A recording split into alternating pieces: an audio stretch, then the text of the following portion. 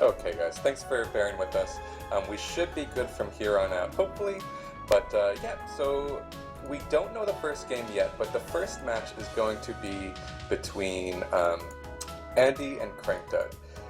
Andy has had a whole lot of race experience so far in blind races, and he won the previous mystery tournament. We'll be going into just a bit more in depth about each of these players, but yeah, I mean, these guys are really solid blinders.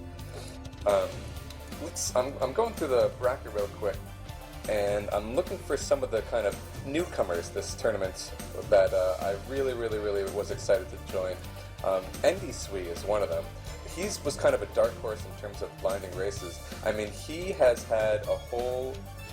he's kind of become notorious recently for picking up a game that has a really difficult run and just either taking the record or coming real close in a very short amount of time. I was really excited to see him join. A Jarmar as well is a name that I was really excited to see how he would do. I mean, his experience in the classic Mega Man series is very well known, and it was really exciting to see him join in this as well. Razulim, is there anyone in particular looking through the bracket that you were excited to see join this time around? I'm not quite sure if this was his first time, but I'm actually a little bit surprised to see Spike Vegeta in there. Though he lost his both matches, I think, so it didn't really go that well for him. Bang, how about you? Any players you've been excited to see this tournament? Sorry, I wasn't following. I was, No problem. Are there any first-timers besides Andy Ajarmar and Spike Vegeta that you've been excited to see join this tournament? Oh, not really. Like, I haven't really been following, so... Oh, okay, got it.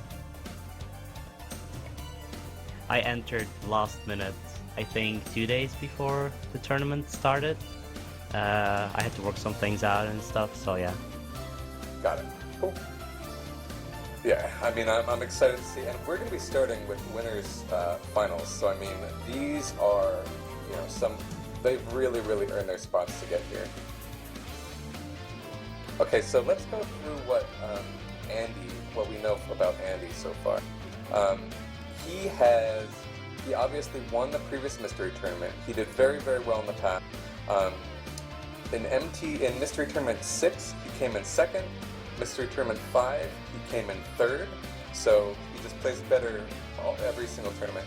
Unfortunately, there is not a number 0 place, so he can't continue that trend.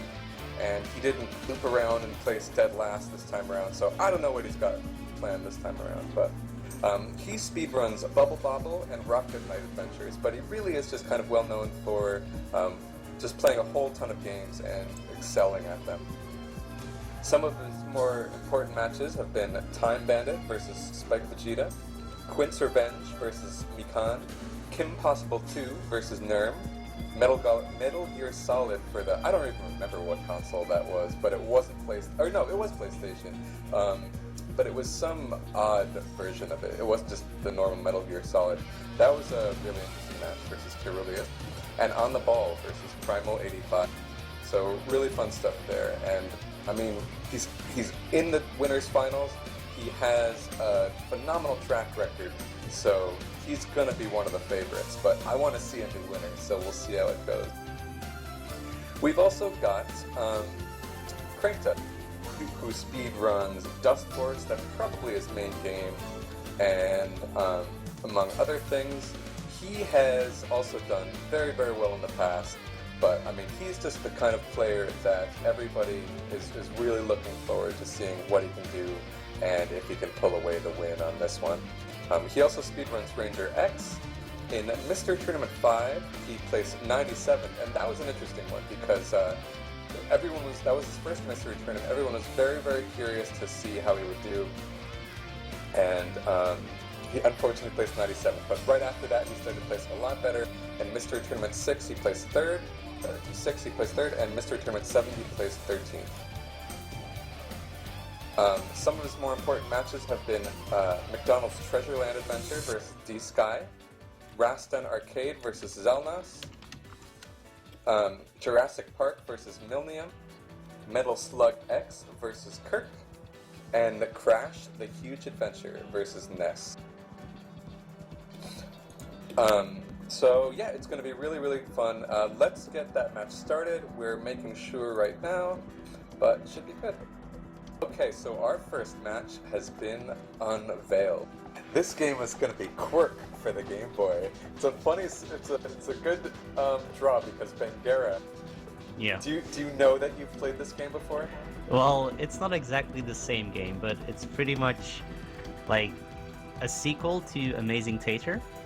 And yeah, we blind raced that game, and We sure did. I believe there were 8 contestants, and I was the only one to finish after, I think, 7 hours. So yeah, this is gonna be fun to experience once more. Yeah. Yeah, and you'll see as it gets going. But it is a Game Boy puzzle game where you have to move blocks around in different ways, and it's actually pretty good about introducing new mechanics. Well, at least 1 or 2 new mechanics as it gets going. But we'll see how it gets going. Or we'll get started shortly. It definitely gets going, that game. Yeah, I did. When I joined that blind race, I thought that I was just going to farm, and I was doing pretty well starting out. But I guess as it turns out, I didn't make it too far. It just kept going. And it just kept going, and the difficulty ramped up real quick, real fast. So both of our players have readied up, and we are getting started now. 3, 2, 1, here we go. Kwirk for the Game Boy. The goal is beat level 2, floor 5. I think that might be 15 levels total, we'll see. But yeah, Bengera, do you want to introduce kind of how this game works? So yeah, you control a potato or something like that. And what you're supposed to do is just reach the exit, and you do that by pushing blocks. But you don't only push blocks out of the way, there's also holes to fill, which we will see probably in the later levels. And then there's another mechanic where you have rotatable blocks, which are set at a specific spot, but you have to rotate them in a way that you can push the blocks around, which makes it a lot harder than one might think at first. So, and it starts out fairly easy, but the difficulty ramps up like there's no tomorrow. So this is probably going to be one of these games where even if it seems like one of the players gets ahead really early, that still might not mean that they're going to win, because if there's some level later on that's like really hard, that might even get one player stuck for like 10 minutes, which allows the other player to catch up. Exactly. What happened in our blind race is that some levels literally took up to an hour, I believe, or at least half an hour per level. Yeah, here we can see a second mechanic, well, another mechanic coming in. You get a second player to use, and that becomes very important in some of the later levels. And you have to get both your characters to the finish, which makes it sometimes you think you finished the level, but you actually didn't because you're stuck with the second player. Yeah. So you can see here, I mean, we've seen a few different mechanics, one of which is just these kind of rotating sort of blocks, I suppose, that get in each other's way, which Andy's struggling with right now. The double player mechanic that Bang just introduced, and then also pits, which we've seen already. So Andy actually started out very, very strong, and especially when that second player mechanic came in, it just kind of clicked with him. But he's starting to struggle on this one. Oh, he did just get it. Or he's almost about to get it. But now he's going to get it. And we'll see how Krankdud does. I do remember in our blind race that I was having some difficulty on this one as well. So I mean it's a puzzle game, so naturally you are just going to find yourself struggling with particular puzzles and giving the other player a very, very quick chance to catch up. I do remember these exact levels, so this might just be a different release of the same game. Mm-hmm. Oh, this is so hard to watch in some places when the player actually gets it and you're like, oh no, just go up there and then rotate it over there. And then they do it wrong and you, almost wants you play along with it. Yeah. I do like their complementing color schemes they're using here. Mm-hmm. We'll see which is superior, green or red. This is a tough one though on both screens. Yeah, I definitely remember getting stuck on the one that Crank is still on, that Andy was on before, but it's giving Crank a difficult time. It's hard to articulate. Okay, now he does have it, so well done. I think what's going to be really important in some of these puzzles is to like not just go around and push everything wildly, but to like stand still for a second and actually look about what you want to do. Yeah. For example, on the level that Krankdud is on right now, if you actually just look at the exit, you can see, okay, I have to push the last block upwards. So I don't want to get into a spot where I have to push it downwards, because that will actually block the exit. So he's gonna have to like make sure there's a spot next to it so he can push it back upwards. And I think he would have actually had it there, but I'm not quite sure. Exactly, I mean, the moment you push that second to left block to the left, you're screwed. So you need to find a way, and Andy just did it, you need to find a way to get through it without pushing that second to the left, block that second to the left at all, or else you're screwed. So that's going to be Crank's challenge as he tries to keep going. He is now one puzzle behind Andy, and I do forget how many puzzles are on each floor, but again, so it's the goal is beat level 2, floor 5. I forget how many floors are in each level, but they are still in level 1. This could potentially be a pretty quick race. We'll see how it goes. Yeah, actually wondering, can you push multiple blocks at once? You can't. The level numbering is kind of weird in this game, so I don't know exactly how many levels there are either. I just Sent is listening in and helped out. There are 15 floors on each level. Okay. So it's going to be 20 floors in total. 15 That's in actually level quite 1. a bit. And 5 in level 2. And the other important thing to remember on these puzzles with two characters, of course, is that you need to get both to the goal. So even though Andy has one of the characters right next to the stairs, he still has to get Kwirk over. I'm sure each one of these characters has, a name of some kind in the manual. We'll just call him Tater. Tater 1, Tater 2. It's really hard to watch, actually. I mean, sometimes you think, okay, I want to try and beat this puzzle myself, but I think this is one of those games where, by just watching, it's not actually that simple to figure out what's going on. Mm-hmm. Because Definitely. you can see for like a few of the blocks, okay, on these blocks you have to push it like that, but when you watch the entire puzzle, as in like an entirety, then it's really hard to like make a plan where you go like, okay, I can like now make a plan on how to beat the entire level in one go. It's one of those games where you just have to like try things out, get into different positions, and then see just how it works out, because it's just too complicated to do it all at once. Yeah, you basically need to go block per block and find a solution for each block, so you can go a step further into the solution. My apologies, I misunderstood. There's 12 or 10 floors on each level, so 15 total. And Andy is just starting level 2 now, so he only has 5 more to go. But yeah, But they get harder. Yeah, I totally agree with you, Razulin. Because as you're watching, you say to yourself, now what would happen if I push this block this way, and then the player does something totally different, and you just don't get an opportunity to try out your idea, and then you just have to kind of, if you're trying to solve the puzzle in your own mind, you just have to kind of roll with what they try. And also, I think these races that the players are doing right now, I think they're open races and everyone can actually join, right? Yeah, absolutely. So we encourage you to watch the stream, certainly, but if you are curious about any of these races and you want to try one of them out, then you can certainly join the IRC and join any of the races. You would have to get ready pretty quickly because we want to keep the stream on schedule, but if you just want to try it out, then give it a shot. And even if it just looks fun to you and you want to try it out next time, we usually do 2 mystery tournaments a year. So shortly after SGDQ, sometime in the fall of this year, keep your eyes out because we'll be doing another one of these, certainly.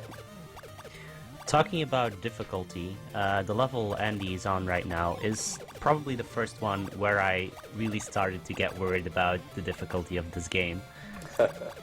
Yeah, you just look at this level and it looks intimidating. A lot of the puzzles you've seen so far have been mostly based around kind of rotating blocks, but truthfully, even more so, I think the game quickly becomes more about Filling gaps. Yeah, filling gaps, exactly. And those will be the really intimidating ones. The hard part is that once your block can fill a gap, it will. So it's easy to lose a block on a position you don't actually want it, and that completely breaks any kind of chance you have to complete the level. So you're gonna be seeing a lot of resets on these. Yep, it does need to fill in every single block. So if you have a 3-tile block that only fills in 2 dark tiles, it will not. But once it fills in all 3 dark tiles, it will. It becomes a challenge to use the space you have to walk on to fill, well, to place the blocks, actually. As you can see, there's 2 blank blocks in the big black area. 2 white blocks in the big black area, and they'll probably be needing those to actually get the blocks in the correct position. This level is pretty interesting because it seems like there's like this really big hole at the bottom that you need to fill, and all the big like blocks that you can try and push there seem like they don't really fit in any of the spaces, so you can actually get them to go there. So I'm really wondering what the solution for this is going to be. Yeah.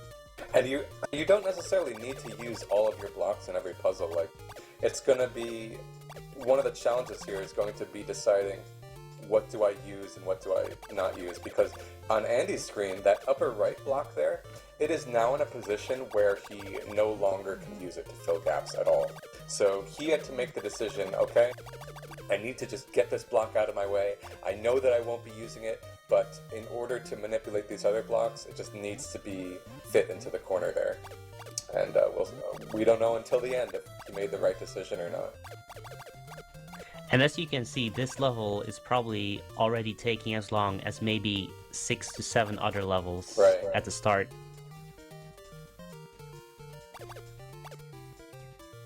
I personally do not know what he needs to do for this level, and that's a lot of the reason why I think so many people had such a difficult time in our original race bang. Yeah, I refused to give up, and that's what helped me through it.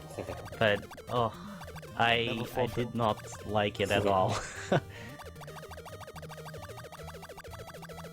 Oh my god, I can't really figure it out. If you can just get like the long block towards the left and then push the other way down, because he's trying to figure it out right now, but then you notice that, oh no, there's like spaces left, and these 2 blocks on the left look a bit suspicious. He might have it. It's so hard to know, but I think he does. Oh my Does god. he have enough space If he's for smart it? about it, yep. Nope, he can't get it. not. He can't get it. This is so awkward. I don't know He can do it with a 3 long block. Yeah, but I don't know if he can't fit it through there, though. Like, he can't get the 3 long block to that point. No, he can't actually. I think he's screwed. Is there a way to like go and move back or something? I believe so. I think you can move back 1. I think he somehow has to like maybe try and get the 3 long block down there, like he just did with the 2 block. But how will he get it there though? Yeah, I don't think there's any way. Even like, no matter what you do, I don't think there's any way to get the 3 long block. Because once you push it through that 3 tile high opening just to its right. There's no way to put it down. Yeah, exactly. So playing something a little bit different. He's actually making a little bit of a bridge towards the top, and maybe he's gonna try and pull the long one on the right over there, but it's not quite working because he can't get it over that hole correctly.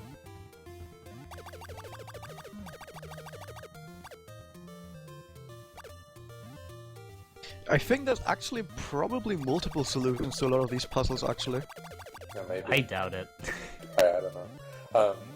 It's hard for me to say. One of the biggest things I'm struggling with is, does he want to push that upper right block into that little hole?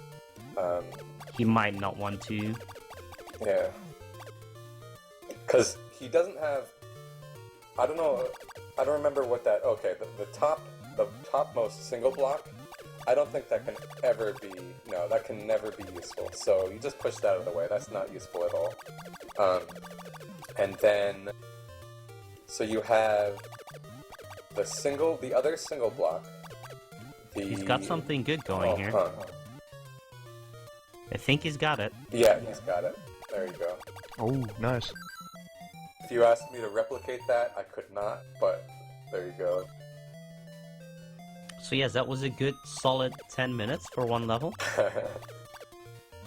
And we still got 3 levels to go.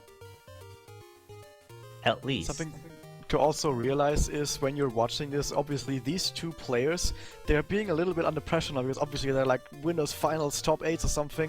Not quite finals, but they're having this like really hard game right now, and they're trying to have to concentrate somehow, and it's going to be really hard for them. So they might make mistakes that if they were completely calm, they might otherwise not make. Puzzle games are always very mind-gamey because you think you're doing really poorly all the time if you're taking a long time to solve a puzzle. It's less so with action games or platformers because you constantly keep going. But with puzzle games, you get stuck and you start to think, my opponent is gonna get this, no problem. So yeah, that's where the mind games come in. That's a really good point. And we encourage not watching the opponent. And I don't think anyone, actually they don't even know how to watch each other because they're not on Twitch. But so they won't know where the other player is. And like Banks said, I mean, that can really just kind of mess with your mind and wonder if you're winning, if you're behind, and cause you to not even think about the puzzle anymore.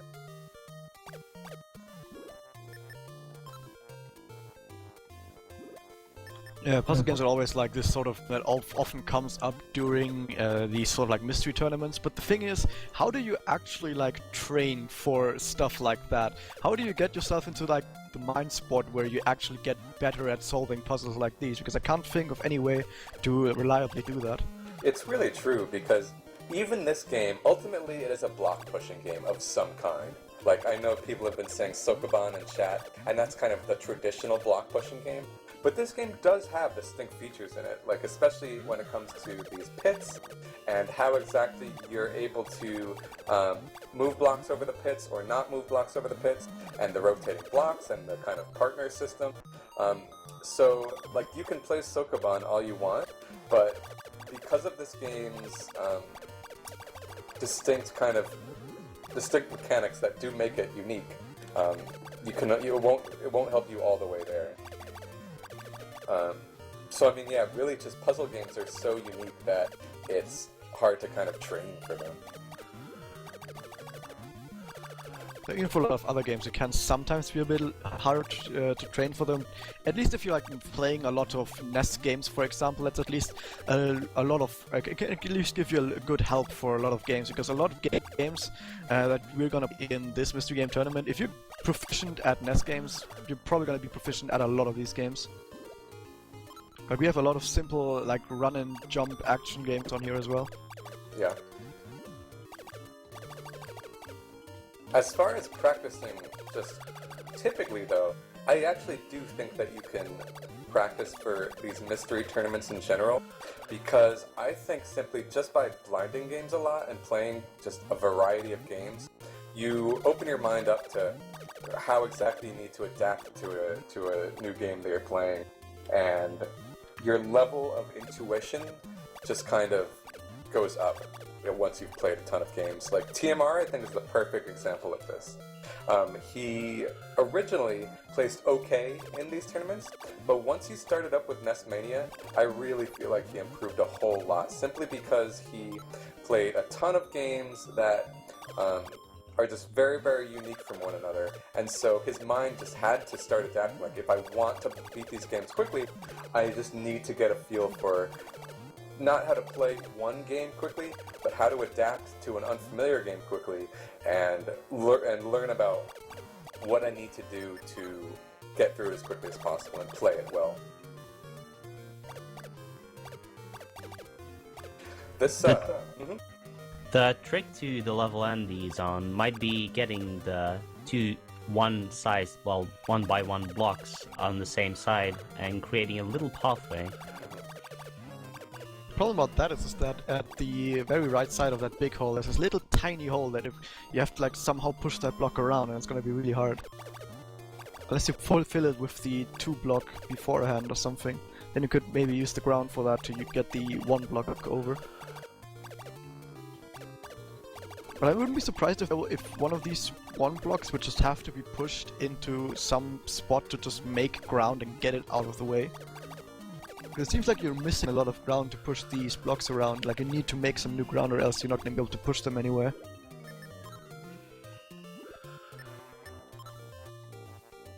Yeah, I'm trying to figure it out because we were able to pinpoint what exactly you needed to do in that earlier level, but it's a lot harder once you have as many options as these later levels do. I think Andy's very close to getting it though.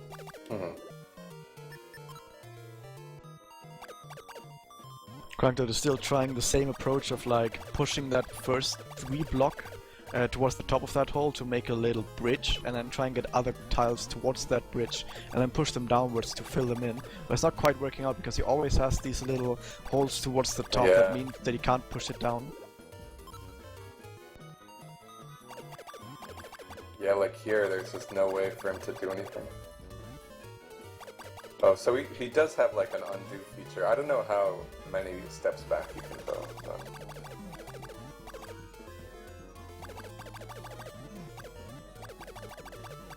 It might be infinite, but it takes a long time to go back step per step because you have to redo the menu every single time. Something else about the tournament in general is most of these matches are probably gonna be somewhere between 15 and 45 minutes, but with puzzle games like these we obviously just don't know exactly how long they're gonna be.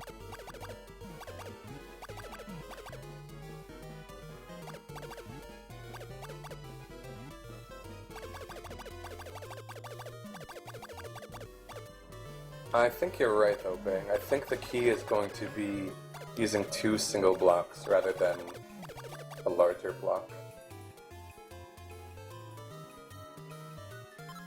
I think you want to probably push the first 2 block into the hole somehow, but the thing is the 3 block can't be pushed out of the way unless you push it to the side. So this is going to be really interesting. I think if he gets that hole closed, then maybe he can get the 2 1 blocks over and then push them in there, and he only needs the 2 1 blocks and then he has a complete bridge. It's also frustrating because you might think that you've got something going, and then you realize that one of your blocks, your pushable blocks, was covering up something that you didn't know about.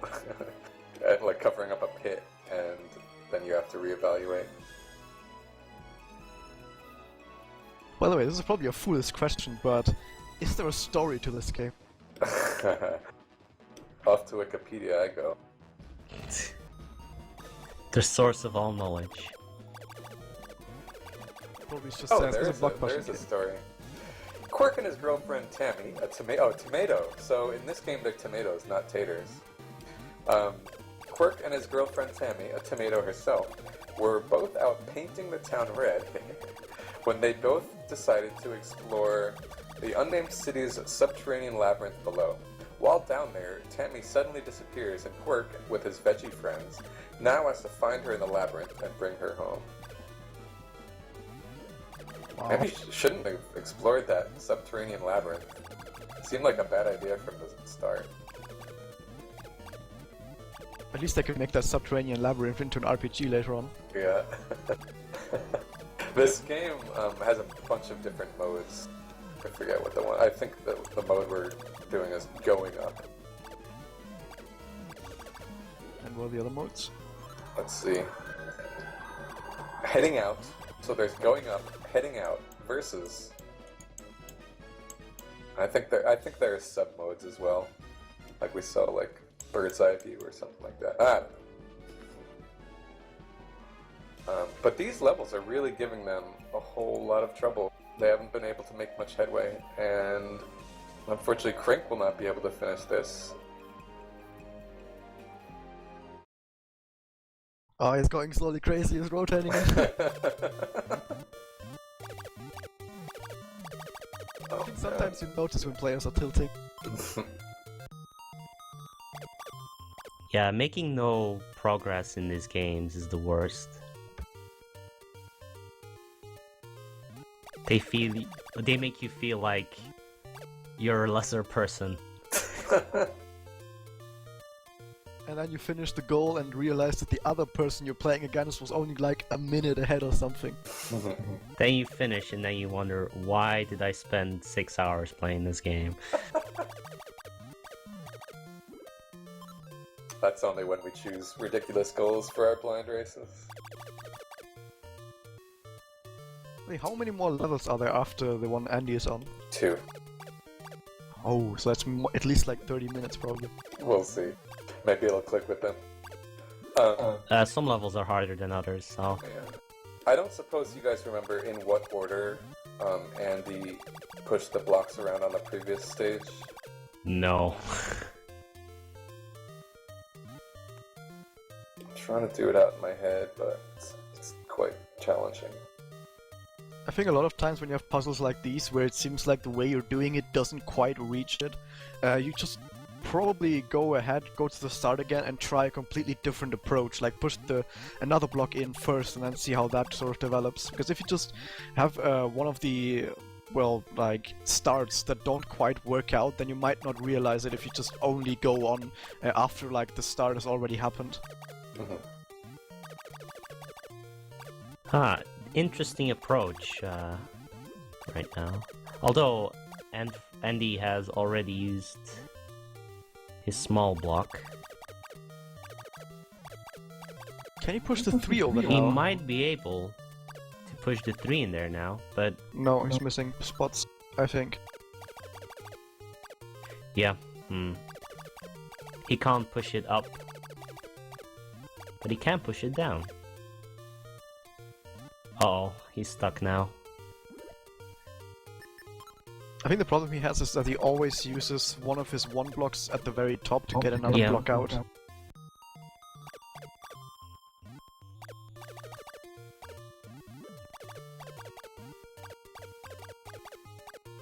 It's gonna be really stupid if they like waste so much time on this and then in the very end they look up the solution or something online after the race is over because they want to realize, oh man, I'll realize what the solution for this one was, and then it was like, okay, exactly the same thing that you did, but you pushed that 1 block on a different spot at the start. And then you hate yourself because you never thought of that. Also, Krankdud finally made it. They're on the same level now.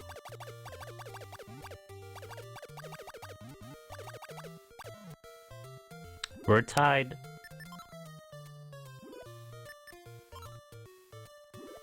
Remember everyone that if he just somehow luckily does the right moves at the start, he might get this very quickly and then suddenly he's ahead.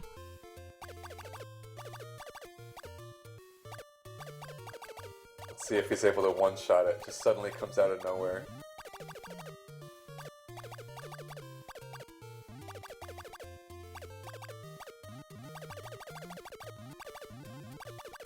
Well, he knows that he wants to keep the single blocks.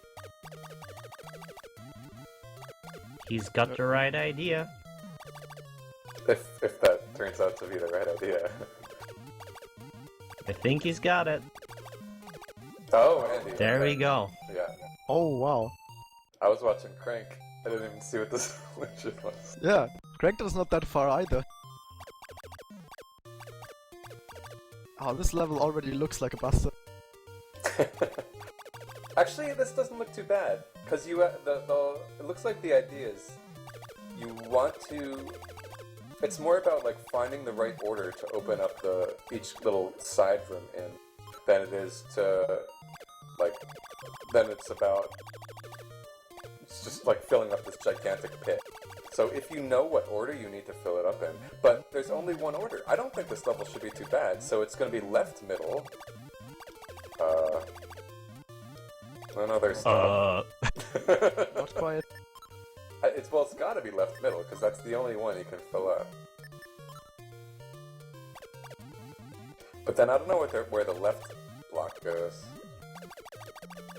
No. And that's a redo. Oh, there's gonna be another one after this. Oh, left block is right middle. I think this level should be pretty easy, I think. No promises, though. I mean, one thing also to notice is that because the players are in a little like tournament situation, they might sometimes not see simple solutions for longer periods of time.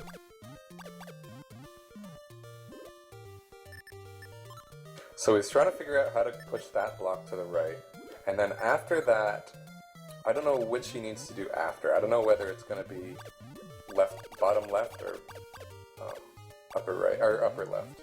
Isn't it finished? Oh no, never mind, there's another block down there. Like, he could push it towards the finish now, but then he's missing one block. Yeah.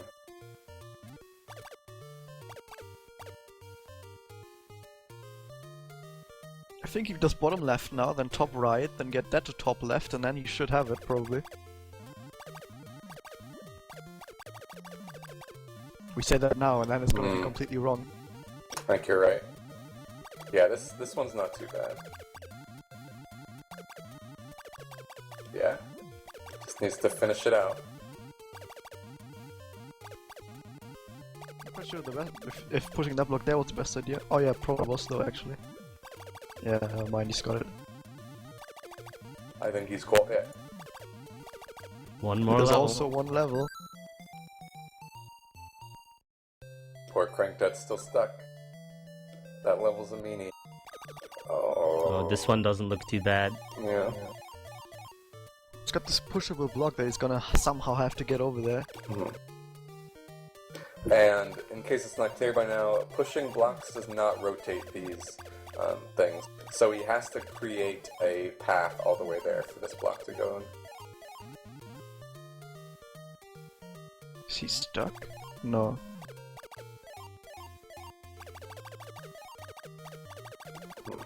This level's going to be a lot. I mean, I don't think it's going to be too bad, but it's going to be about having the foresight to figure out how exactly you need to push him around. I'm pretty sure he's close to the solution already. I don't know if he needs to go left or down. I guess it has to be... I think I left. don't know. Yeah, I think so too, but... can't tell. Either way, I'm pretty He sure can that push both it. these players are gonna be relieved once this is over. He can push it all the way down and then head left. Maybe. I think that is not a good spot for the block to be. Although he still gets Oh, he's it. close. Yeah. I think he's just got it. He just needs to walk it to the finish line. There we Oh, go. that's it. That's Andy. Yeah, congrats, Andy. So he finishes the mystery goal. So he is going to be moving on to the winners finals. This was the winners semis. He's going to be moving on to the winners finals, where he will fight the winner of Ramses or the Mexican Runner, who we're just about to show in a moment. Meanwhile, Krankdud is going to get knocked down to the losers' quarters, where he will take on the winner of Liteyear versus Capndrake. Or no, I'm sorry.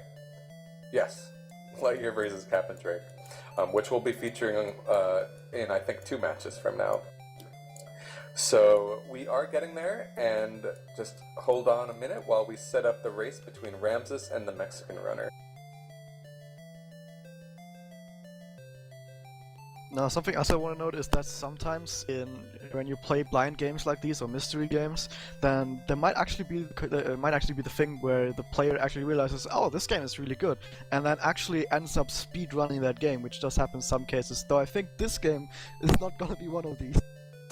Yeah, I don't know if we'll see. I don't know if we'll see them running this game. So I would like to introduce Ramses88.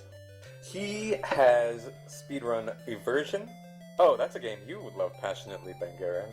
I've speedrun in the past, yes. And he also speedruns Treasure of the Ridgeruss. I think that's an RPG. In the past, he has placed in the Mystery Tournament 6, he placed 9th, and Mystery Tournament 7, he placed 2nd. So he's got a really, really solid history behind him. And when he did come in for Mystery Tournament 6, people were really excited to see him enter and see how he could do. He's played Dragon Ball Advance Adventure versus Evil Kami Dictator, Rad Racer versus Hipfire, Puznik versus Countdown 42, Caterpillar Construction Zone versus a Jarmar, and Pinobi GBA versus Capndrake, where he actually did win against Capndrake in a bit of an upset and sent him down to the losers bracket.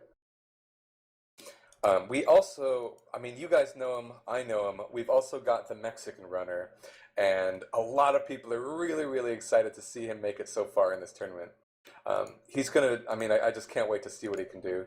He has he speedruns a whole ton of games. I mean, let's be real here, but some of his best known games are Battletoads, Contra, and The Lion King. In the past, he's placed 129th in Mystery Tournament 4. I don't remember the exact circumstances, but he did have to concede one of his matches, and unfortunately he placed lower than he maybe should have placed.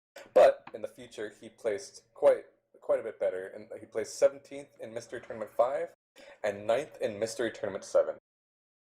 That's a steady rise of placings there. Yeah, and I mean, he's already top 8, so the worst he can do now is 8th place, but let's see just how much he can do. The worst he can do is 6th. You're right, 6th. You are correct. Some of his matches this time around have been the King of Dragons versus Church and Sarge, Cybernator versus Genocidal, Trax versus Zex, Lock and Chase versus Author Blues, and Smartball versus RoboSparkle. So I can't wait to see this match. It's going to be really, really good. These are two very good players, and we'll see what we've got going on. I understand that this game coming up is a bit unique. I personally don't know why. None of us commentating right now know exactly why. However, the person that drew the game, Sent, does know why, and we've got him here to explain what's going on with this one. Hey, Blackie, how are you guys doing? Good, good. So yes, as Blackie's introduced, I'm Sent. I'm one of the diabolical masterminds behind this top 8 game pool you're going to be seeing today. And we've chosen the top 8 game pool with a few things in mind, difficulty and obscurity in a lot of cases. But for the first 2 matches, I really wanted to pull some games that kind of told these contestants, hey guys, wake up, you're in top 8 now, things aren't going to be easy. I looked for Bases Loaded 4, it just didn't happen. So instead, we're going to play the only game to ever knock me out of a mystery tournament, Pilotwings. Oh my god, I don't know how excited I am to see this game. This is one of my favorite mystery tournament submissions. We've had it a few times before, and it is always so much fun to watch. Oh my god, I can't wait. So I hope that these guys haven't played it, because it's a pretty common game for people who have played, but I don't think that they have, so we are in for a hoot and a holler. I know exactly what that means. The goal is going to be to beat the first 3 trainers. So, I mean, this game is so interesting to me for so many reasons, but the really cool thing about it is that each level, if you're not familiar with it, each level, to beat each trainer, you need to get a cumulative score across different vehicles to keep going. So you can place pretty badly in the first vehicle, for example, but that means you're really going to have to nail it in the second one. So especially when it comes to something like the hang glider, which will be introduced in the 3rd trainer, these players better hope that they learn it pretty quickly. Before we get going, I just want to introduce our very special guest, Pilotwings legend himself, Darkman. Welcome, Darkman. Very quiet Darkman. Oh, yeah, let me fix that. Hey, there we go. Let's try out settings lately. Okay, how does that sound? Good. Okay. It's good to have you here. So what do you love about this game so much, Darkman? What don't I love about this game? This is like, when I first submitted this, like, so many mystery tournaments ago, it seems, I felt like it was like the perfect mystery game, because it is completely different than most games you play in a mystery tournament. It's not really a platformer, it's not a puzzle game, it's not a racing game, it's a flight simulator. Like, you don't get those kind of submissions in a game. So it tests kind of the skills of mystery tournament players in ways they're not used to. So where you may feel like certain players favored in a in the particular game because they're really good at platformers or they're really good at puzzles. Here in this game, you really don't know who's the favorite because they're just simply both out of their element if they've never played this game before. So that's why I really enjoy seeing this game drawn every single time. It's going to be really hard for me to watch this and not want to turn on TMR's commentary.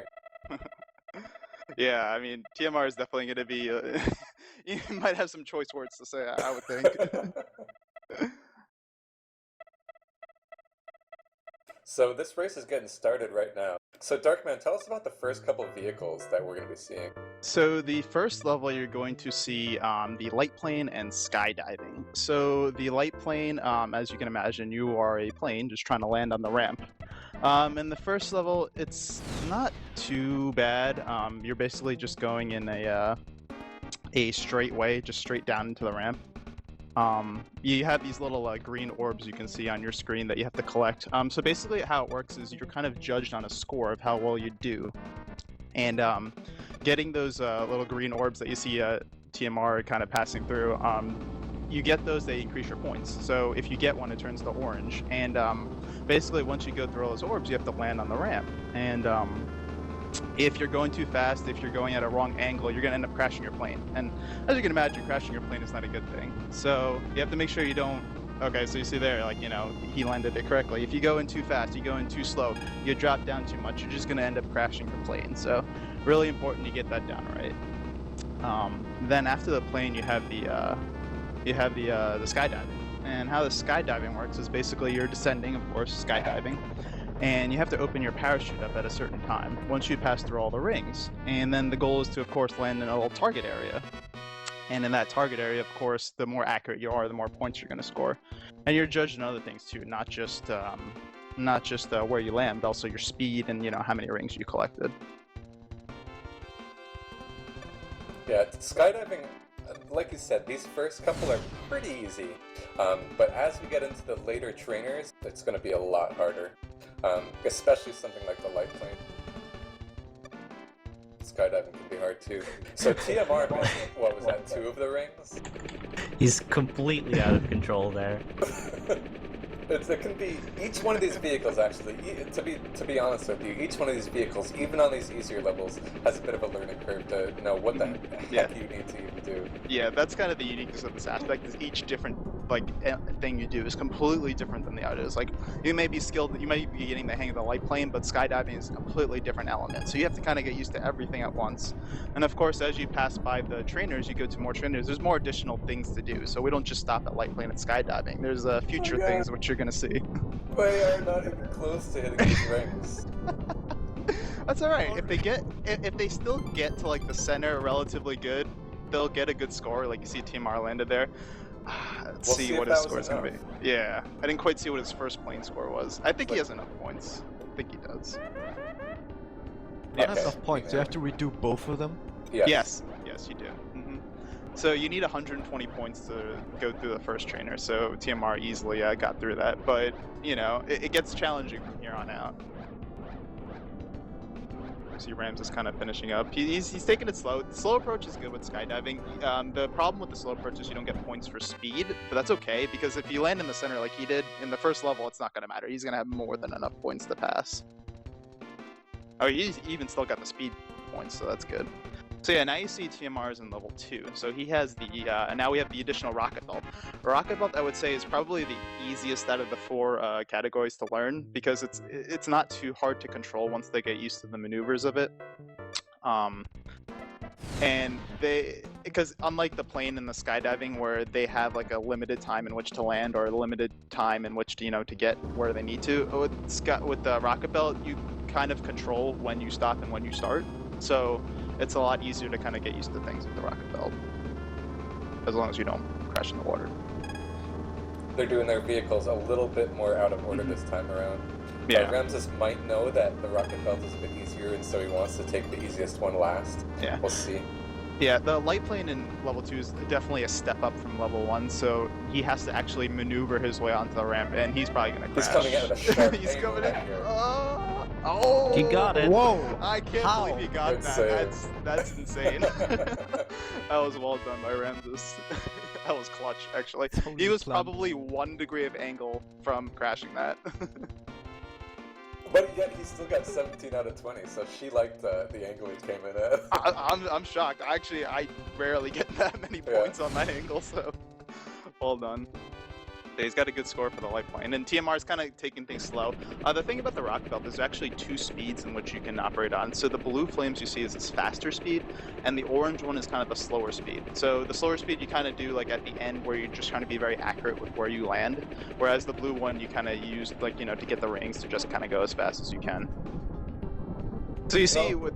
Oh, sorry, go ahead. You can also change your camera angle. I don't know, I guess TMR doesn't know that, but if you hit Yeah. R, you can actually get a bird's eye view, which helps a whole lot for landing. Oh yeah, definitely. So you see Ramses is doing skydiving now. So the rings are a lot harder in level 2. You have to actually maneuver your guy rather than just kind of like fly through them very easily. And Ramses is doing a very good job actually with them. So he's going to be able to... learned a lot from the first one. Definitely, yeah. So he's going to take things slow. So a little bit harder this time with the skydiving because you have to land in the middle of water. So hopefully you can kind of maneuver it correctly. He may go for the moving platform. Yes, with the so bonus yeah, stage. we didn't talk about that, but the moving platforms are actually bonus stages. So if you have the guts to land on it, you automatically get 100 points, which is the max score you can get. And on top of that, you have a bonus stage, which you can get anywhere from 0 to 50 points depending on what you do in the bonus stage. So you can actually do so well in there that you end up just skipping certain things.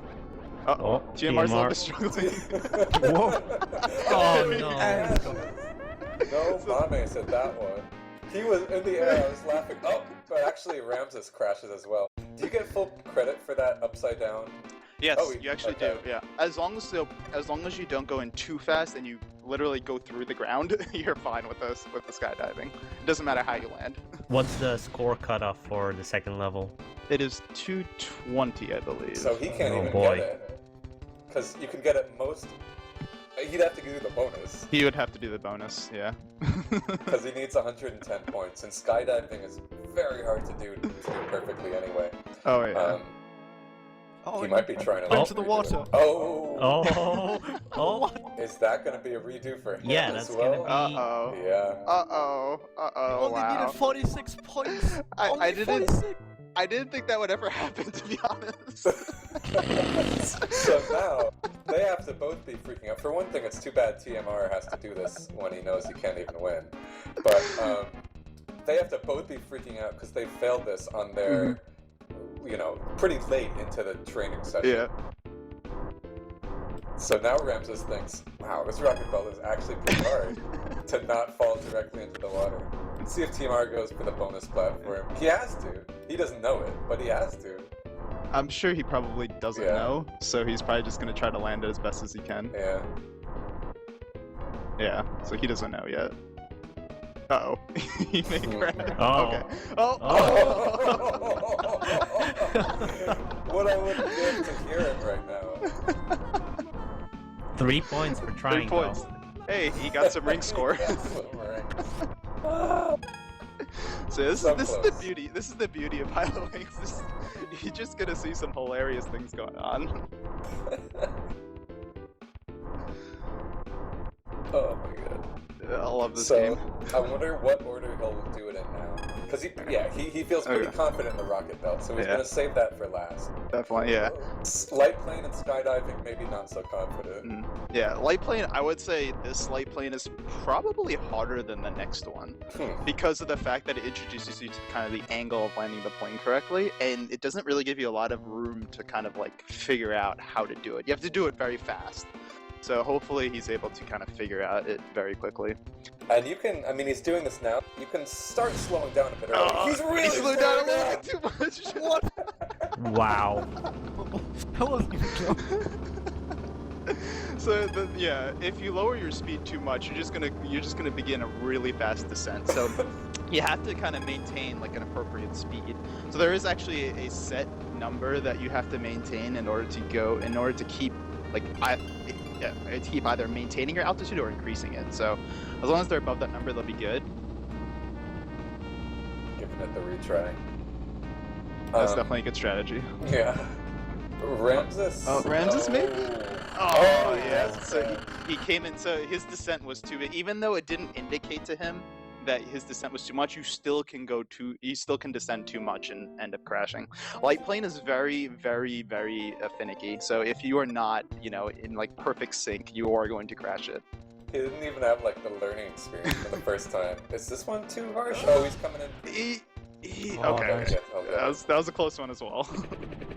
Remember also that the runway doesn't go forever, so if you land too late, you can potentially just cruise onto the grass. Do you instantly crash once you touch the grass? Yes, as soon as you go off the road, you crash. So you can also kind of go in at such a sharp angle that you end up just going off to the side and you end up crashing. That's happened to me many times. At this point, Ramses actually has 100 points in the rocket belt, I think, and he got 30 or 20, 30 points in the next one because he crashed. Okay. So now he actually has to get 90 here in order to actually be able to qualify. If you do that, oh, he missed a ring, but that's okay. He can get the 70 and he should be fine. So he needs to do this perfectly. He needs to land right in the middle with perfect speed. Well, actually, if he needs 90, he can get the 60 still, because the ring, if he misses one ring, I believe he loses 8 points. Okay, so he actually still needs the 70. I'm really bad at math. And if he crashes? If he crashes, he's not getting very many points. So the only only three score additions for the skydiving are rings, speed, and accuracy. Is that right? Yes, that's correct. The speed is not too hard to get. Just missed it. Oh no! If only we were going by Dark Man math. Oh, he didn't even get the speed score anyway, so it was over. Yeah, the speed score I remember is very harsh on level 2. You have to actually. So the thing is what they may not realize is you can actually delay your parachute. You don't have to open it when they say to open it. You can wait. So the good thing about that is you actually go faster to the ground by doing that, as long as you tilt your skydiver in the correct direction. So naturally, if you're facing down towards the ground, if you think of basic physics, you're going to go faster than kind of flapping, in the side. So to kind of get the perfect speed, you have to kind of take advantage of that.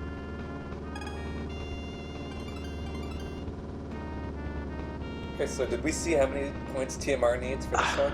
I think it's at 87, if I'm not mistaken. So you can definitely do this, if you can get that speed score. Ramses coming in hard. He descended too much. So he can't, if you noticed on the top, his speed was at basically 16 and then he dropped to 0. You cannot be at 16 or you cannot be at 0 in order to land the plane successfully. You have to kind of do a baby descent. So you have to gradually decrease your speed as you land. As a quick note, TMR only needs 33 points, so just a good landing and he's done. Okay. A decent landing. Like a non-disastrous landing and he's done. I think he may even have enough points if he just lands. Even if he lands out of bounds. Do you get speed points if you just land out of bounds? Yes, you actually get speed. As long as you land, it doesn't matter where you land, as long as you A, don't land in water, and B, you don't crash. Okay. So you just have to meet the speed requirement, the time requirement, whatever the time requirement is. So what if he cuts the parachute right now? Does he still get a point? If only that was possible. Alright, so we're gonna see how many points he gets. Rich enough. Let's find out. Oh, he gets 5 points. He didn't have enough. Oh my god. Oh no. So actually, if he had the ring bonus, he would have had enough points, I believe. Oh, what a throw. These guys must both be thinking that they're doing so terribly. Or, more terrible than the other one. It's perfect. So what is the goal again? The goal is to beat the first 3 trainers, so the trainer after this will be their last. Yeah. Oh, he's always shooting it. Yo. Okay. Alright. So I didn't see if this was Ramses' first or second, or... You did well. Oh, I can't do it. Oh boy. I would say if he wants to attempt the bonus, this would be the easiest to do at the rock belt because you have the most control. So he has to land on that moving platform that he just took off out of. It is doable. Even if you're blind, this is doable. It's very hard, but it is doable. So we'll see if maybe he kind of realizes he has to do this. I mean, I assume he's going for it, or else he would have just restarted. Well, the thing is, I don't remember what the pace bin says. Yeah. Let me see if we indicated. But yeah, something for the viewers as well. Before the people start their race, there's a little paste bin that has a little bit of information on them that they might need for the game, even if they're blind. And sometimes the information on the paste bin aren't quite good enough. Yeah, it's up to the submitter. Again, I mean, I guess we can just take a quick moment to talk about what you're watching, but very briefly, this is the Speedrun Slide Mystery Tournament number 8. Oh! We had like 140. We had like 140 something people join this tournament. Each one submitted a small amount of games into this pool. Every single match that happens is drawn from that pool, so you can join. You'll be playing. You'll be playing games that other people submitted, and they'll be playing games that you and other people submitted. So we are in the top 8 right now. This is only the second match of the day. We've already streamed Andy versus Krankdud, where Andy took it, and now we're watching Ramses versus TMR play Pilotwings, where they need to beat the first 3 trainers, and they're on the second. Yeah, these guys are having difficulty with Trainer 2. Oh, TMR was going for the bonus. That's really hard to do in skydiving. So yeah, the cool thing about the bonus is, and I think like I mentioned before, if you get the bonus, it doesn't matter what you did. Like, it doesn't matter how fast you are, how slow you are, you automatically get 100 points. It doesn't matter how many rings you got, automatically get 100 points. So yeah, so that's the really cool thing about it. You can make any mistake you want. You land on the thing, you get automatic 100 points, and then you get the bonus points on top of it.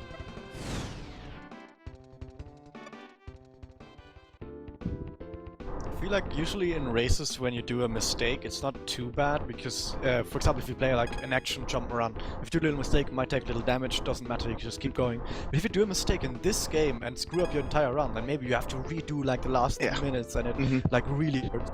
Oh yeah, definitely. That's kind of what takes people so long to kind of finish this goal, is because they make one mistake, that's minutes of time lost usually.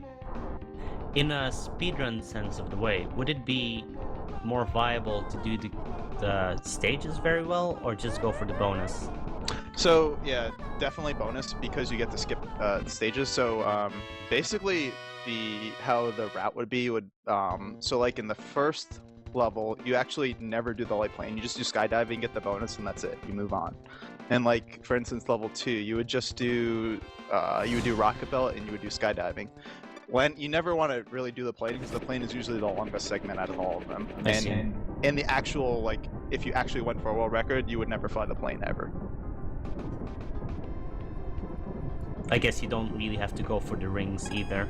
Nope. You don't have to go for the rings, you just go down as fast as you can. Yeah. Yep. Do you have to open the parachute for the bonus?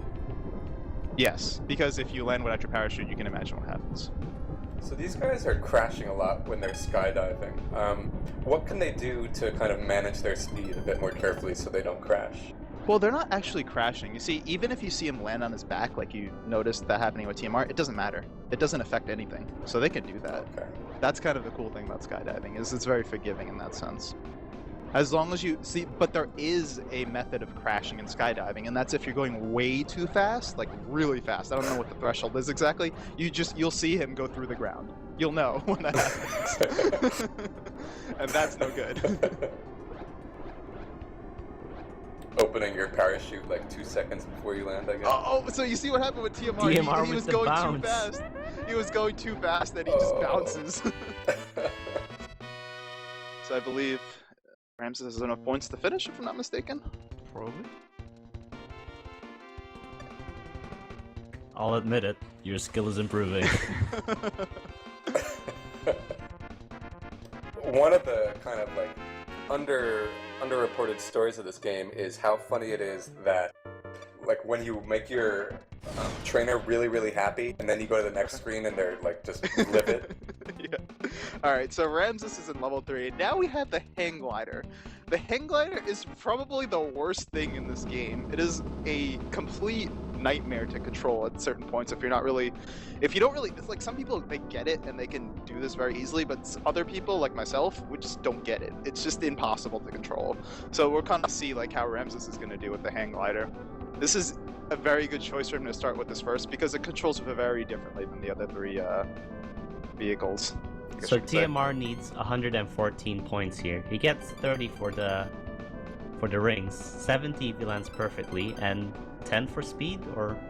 Well, he can get a top possible of 100 points if he does not get the bonus. Oh. So, yeah. Then why is he trying?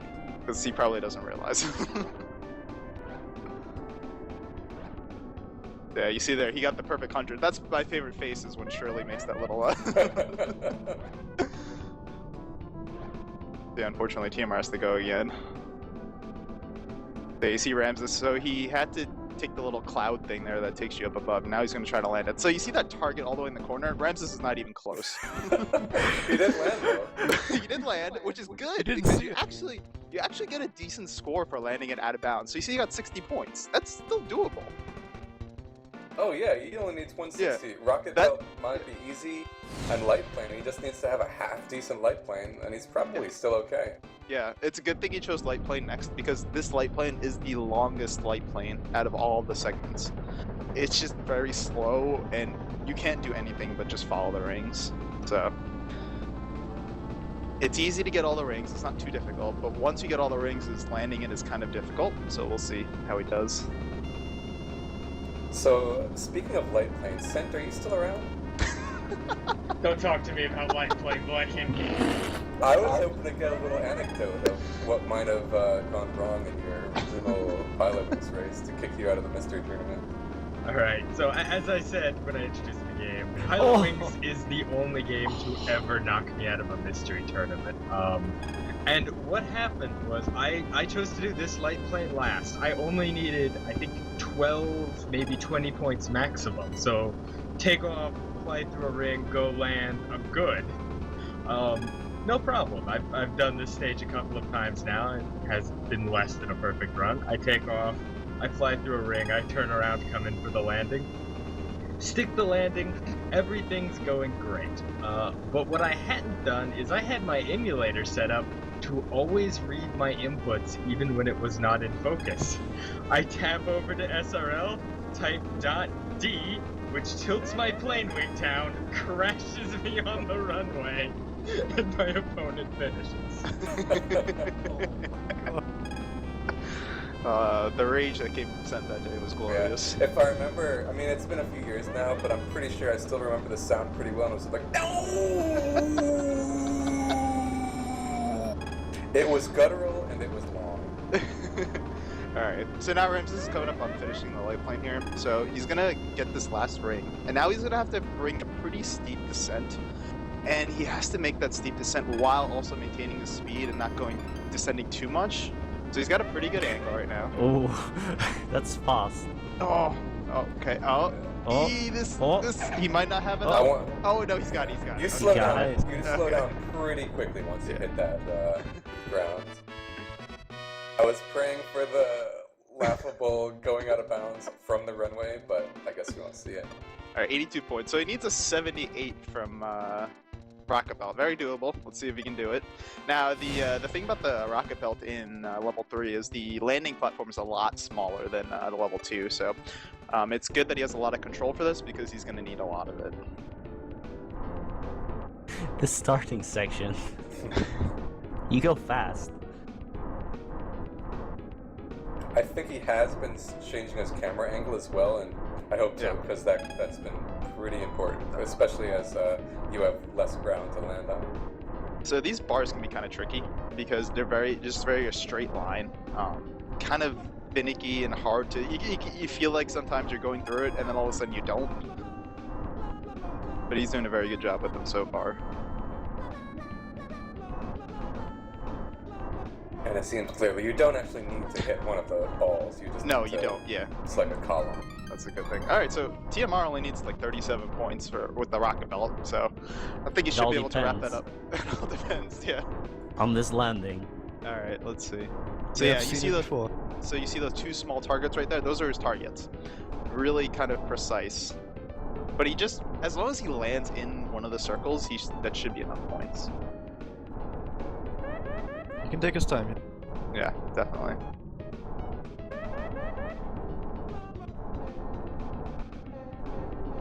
Nice You and see the careful. shadow? Yep.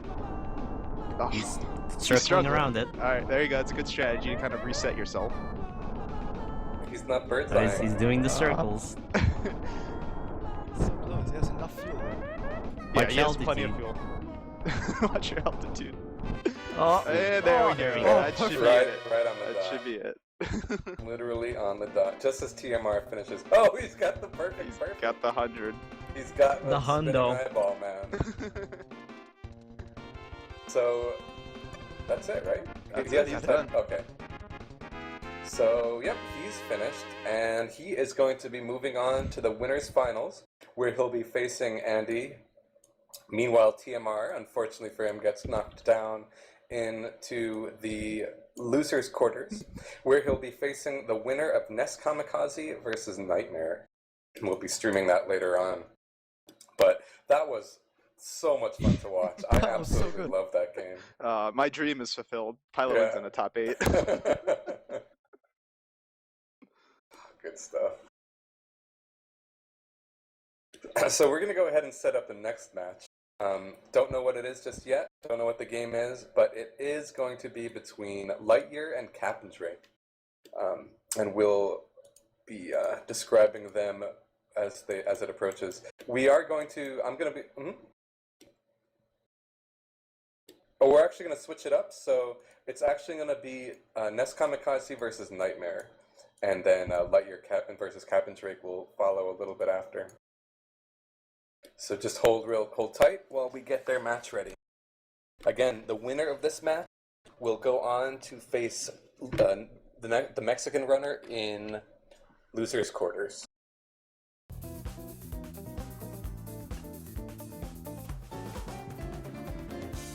I believe I am going to be replaced by Needle in a moment here, but just before I duck out, I'd be happy to go ahead and introduce the next match. We can bring the descriptions up real quick.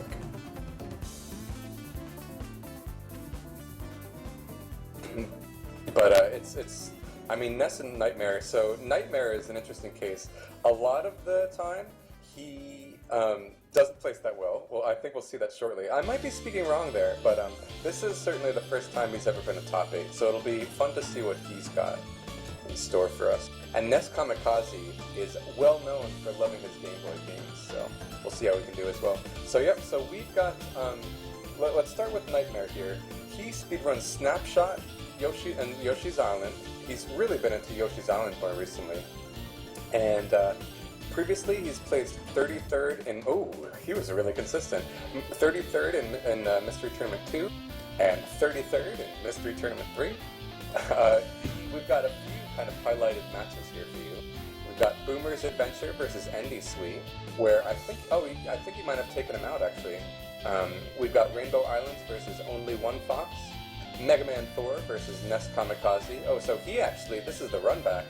He actually lost versus Neskamikaze previously, so he's looking out for vengeance. He had Earthworm Jim for the Game Boy versus Leon Kowalski, Underscore Blue versus Unusual Cook, Bubble Bobble versus Fallen Shades, Spirits and Spells versus Author Blues, and Roscoe McQueen, the well-known, renowned firefighting game, versus Primal. So it's going to be really exciting to see what he can pull out of his hat for us. And then next, Kamikaze, he speedruns Dr. Mario and Tony Hawk's Pro Skater 2. He loves the Tony Hawk series in general, but more recently he's been just playing a whole ton of games and blinding a whole lot of games as well, and just kind of finding new games to play. So it's actually getting increasingly difficult to find a game that he's blind in. He's been in a lot of Mystery Tournaments in the past. He placed 9th in Mystery Tournament 3, 9th again in Mystery Tournament 5, 25th in Mystery Tournament 7, 97th in Mystery Tournament 4, and 65th in Mystery Tournament 6. Oh, I did that out of order, but that's okay. So he is consistent overall, though. Even though I guess in the odd numbers he plays as well, and in the even numbers not so well. So this being an even tournament, we'll see how it goes. Alex Kidd in Shinobi World, this mystery tournament, he won versus Hopscotch 007. Crazy Creatures, he beat Evergod 41. Mega Man 4 for the Game Boy, we already talked about. He beat Nightmare 47, who he's about to face off against. Medieval 2 versus Ivan, that was a really fun watch. Crash, the Huge Adventure versus Krankdud, who sent him down to Bush's directed where he is now. And Spartan X2, which is the unknown kind of pseudo-sequel, I suppose, to the game Kung Fu for the NES. So he did play Spartan X2 versus Ghost of Starman, where he was able to take out the win. So we'll be seeing how they do against one another. And yeah, I'm really excited to see what game it is. Sent, has a game been chosen for these fellas yet? Oh, a game certainly has been chosen. Blackie, how do you like golf? Oh, I love golf. How about golf? I hope it's golf. How do you like DOS games? Oh boy. Oh no. DOS plus golf is not a good combo bake, and I can't wait to see it. Is it Dolph? It's a little bit smaller than golf, though.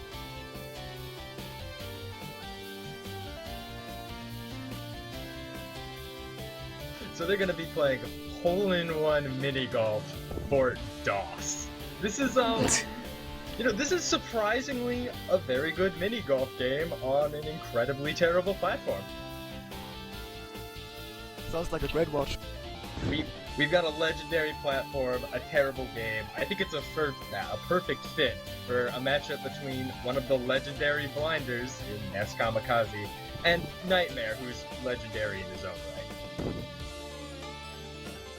But we love him.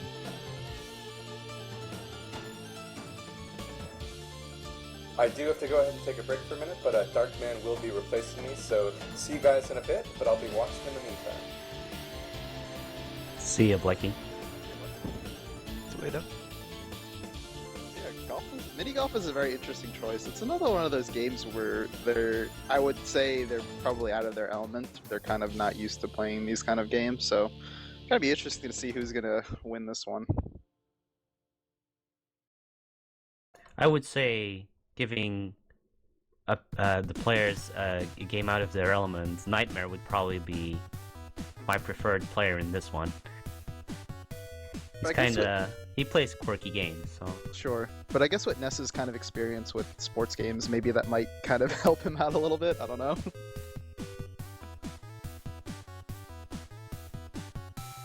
How many how many golf games are on the Game Boy and the N64, though? That's a good question. Alright, so it seems like your typical standard controls with a mini golf game. Kind of curious if any interesting quirks come out of it. Clubs. So I was wondering if this was the type of golf game where you sort of like your mouse is like the club, and then it sort of shows you where, if you were to swing now, where your ball goes, but instead it feels like the mouse is just the direction of where you want to hit your ball in, and then it just goes on. Yeah. Why What is aren't with they these golfing? physics? These physics are interesting. Why are they golfing with a tennis ball anyway? That's a good question. Well, you're gonna see why as it starts flying around. The controls are actually more akin to your typical pool game, where you kind of drag and release in the opposite direction. Alright, see, how can you even tell you're supposed to go under that? I can never figure that out. This game owns. What if the ball gets stuck under that? That's a good question. Oh, Well, we're gonna find we might out. see. Oh, okay. It's probably a slope. It's probably a slope.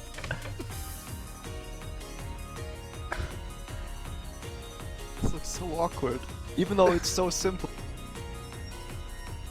This is impossible. How do you get How- in the hole? How do you know where the slope goes? Over the stroke limit. Does it go up? Does it go down? Who knows? I don't even think it is a slope, it's just magical transportation, so it doesn't get stuck under. Look at these geometric forms, though. Oh, what a beautiful ace by Ness. Wow. You could totally tell what was going on in that course, so he made the perfect stroke for it. There we go. Oh man, someone used the graffiti paintbrush in paint.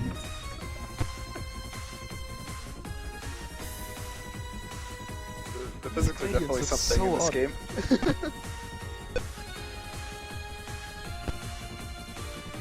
So the goal is to beat classic, intermediate, and fantasy courses. I can't wait for that one. They both started in classic, if I'm not mistaken. Is that correct? Yes. Okay. How does the ball reach through a hole with like 1 mile per hour and then rebound back with it like 10 miles per hour?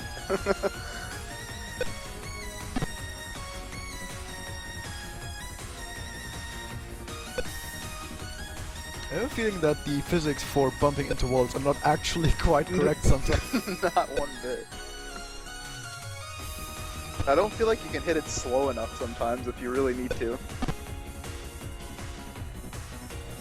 think when it comes to slopes, yeah, you just go for it. Oh my god, you almost got it. That was perfect, almost. Ooh, this one looks interesting.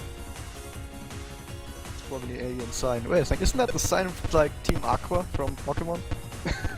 Maybe. It's worth pointing out that Ness is actually playing on his laptop's trackpad. Oh boy. Tool assisted. Okay, so it seems like the slope gets you back on the track. The back on track pad. This looks so odd. I can't tell what's going on in that course. I think those are all downhill slopes? I can't quite tell. No, I think the side slopes are actually like downwards. I don't know. I'm really not sure. Like, sometimes There- it seems like it's pulling it towards the track, and sometimes it's not. I think What the is lighter it going the higher on? it is. These physics do not make any sense to me. Overstroke limit. Click to continue. Yeah, this happened to Nightmare earlier, and the only thing he could do was just he kept hitting it until it went in the hole in one stroke. So I don't know if that's what Ness has to do. Just click to continue, but nothing's happening. That's Uh-oh. odd. There's supposed to be a hotkey that resets your strokes. Well, someone tell him if he doesn't know. It's in the pace bit. Oh, okay, I see. It looks like he's trying to reference to make it work. Unfortunately, DAW simulation is a little finicky sometimes. It Oh, looks like he's having trouble with that's- it. Did he That's go Next a whole lot? course? Yeah, I think he did. Isn't that an issue? Teleporter? Can't have a minigolf game without teleporters. Uh-oh. This might I be a have to say, problem. When it comes to pace spins, I don't really trust pace spins anymore because I was once in like a top 3 match on Mr. Game Tournament and I lost because the pace spin was wrong, so I got really salty. Oof. Does he have to land on the teleporters or what's happening? Yes, he does. Kind of really specific, those teleporters.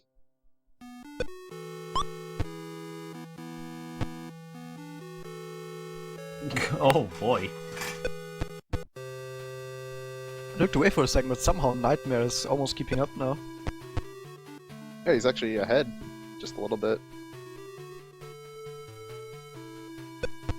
Oh, is there a hotkey to go back a stroke? It seems like that's Yes. what's happening. So that's what they do when they're over the stroke limit, so they can press a hotkey T to go back a stroke. Oh, that's some cool looking water, isn't it? Those are some good graphics for the DOS.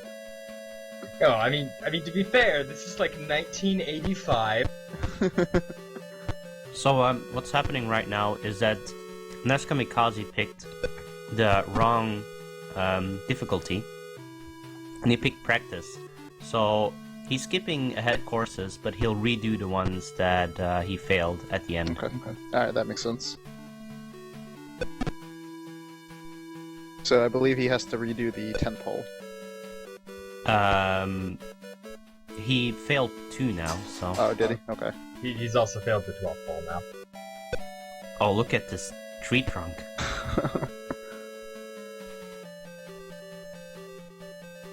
Some quality graphics here. I'm actually kind of impressed for 1985, not gonna lie. What did they have back then, apart from paint? I don't think Photoshop or something was a thing then. No, I don't think so. I think I like the hot dog stand, you know? I know when I play mini golf, I like to get a hot dog in the middle of my hole. I mean, come on, Ramses. 1985 was so long ago. I'm not sure photos were a thing back then.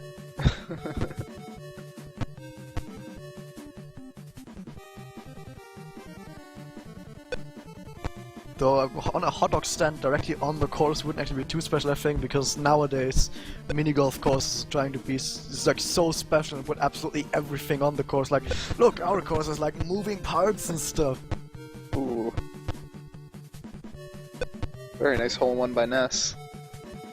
Oh, So I it looks love like these Ness is a graphics. bit ahead, but remember that he has to do 2 tracks again. Or 2 holes. By the way, this is like mode 7 before mode 7 was even a thing. It's like mode 6. Mode agree with 0.7.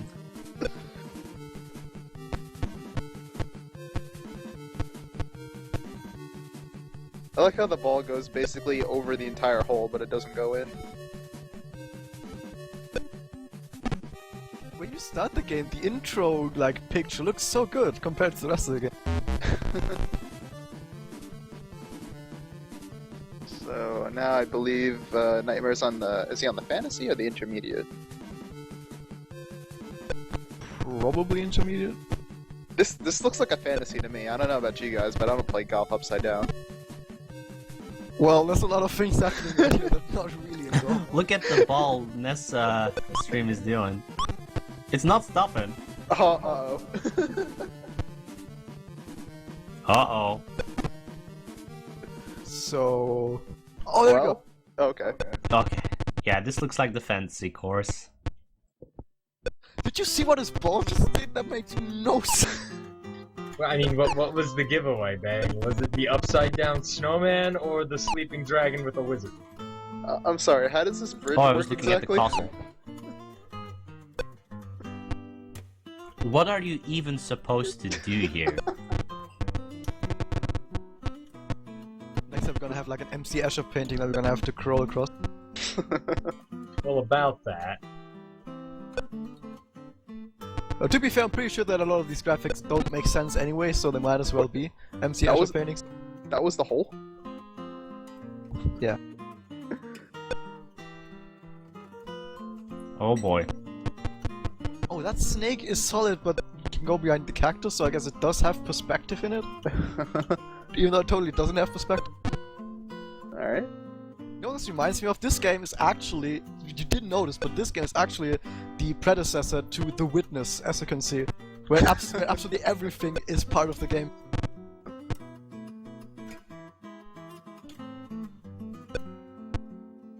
Oh, yeah, the little slope there caught him off guard. What is going on? The hole is upside down, like bird's eye view, but the rest is like perspective. Oh So, boy. That wait. MC Escher painting you were talking about. What just happened? What? Oh, that's a wall there. You can't go up there. Oh, okay. Wow. Is that teleporters? Oh, I see.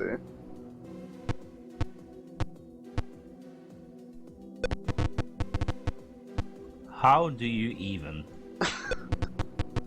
It's a great game. All I right. submitted it.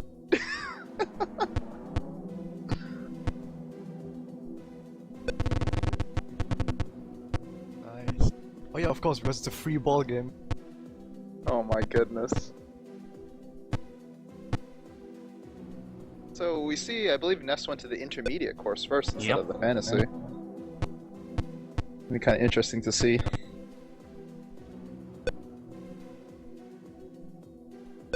S making a cameo? There always has to be. It wasn't at the time where that stuff was like everywhere. That S. No idea. Also, where's the hole? Is that the thing over there? I mean, on the left. That's what I thought. Okay. Oh, so this time we went in. So he went out of the hole back into the hole and that counted. I'm not really understanding this. I think the hole on this one is on the very left, but Yes. what Right. are the walls and what isn't the wall? It's for you to find out.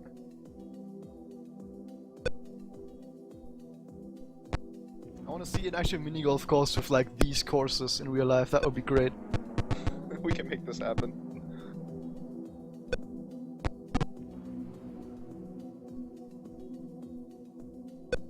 Isn't that all water? Oh no, those... The coconut is a teleporter, I guess, to the dinosaur thing? Yes. I like how the ape is waving to us and its hand looks like it has baseball gloves on or something.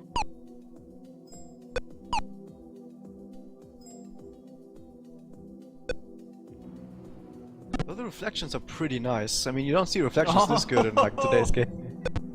Pinball. Of course.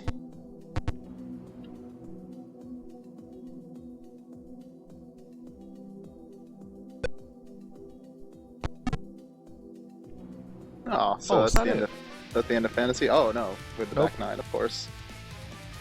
This almost looks like SimCity. Before SimCity existed. It looks so much different from like the classic and intermediate courses. It's like we're playing it called different other games. Also, do those cars have a hitbox? Yeah, yes. Looks like yes. It's Frogger. Wow. Oh my goodness. This might take a while. Wonder if you can go through the hospital to the hole. Huh.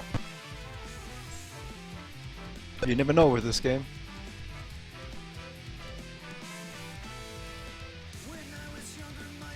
So what are those lines on Neskamikaze? Force field. Warp?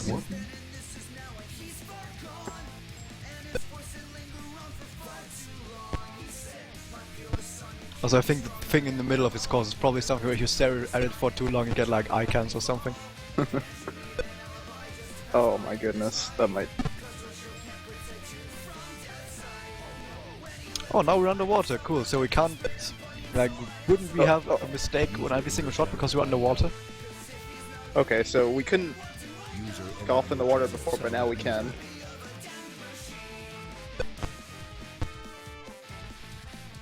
There's so much going on in this picture.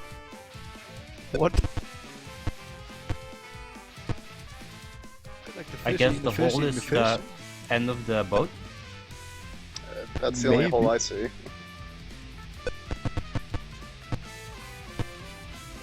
So I guess there's probably a story to this game actually, that we're like trying to fix stuff, and right now we're trying to fix like the leak in his boat. We're helping people. Oh, I like the juggling on there. I wonder if the shadow has a hitbox. I wouldn't be too surprised actually. Oh, it does. The top hat though. Now there's magnets as well on Neskamikaze. Oh, that actually looked fun. Okay. Now we're going all over the place. Nice physics. Wait, how did that just stop? Wow! No, I wouldn't be too surprised if there was a line of code that says like, hey, if the ball doesn't stop for some reason after like 5 minutes, just stop it.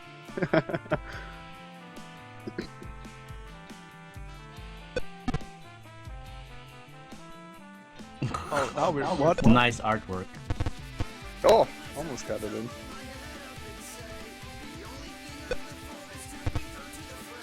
Plants versus aliens? Hopefully there's like a secondary fantasy course because 18 holes of this are not enough. This is Micro Machines now. Or Chibi Robo. Oh, the paper doesn't have a hitbox apparently. What about they did? Oh, the ink is water. Ink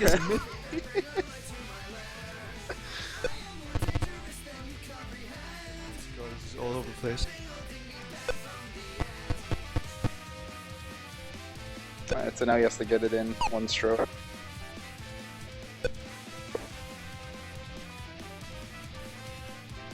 Are there 2 holes on Neskamikaze stream? Okay. Maybe one of them is fake. Looks like it. Oh, we've got Pac-Man, we've got Galaga. Oh, Or maybe that's Space Invaders. Perfect. We've got other things. That could be anything.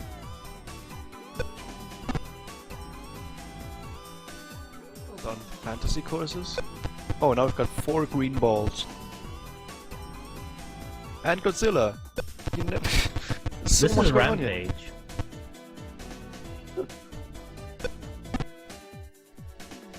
I wonder what a game like this would look like nowadays when you actually have like graphics to go along with this.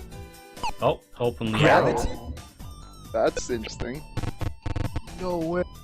Okay, these physics are totally messed up on this level. This is like a totally different game. This is not mini golf. Huh.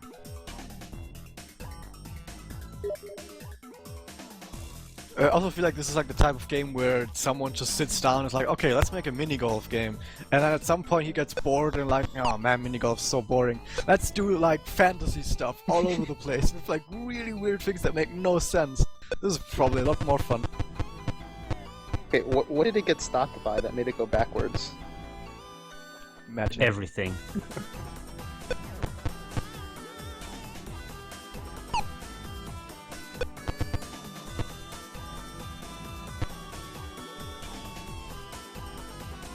These pipes? You probably just shoot through the middle. They look like pipes. No, they aren't. No, they are. What? Oh, they only sometimes work. That's good. You can shoot through the middle, but if you'll notice, you then get redirected to the sides and shot right back down to the bottom. Ooh. Alright, so it looks like... Anyone ask for a hole? Find Oh, the real no. hole. Oh my god. No way. that's just wrong. Oh, I just saw the he real found one. it. He found it. Was that a hole or was it a slope? No, I mean slopes are absolutely terrible in this game, but not that terrible, I'm pretty sure. Oh, he found one. Oh, it was the middle one, I guess. Wow, that's incredible. I mean, we all got pretty sad that the fantasy courses stopped on Nightmare stream, but now they're on neskamikaze stream. Look at them again. They did it just for us. So Well, now it's is like- the question, what's easier? Probably an intermediate, because you actually know what's going on. Well, I mean, they both finished roughly around the same time, so... And Ness also had the 2-hole disadvantage after the beginner course, so... So intermediate is probably slightly easier, I guess? It could be.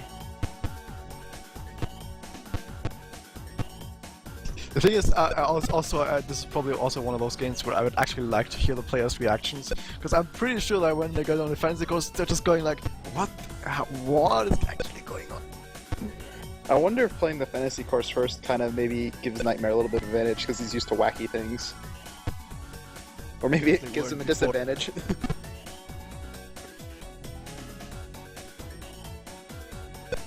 Well, he's certainly ahead going into the beginning of the course here by about 2 holes.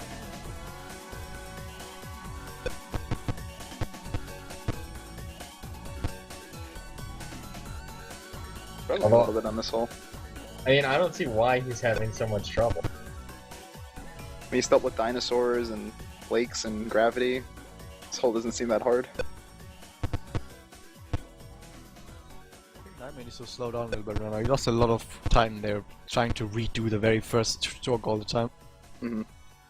Well, there is a stroke limit, so, you know, if you hit a really bad first stroke, it might be to his advantage to just redo it.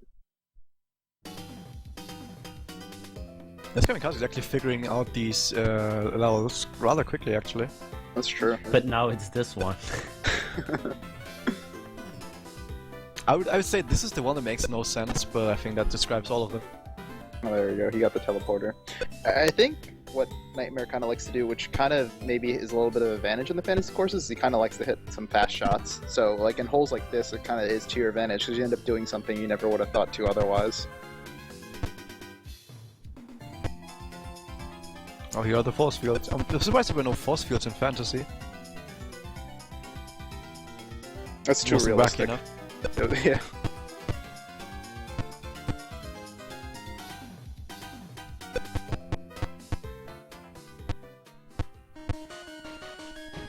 So, are there 18 like courses on every single one of the difficulties? Yes.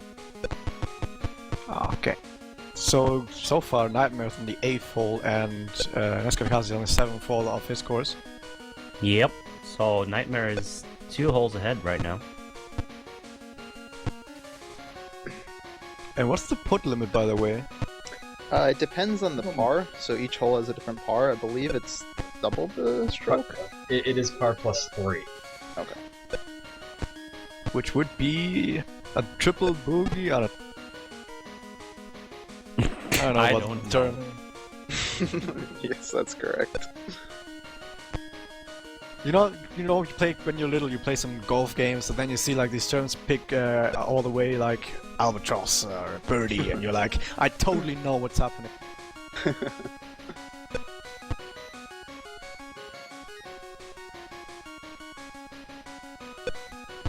Oh, wow.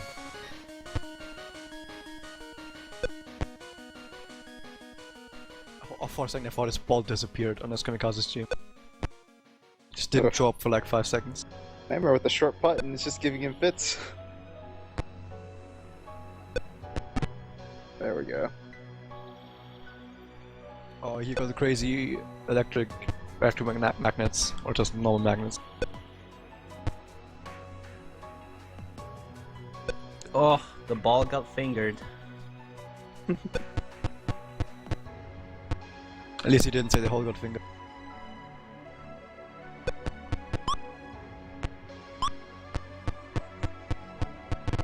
And here goes the speed again. Let's see if it stopped. What? Oh, it did And it then it again! just stopped. I guess that's a feature of the game.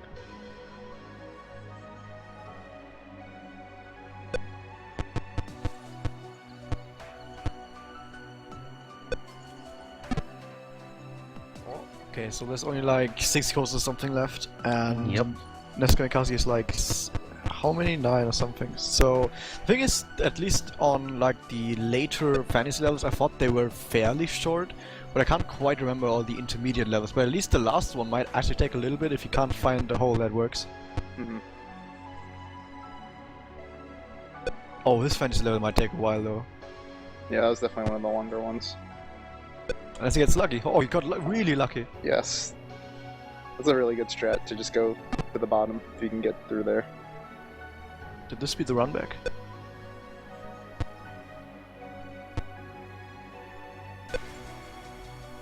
Only 2 holes behind. And this is also another one of those fantasy levels where Nightmare took a long time. And he still has to do the cave level. So Ness, not sure if he can go into the water yet.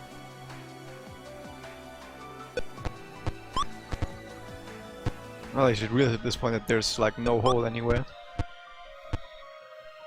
Yeah, this might be a bit of a struggle for Ness here. There we go. Alright, Oh, he almost got it!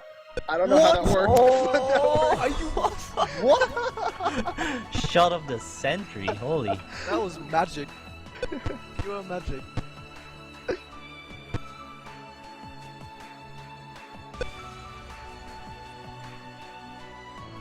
I'm pretty sure he can't believe it himself. So Nightmare has 3 holes left. Okay. He's doing really well right now, actually. All the balls going places. Doesn't want to stop. Eventually it will. Maybe. Oh man, this could be it. This could be his downfall. Okay. Ah, there we go. Ness is having the same issue though. Oh, here goes the ball again. This is pretty close. It's anyone's game still. How does it speed up so much? It was almost stopped, then it just keeps going. There we go.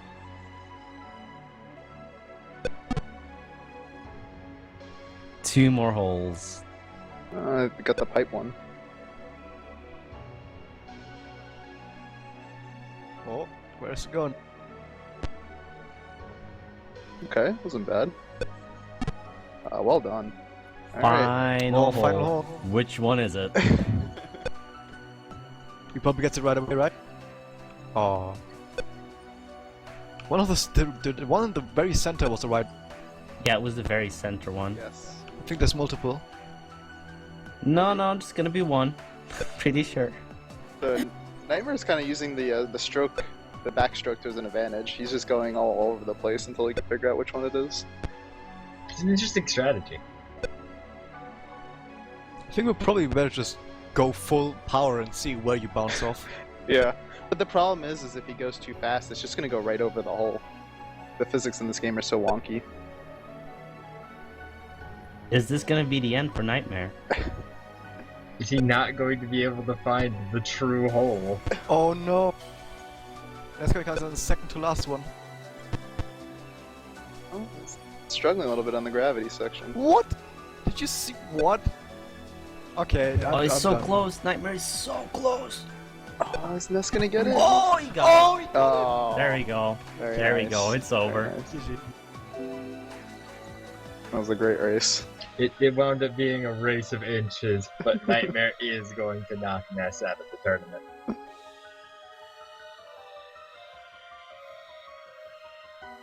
I don't think I would have ever said this about a mini golf game, but this is probably one of the most nonsensical games I've ever seen. I would agree with this.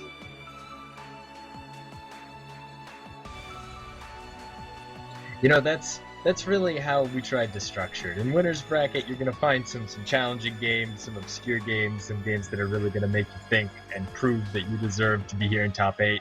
In losers, you're just going to be, what? I'm sorry, what? And speaking of what, next up we have a match that I did not think I'd be saying was losers quarters.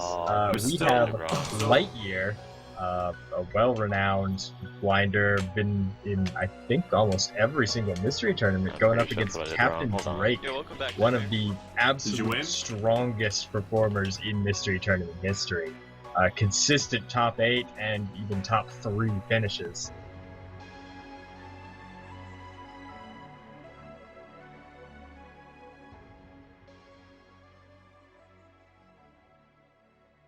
So yeah, it looks like we have Liteyear here. He speedruns Jazz Jackrabbit and Super Marissa World. Super Marissa World, great game by the way, everyone should check it out. Looks like in the first round, he played Bonk's Adventure versus I can't read it, it's too small. Tiny text by Downfall. Mom Bad Bulls. Thank you. Mom Bad Bulls. He then played Prehistoric Man against Dark Man. USA against Dajorado. Kirby's Adventure against Primal 85, which is what knocked him into losers. Batman for the Genesis against Mashi. And Enigmabot versus Carulius. Oh, and of course, everyone's favorite, Rhino Rumble. It's a game about a purple rhino in sunglasses. He runs really fast. Everyone should play it.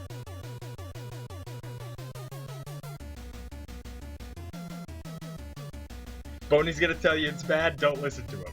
Instead, listen to me talk about Capndrake.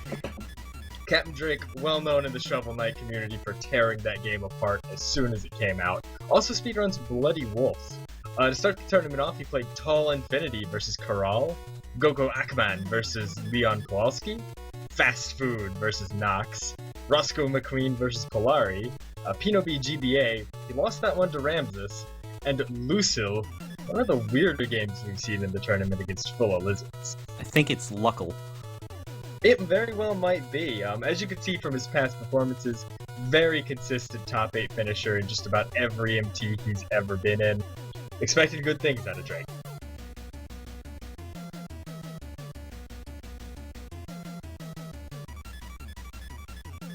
So, do we know what their game is gonna be?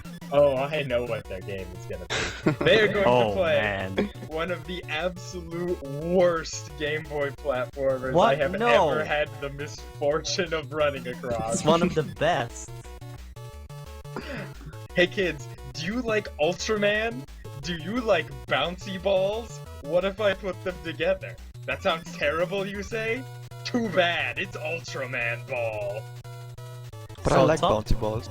Top 8 is gonna be mostly ball games, for those who don't know.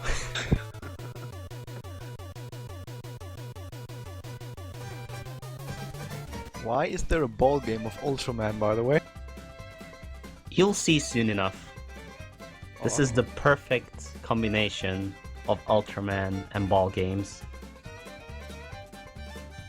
So here we're gonna see two Ultraman balls against each other. Oh. The pace spin makes it sound interesting, at least.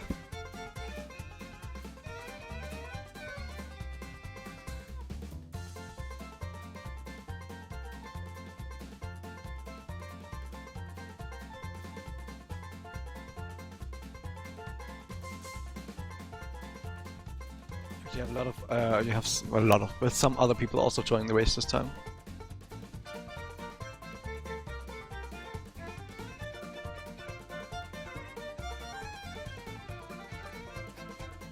Looks like Boney's joining the race. Yeah, what's up with that?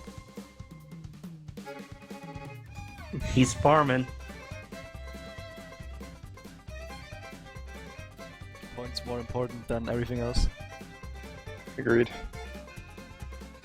That's all points. Everything's a speed game and the points don't matter. Okay. They should be on their way soon. I think we're off.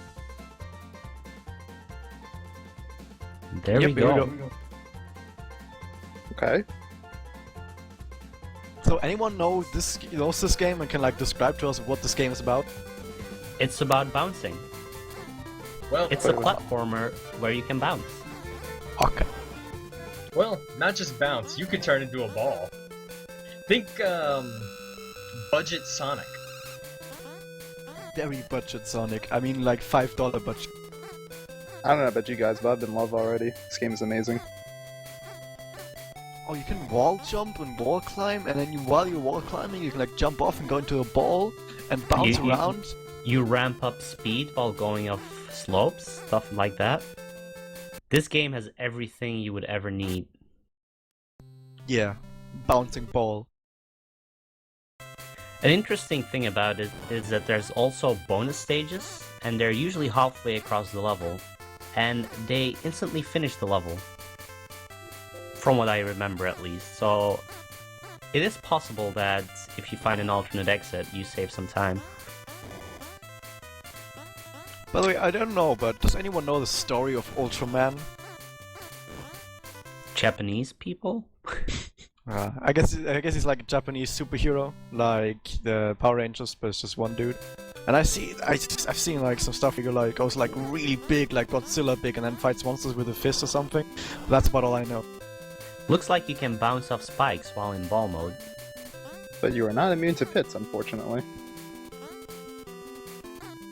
Seems like the ball is really hard to control, based on what Liteyear's going through right now. How easy would it be for you to control yourself in ball form, right? Not very easy, I imagine.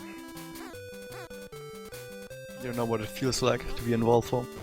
I can say I do, but it's a goal of mine, so maybe one day. So the goal of this race is to beat the entire game. So that's gonna be interesting. There are boss fights. Do we know how many color palette levels there are in this game? I remember something like 4 worlds? Okay. 5? Apparently you already beat the first one on They're fairly Capndrake. short.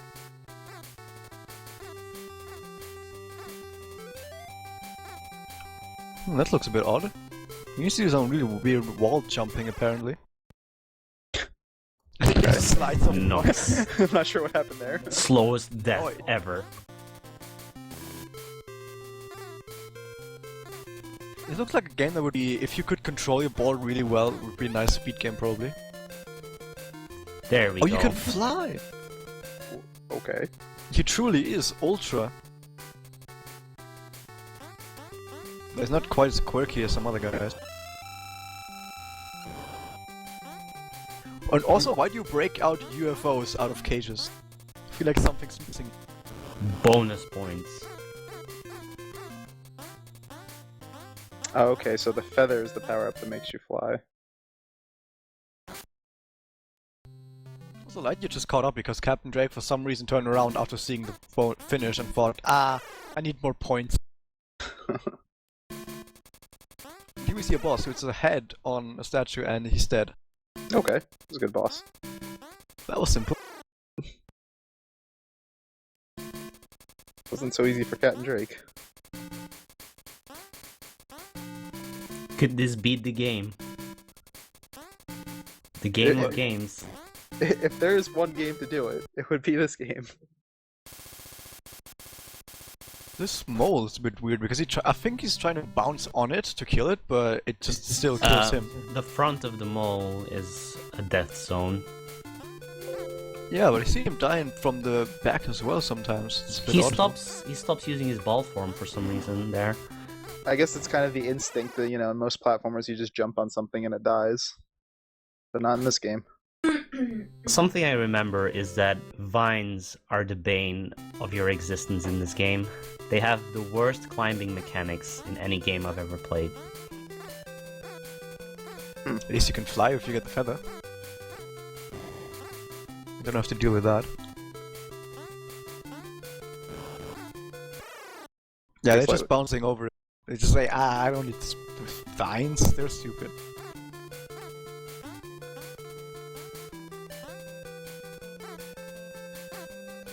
Apparently we're only in the second world. The color palette changed earlier, so I thought there was already a world, but I guess every world has a boss.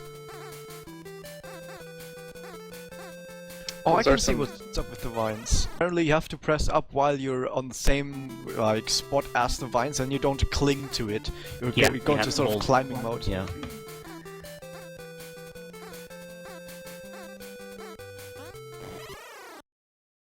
If you're not pressing up on the exact frame, you're not climbing onto the ropes.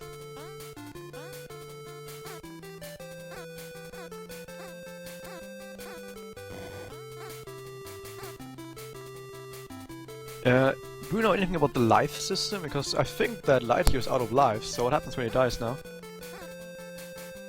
You can continue, and they've been doing that. Oh, okay. So you just go repercussions? You just go to the beginning of the level, the basement says. Yeah, lives have absolutely no significance in this game. It's pretty nice.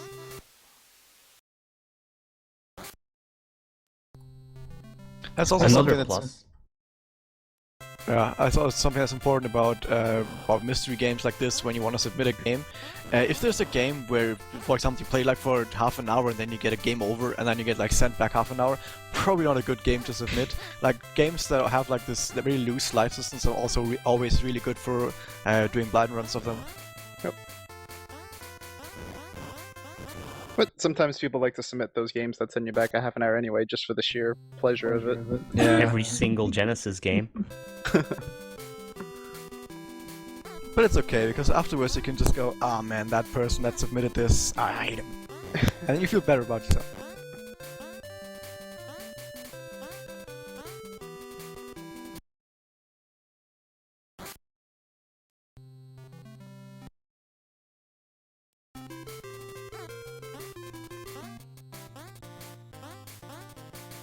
So are they both on the same level right now? I didn't actually pay attention to both of them streams. Seems like it though, and Liteyear just finished it, so he's gonna go ahead while Capndrake dives to a pit again. Pits really are the worst enemies in this game apparently. It's already to the next boss Liteyear is, but damn, this seems to be hard. This is a tough one. You gotta be able to control your ball while not falling in the water. Yeah, controlling your ball around water is always something that's very important. If I remember correctly, we'll be seeing more of these bosses at the end of the game. So that might be a point where Capndrake could come back if he's still behind. Like Liteyear's figured out a strategy. A slow one though. Faster than dying. Uh-oh. And at this point, Capndrake is trying to be faster than Liteyear. Well, that's the thing. I mean, I wonder what's going through Liteyear's head, because he knows Capndrake's experience in these mystery tournaments. He knows how good of a player he is, so I wonder if he's maybe trying to kind of go really fast and, you know, kind of execute some risky strats that he normally wouldn't, so he can try to get ahead.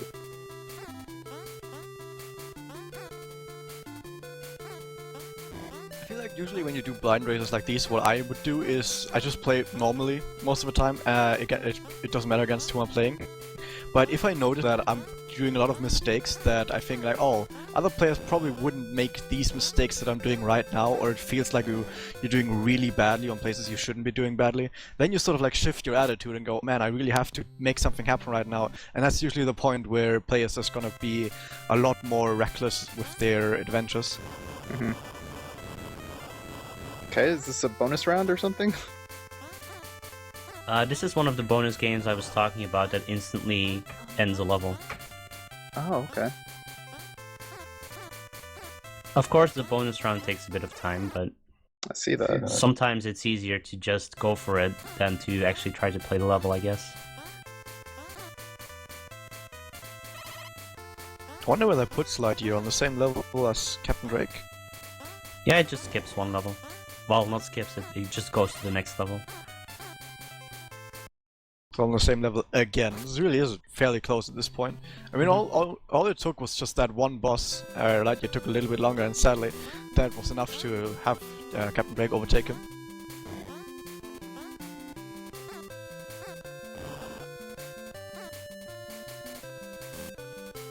Also, something that I saw in chat earlier, no, the players cannot hear us, and the players can also not see each other's stream. They're completely on their own. They also don't have a stream open on like Twitch or anything, they're streaming only to us. So they also don't have chats or anything, so they really are completely on their own in these matches.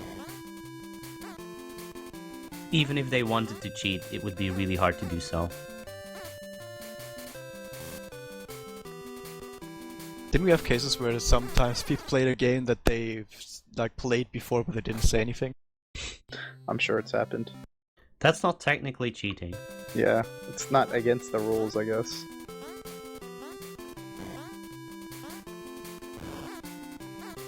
Though when it comes to like honor and stuff, then yeah, it is cheating. Sure.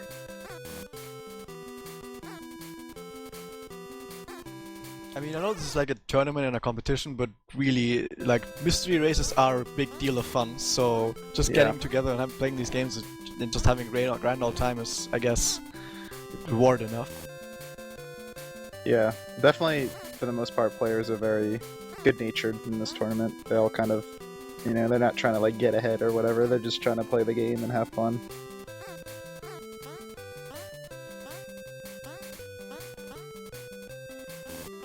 I still don't know what that UFO does, if you get it out of the cage. Doesn't even seem to give score or anything. That vine seems like a really tight jump that Liteyear's struggling with.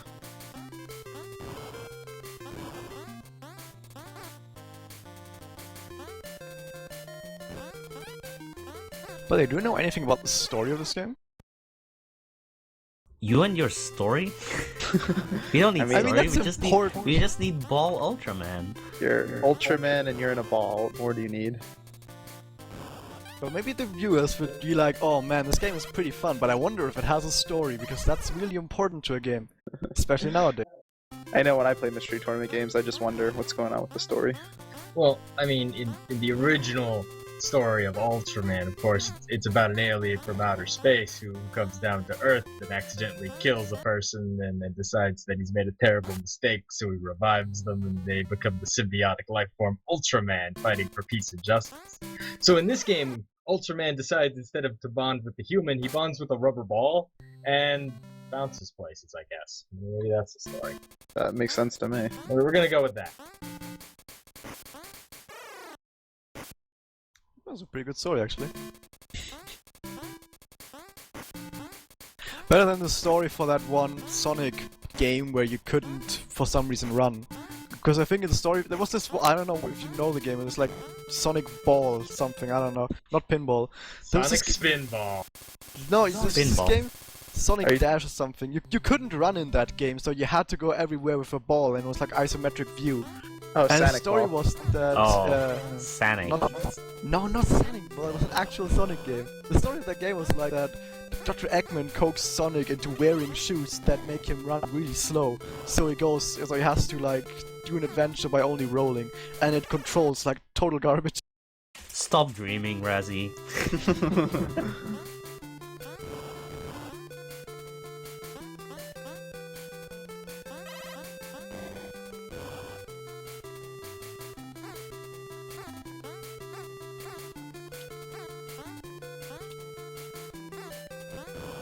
I'm gonna try and find that Sonic game.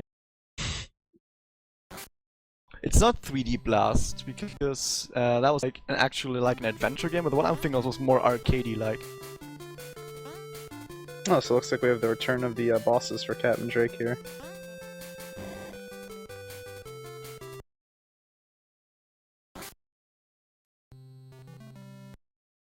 Oh yeah, thanks LV Creed. It was Sonic Labyrinth.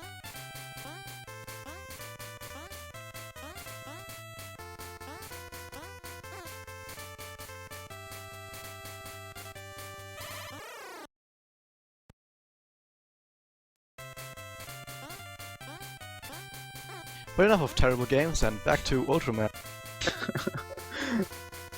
Clearly not a terrible That's game. fun. I don't see It's fun, anything doesn't terrible it? about it. I mean, usually we do have quite a few terrible games on Mystery Tournament because those are usually the games that people haven't played, and if you want to be sure that someone hasn't played a game before, you get a really terrible game. But this is one of those games that's usually the ones that we do take for top 8. We have a little pool of those games where you think, okay, these games are not actually too terrible. Actual quality control. But only for top 8. Yeah, screw the rest, they can play terrible games. I mean, we played Pilotwings on top 8, so I don't know.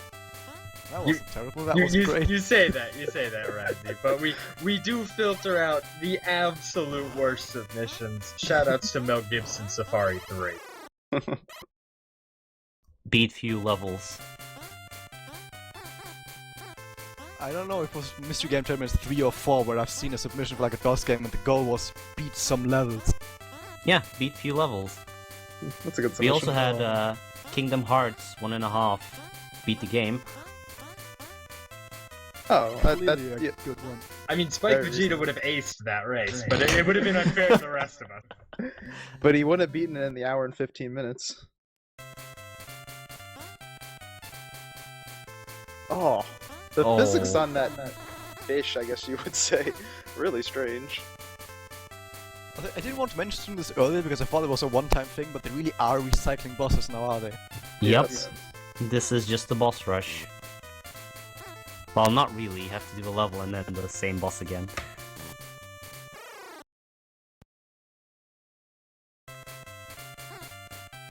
Liteyear is pretty much on the same spot now again. Yeah, he's caught up very nicely. He was down 2 stages, I want to say, earlier.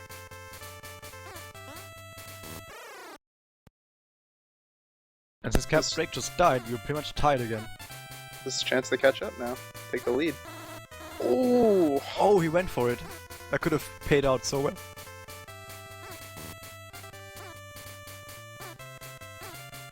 And sometimes when you do go for really risky strats like that and you fail them, you feel like, oh man, now I'm behind. Now I gotta do risky strats again. Oh god.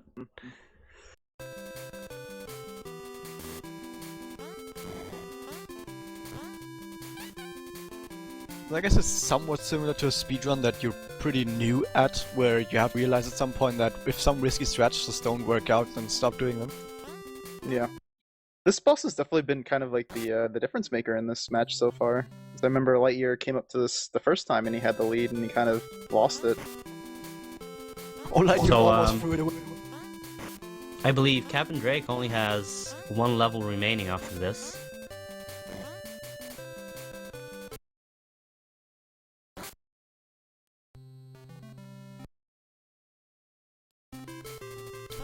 Seems to have a pretty good strat for that weird boss. Is it standing beetle or something? I don't know.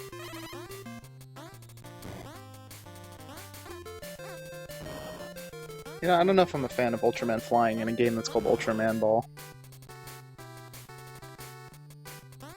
I can't take that name seriously, by the way. Now, this game did actually have an English port, Ah, excellent. but it was reskinned as like Armadillo Ball or something. Oh no, he was there, Capndrake, and he couldn't quite get up. Or he probably thinks like, oh man, this race isn't good enough yet, I need to fail here. So- It's like, We are tied again. Yeah, pretty basically. much.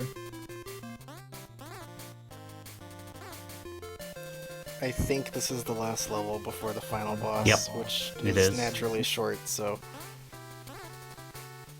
I believe the final boss actually puts up a fight though. we're about to find out. If it even is the final boss, or if there's like something Yeah, else this is after the this. final boss. Okay. It tries to put up a fight, let's put it at that. Yeah, it doesn't really seem to do that well right now. If Capndrake dies here, Yeah. and it's not that uncommon to fall in that pit at the bottom. Or get hit by a... Oh thing. no! Oh no! Did he get it? He didn't! Oh, Oh no! no! And now Liteyear died. Ah! Oh, this is close. Oh, we need speed. If they knew what was going on right now, they both play like super risky strats. They would die of stress right now. And does he have like invulnerability period? Yeah. Oh, no! Like, No! Don't kill and again? Are you kidding? Oh my god! What are they doing? the chokes. This could be the closest race in the mystery tournament top 8 ever. This matchup really was a no, matchup we I died thought we'd see in again. grand finals. Oh no. Oh, Capndrake! so close. The clutch! And he got it! Alright. No! Oh. Why? Drake! Why are you throwing it, Drake? He just loves his boss apparently. He doesn't want to win. Oh no, Liteyear died. Oh, Liteyear Liteyear is did throwing it too. That could be it.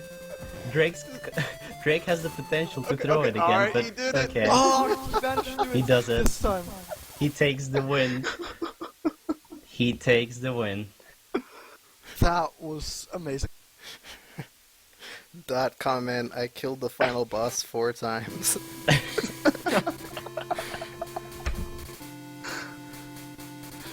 He really loved this boss, and I can't fault him. It's a cool boss. What an ending. That was magical. Drake What an proved ending. that he had some Ultra Balls.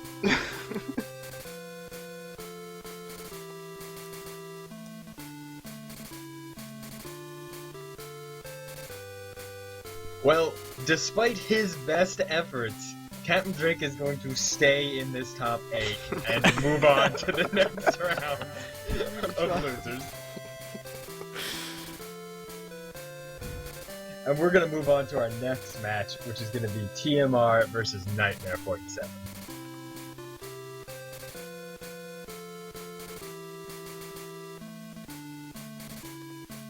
And I think for that, we've actually got a completely new set of commentators, if I'm correct. Yep. If they can find their way here, then yes. If not, then we'll just keep going for like the rest of the evening, no problem. Sure.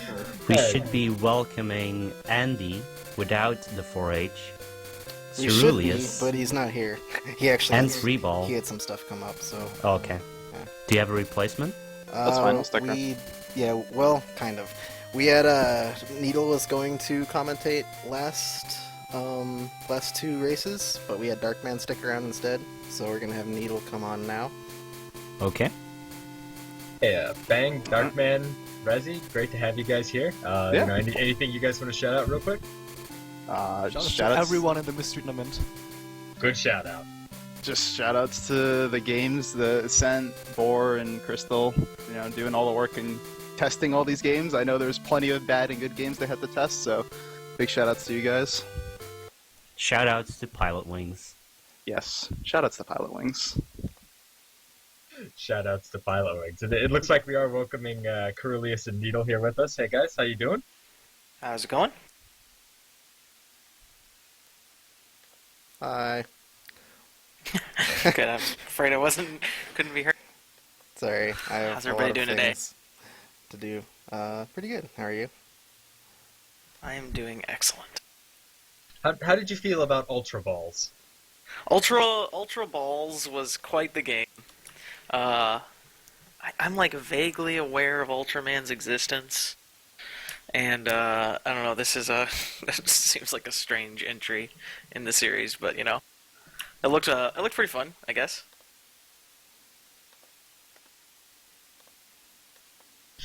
So next up for our next match, we actually have a good game. You know, popular franchise, really popular character. I don't think many people have played the game though.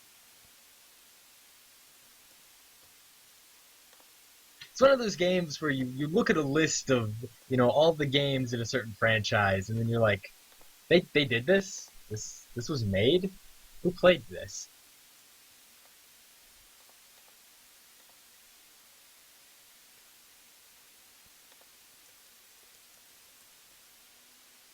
Do we have GBA here, it looks like? We have some more GBA. When it comes to Kong's Carulius, my favorite is certainly Donkey, followed by the red one that my dog chews on, but Donkey is number one, of course. Okay, glad to hear it. And when it comes to music, my favorite is Swing. I'm a big Swing fan. Wait, I'm getting word that this game is not Donkey Kong playing Swing music. It's actually Donkey Kong King of Swing. Alright, no, sorry. I thought it might be. I thought it might not be a swing-based DDR game featuring Donkey Kong characters. If only it was. Don't think I'm familiar with this game. I'm familiar with it only in title. Donkey Kong King of Swing was a very strange platformer starring Donkey Kong released at the absolute end of the GBA's life. I think DS games were well into development by the time this came out. Nintendo's last gasp, if you will.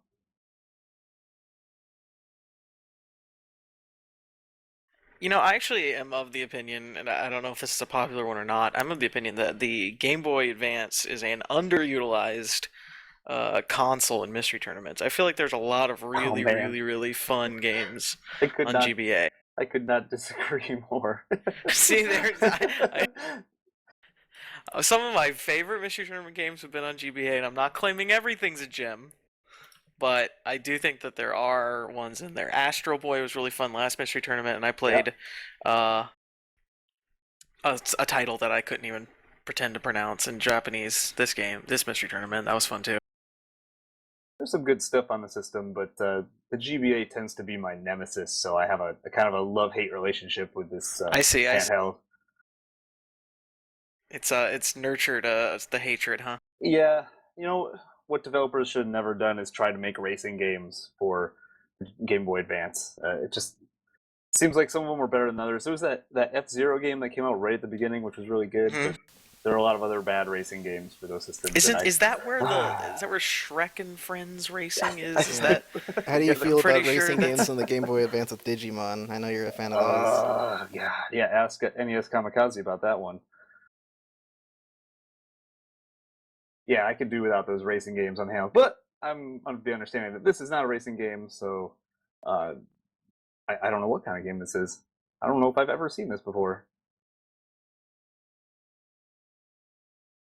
I'm very eager to see what this game is, I have to say. I'm assuming this is not like a rhythm game or something. That was Donkey Konga. Right, yeah, I don't think that they made a portable Konga peripheral for the GBA, but maybe that'd be cool. I would have liked to see that, actually. It bends around the back and you hit it with the back of your hands while you're holding it. Not like little finger congas?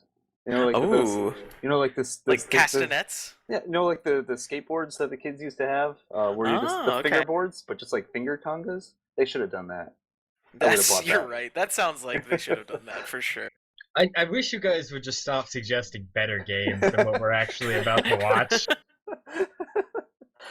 So, DK King of Swing, you'll everyone at home, you'll figure it out pretty quick. The game actually does a decent job of teaching its mechanics, but it's a platformer based around swinging on things. But not swinging in more of a 2D traditional sense, like say Donkey Kong Country. You grab the vine to swing across. Imagine if Donkey Kong climbed a pegboard. So reverse. So it's opposite Peggle. It's reverse Peggle. Yeah. No.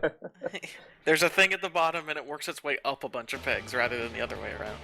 Am I gonna get to see some sweet ass Mode 7?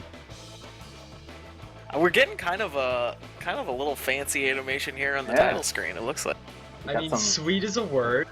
I wouldn't use it. He looks like one of those ornaments that you have at Christmas, where you pull the string and it jiggles its arms. That's what he looks like.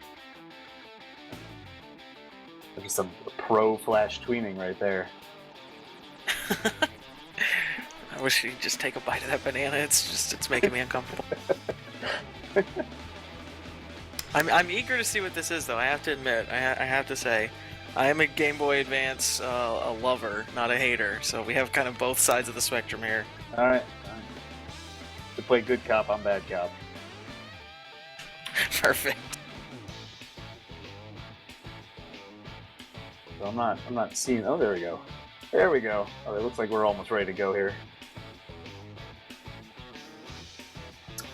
Let's see. I gotta bring out the paste bin.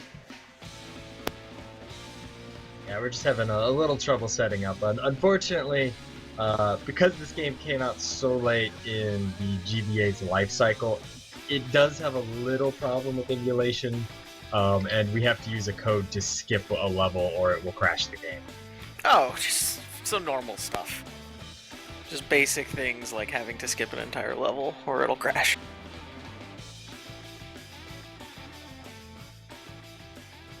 Okay.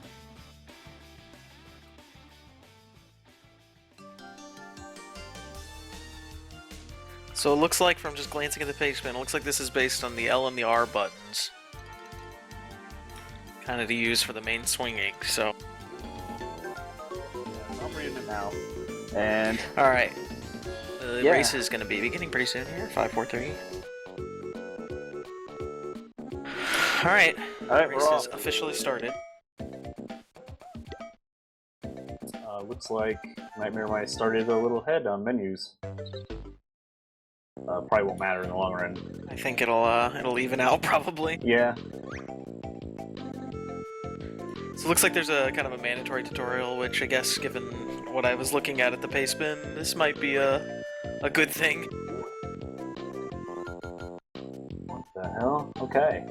Game's colorful, but I don't know how I feel about that jumping animation. It's pretty slow. Alright, here's your reverse peggle. Is that Ghost Wrinkly teaching Donkey Kong how to swing around on pegs? Oh, you know what? This, is this, you guys ever played Clue Land? Yeah, I know what you're talking about, where you kind of like hook yourself on a peg and spin. Yeah. You're spinning basically until you let go. This, I don't know, maybe I'm not interpreting it correctly, but that these peg mechanics kind of look like that, where you're holding on until you let go. Oh, it looks exactly like that, yeah. So I guess with these big pegboards, you can kind of just grab freely. Okay, cool. Alright, I get it. This could be, interesting.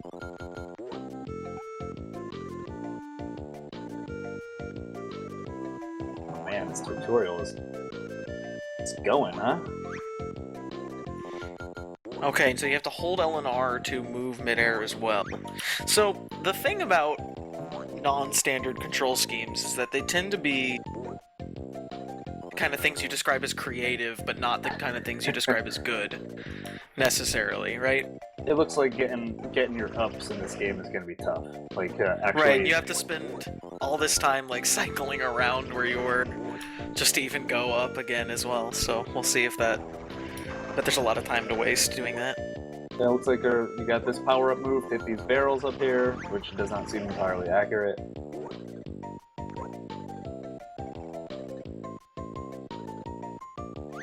Man, this is a long tutorial. They really want you to know how to play. I thought it was just going to be like, alright, press these buttons, let's do it. Alright, it looks like Nightmare might be done here with the tutorial. Yeah, he's quite a bit ahead, actually.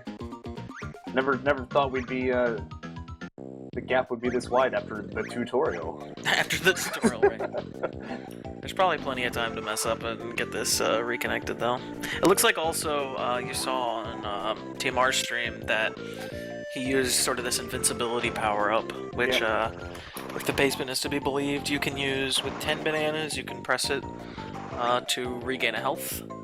And if you have 20, you can use it to be invincible for a while. So that's kind of the advantage, I think, of picking up the bananas. Gotcha. Yep. There's a point to getting them. They are not just coins. Now, just to clarify, though, they are not required to complete the level, right? Just climbing is all that's required. Right. You just survive to the end. Is there any difference between the red, green, and blue pegs? Doesn't no, seem like it. It's just Nintendo being pretty. visual clarity. Okay, that's cool. I wonder if it's faster to climb by just doing the charge move or by kind of alternating up and down. I feel like Nightmare's already got a pretty good groove going on, other than the fact that he just fell down a mile. But Other than this really flavorful Jungle Japes GBA remix here we got going on. Nightmare is surprisingly adept at removing Yeah. Donkey. yeah, definitely, he's got a good groove going on. This really is Nightmare's kind of a- spirit animal is the gorilla, of course. I can definitely see this being kind of a it's not a rhythm game, but there is rhythm to it for sure. Got bonus barrels over to the left.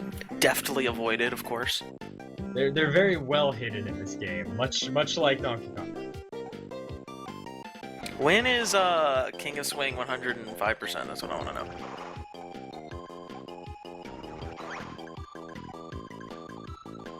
So now, can you kill enemies with your charge? Is that correct? Some enemies, yeah. Some enemies, okay. This game is so weird.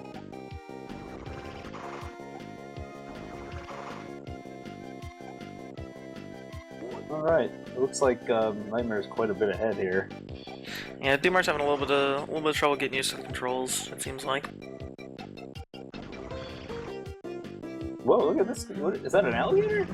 I was about to say, he's got a Kremling who's got his own That- mastery of the peg. How does an alligator get up there exactly? Uh-oh. Same way the monkey does. Same way that the rats do that are just kind of floating there. Alright, don't worry about the rats. They're different. They're different. Looks like TMR is kind of gravitating more towards his charge move, Yeah. which is a little So slower now- but maybe safer. Dumar just collected a large gem of some sort, which I'm not entirely sure what's gonna... He might end up with a bonus level or something after this round. Hopefully not, for his sake. Yeah, I wonder if that's like a analog. It's like a red coin or something. Yeah, it's a crystal coconut, so it said the title screen, but we don't know what that does yet. Something not relevant to this goal. Yeah, it seems like something, an extra text box is effectively what he got. 105%. Here we go, dude. Oh no. Oh, okay. Physics, right? He's getting kind of beat up here by these Kremlings, but looks like he got through it. Do we know how continues work? They must. I guess they don't matter. Yeah, I don't see in the pace bin, but probably not important. Just restart the level. Oh, okay, Yeah, that's not nice. bad. Okay, so here we're seeing levers, which presumably will activate stuff. Nice, very cool.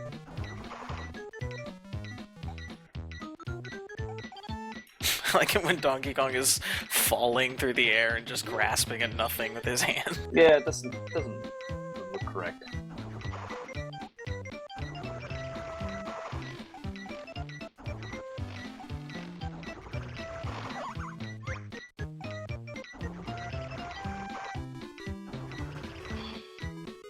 Oh man.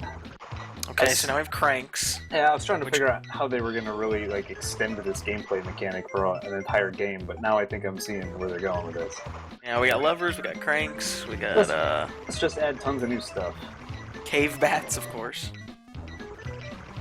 Who cares if it has no like business being there? Like, we have these cranks and we got tires in a cave. Ooh, did you see the damage boost there from Nightmare for the Oh, he's at skipping an entire crank?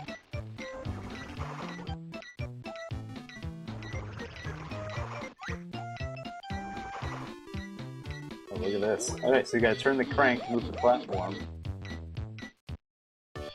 Yeah, I have to admit, they've already done more stuff with this than I was expecting they would have. So TMR is also on this level, but I believe they're going in different order. Yeah, I think they need to complete every level, is that correct? So TMR's gonna have to go back and do the level that Nightmare just finished a second ago.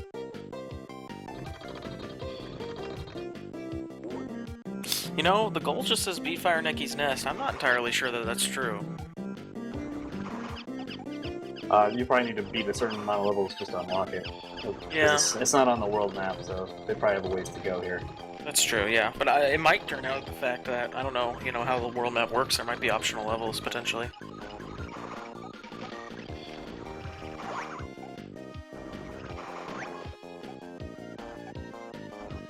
Ooh. We're definitely getting some rotation here.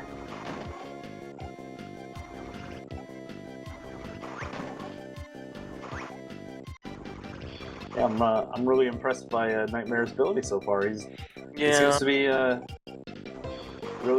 he's really just catching on quickly on everything here. Uh-oh. Well, maybe you need to rotate that switch the other way. Turn it the other way, yeah. Oh, I see. Oh, no, you need to rotate it repeatedly. Interesting. This was listed in the paste bin as something that people might not get. Oh. Hurry up, don't get crushed. It's kind of a cool mechanic. Yeah. Yeah, no, Nightmare's really catching on. I mean, not to... Turbo. I don't think anyone, you know, can rag on him. He's made it to top 8. He's proven it. But I think a lot of people kind of, you know, thought, you know, okay, well maybe the brackets weren't quite there or something, or Nightmare's his own worst critic. That's the thing. Yeah, he's the eternal pessimist, really. I was about to say, but you know, he's just proven right now that he deserves to be here, as far as I'm concerned. No, he is the king of swing. I think that's to be sure. And I think that it's imperative that everyone refers to him as such for, honestly, the next year or so. I agree. We make sure that happens. Okay, good. I'm glad everybody's on board. TMR here, about to get squashed. Oh man, that's cruel. Kind of a brutal animation there. That's some like Akira stuff right there. I'm not really understanding how the hitboxes on this boss that Nightmare's fighting is working. Yeah, his first hit him, but since then he's been generally doing the same thing and not coming up. Maybe you got to get him from the back. I'm not sure. Faster, TMR, faster! No, faster! Hit those L&R buttons. Oh. All right, he's got. Yeah, that's the thing I think that that Nightmare has really gotten good at, that TMR is still working out, is the art of the fast swing, the LNRs. Yeah, switching for those sure. two buttons quickly. Okay, so it does look like TMR's not going to be able to get away with not doing all the levels, so that does put Nightmare nearly a full level ahead, including the boss now. Wonder if he'll be able to start where he left off later. Oh, there we go, boss dead. Coin achieved. On to the next level. We got a gold medal. Ooh, to Wild West World. Now, do we know if Fire Necky is at the end of this world or the next one? I believe he's at the end of one. Or 3, might be this alright. one. It has been a good month or so, but I believe he was the end of level 3. Oh, yes, we're throwing rocks Ooh. now. This is interesting. I like this game. This game's pretty cool. Yeah, this would be a fun blind game, probably. Again, it's one of the. It's not a bad game. It's just I think this is one of, if not straight up the last GBA game. Hey, something's gotta be last. Look, I've seen some bad GBA games in my time. This does not appear to be a bad GBA game. What a hater. It's no Digimon Racing. Hey, Digimon Racing wasn't terrible. It wasn't as bad as Monster Rancher Poco. Okay. I'll take your word for that. Monster. Oh yeah, that game. We've also had some Amiga masterpieces this mystery tournament, so The Robo Sparkle it could special. be worse. Oh, the knockback. Nightmare went for the damage boost, but no, he's gonna need a rock. Oh boy. Oh. Didn't work out. Getting on back. Timar is taking the crank currently. Yeah, you know, he's doing all right. Still got a ways to go to catch up. But one thing that really... Timar seems to be figuring out that Nightmare doesn't, I guess, is that you can do the charge attack without holding on to two. You don't have to hold to two pegs to do it. Oh, gotcha. So you're kind of able to do this crank and then jump off of it as well without having to speed them up a little bit. If only they were able to combine their knowledge. To one super mystery tournament race. But then how could we tell who won? Ooh, the alley-oop there to take out the vulture. These vultures have a very Looney Tunes look to them. Yeah, they really do. Wow, that was professional right there. Grab the boulder, reattach to a different pogo, threw the boulder at the vulture. And there's got to pull together here. Timar is starting the boss now. It doesn't put him very far behind anymore. Yeah, I guess I don't understand how the stage mechanics work in this game. I thought he was much farther behind, but apparently not. Yeah, he must have really clicked with the crank level. And maybe it's up to bananas, or like it's a more of a net amount of stages you've completed, like sub stages. I guess we'll never know. Well, they've completed all the same ones at this point, other than the Wild West stuff, of course. Okay, gotcha. Yeah, you just need to beat all the stages. I believe it's all the stages in each world to unlock the boss. I still find it really funny when Donkey Kong is headed off to his death, and he's just feebly grasping at nothing as he's falling. It's especially it's just funny. It's especially sad when he's about to go into a pit. Yeah, he's just like falling into the pit, going no. It's like there's nothing to grab. You can't. We can see what's going to happen. Looks like we have some... without knowing, I'm guessing the cracked pegs are one use only. Looks that way.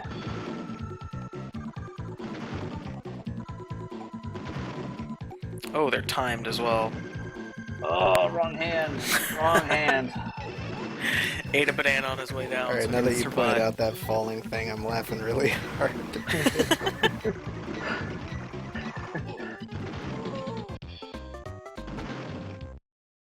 Like, TMR's been using his charge attack a lot, but now that he's at the boss, I feel like he's not using it half as much as he should. Ooh, you can grab the crack pegs as they're falling. Oh, they do regenerate as well. I smell speed tech right there. There we go. Get him! Get him!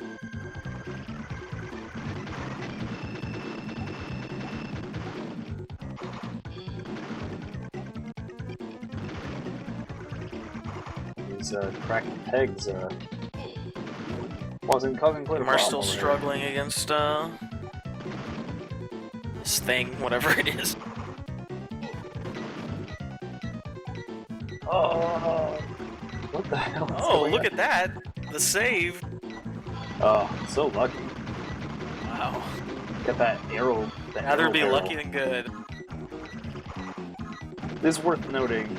If any of you got folks out there have ever been part of a mystery tournament, luck plays a pretty big factor in a lot of these races. I would love to say that skill is everything, but let's face it, it's not. It certainly helps. Yeah, but it's about taking the lucky things that happen to you and making good use of them, though, right? Yeah. Which is itself a skill.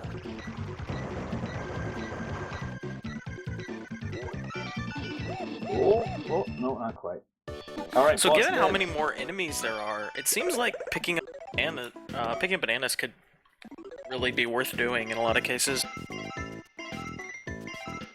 Just so you can have a snack for another heart. True. Well, we got spikes now. Everyone's favorite video game mechanic. Wow, brave. I would not have guessed that you could actually kill the zingers. Alright, so we're both in World 2 now.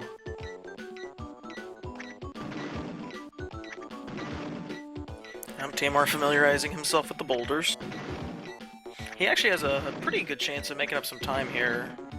Oh yeah, absolutely. As these stages get longer, depths are going to matter a lot more. Yeah. I mean, if he even completes this first section of the Western world, his first try, then he'll be, you know, making up a lot of time on Nightmare just like that.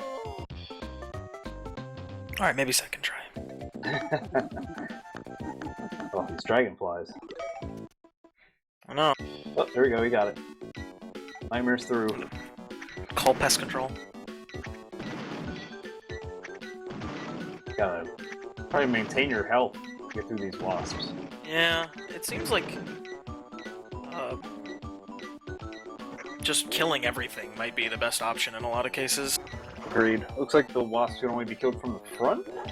Yeah, that's what I'm thinking too. Yeah, it's a rough death. You gotta die on those wasps, you gotta climb up these dragonflies again. It's just a lot of time spent. Oof, close.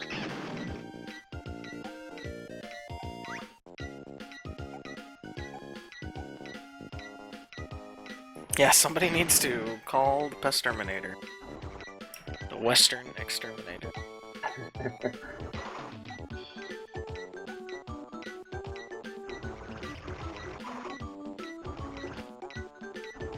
We're struggling against the vultures in almost the same place that Nightmare was having trouble. It seems like this particular configuration, you don't really have a good way of hitting them. Kinda camp around that rock and let the rock take care of business, but yeah. Fortunately, Kumar heading back to the beginning. Looks like Nightmare's realized now that the wasp can be killed from the front. And, he's biding his time. Oh, this does not seem like a great player. Oh, no, why not? He somehow avoided the spikes, though, so I think that's a small win in and of itself. He's having a hard time finding the angle. Yeah. It looks like he was going to boost up earlier. Oh, there he goes. But he would have hit the spikes. Oh, the stage isn't over yet. Just keeps on going. Oh, we got beetles now. Beetles. He can get a invisible barrel, hopefully, and just leave the level immediately. Alright, doing the right thing, killing all the enemies. Yeah, I'm guessing those guys are dangerous from the front. Yeah, their pincers glow, so I'm assuming that's their... yeah, probably. Timur takes another death. Unfortunate, but that vulture level's pretty tough. Ooh, man. This sounds like a good time for invincibility. Yep, he seems to agree. Absolutely. There's no way you're getting around all three of those things. You just take them out.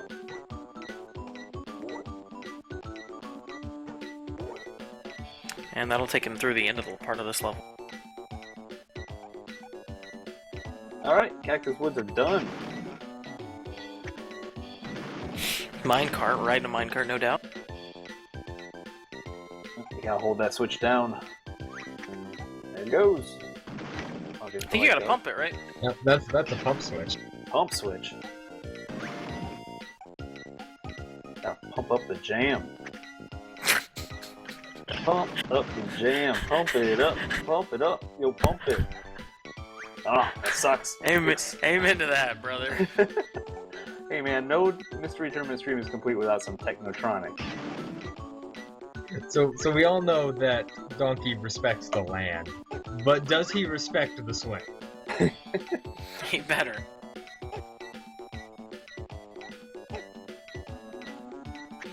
Oh, that's a shame. Man, you pay the price for messing this up.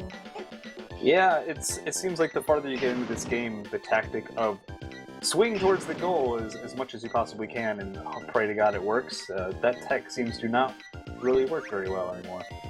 Yeah. It pays to kind of go slow, be methodical.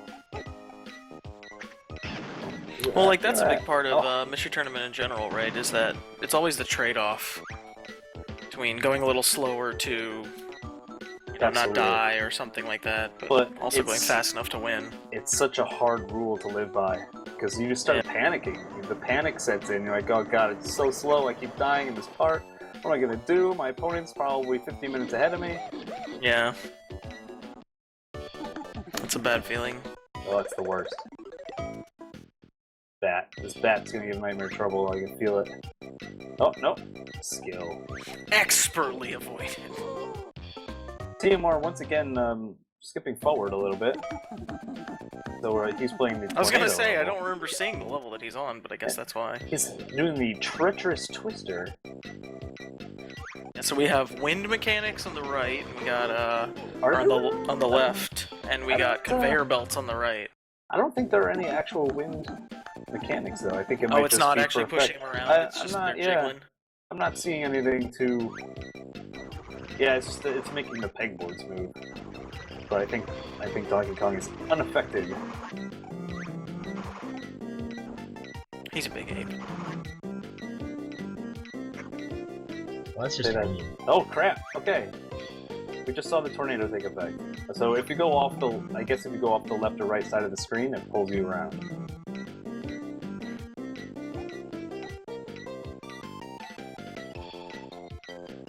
I could be wrong, but it sure looks like they're leftward moving wind.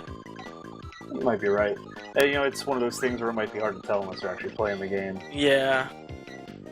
Considering the movement is so slight as it is anyways. Yeah. I mean, the more I watch it, the more I think you're right. And Nightmare still doesn't realize he can power up his shot without having two hands. Right, yeah. Ooh, there he goes. Oh. TMR with the clutch grab. The clutch, if you will. I will, thank you.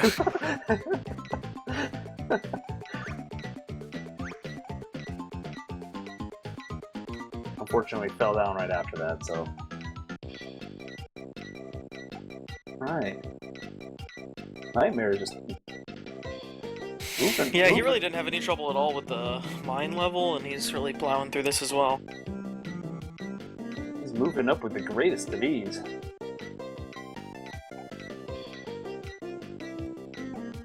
He's even past TMR on the tornado stage.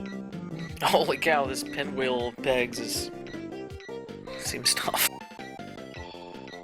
Oh crap. Okay, so I think there are wind mechanics, and I think they're totally reversed for this level. Yeah, I think you're right. Whoa. Ooh, I'm loving this, he's like an acrobat here. He's got the... Man, we got some spirograph going on. the counter spin, yeah. Put a pen in his hand, you get a cool little design. Does anyone here know trigonometry? Can I get some sine? Can I get some cosine? Can somebody give me the sign of that? And he's gone. Oh no. Oh no. Oh man. DK just flying around in the tornado, just desperately trying to grab anything. What is the... There he goes again. Oh. We're 26.5 minutes into this. No end in Holy sight. cow, that's really funny. Oh man. Nightmare with those death grabs in midair. Fantastic. Just slam on those LMR buttons. Actually choosing to restart the level. They didn't even want to die. Yeah, is there any benefit to that? I guess... Yeah, I'm not totally sure how the health... I haven't really been paying enough attention. You lose a life when you... Or you lose a heart when you fall, is that right? But you don't, die. When you die, you have to restart the whole level. So I wonder if there's... I can't stop laughing every time I see Donkey Kong about to grab it and failed. Oh, this level is definitely one where patience pays off. Get your angles right. Yeah, and you also have to adjust your angles to be so much farther to the right. Yep. Since you're going to be going to the left. Nightmare with a good sequence. Go back to screen 2 again. Back at the death pinwheels. Oh. Timing. Now that seems like the kind of thing where I would just stand still and wait for it to stop. Yeah, I guess it looks like maybe they're on timers. Though these smaller pinwheels... Yeah, some of them are. doesn't look like they stop at all. I also noticed that right then, Nightmare had grabbed 2 pegs that were moving away from each other, and then Donkey Kong just completely loses his grip when that happens. He can't hold on to either of them if they move away. Alright, so this is where you're going to want to wait. Oh, there you go. You got the middle block, which doesn't move at all. Yeah, the middle one's the safe one. Smart move. Oh no, here he goes again. We're going for a ride. Oh no, he's safe. Another clutch. Alright, don't push. Down again. Down again. Oh, and a third time. TMR almost making it to the barrel and then fall. This has to be incredibly aggravating. Where's the cow in the background? That's what I want to know.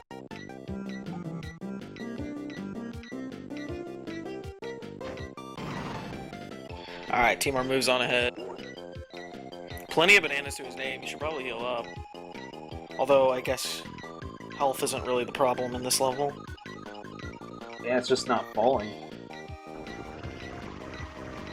Oh, god damn.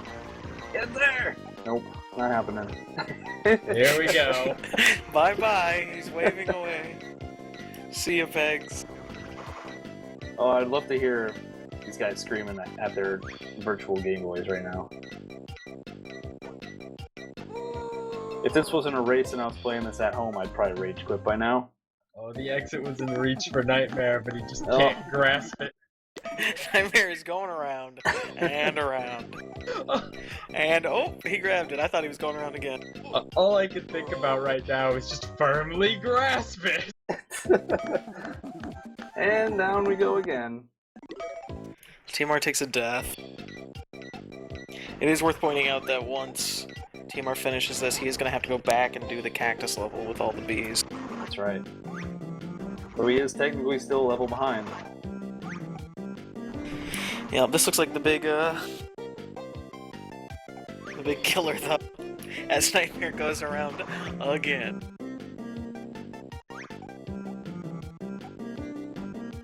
So goddamn.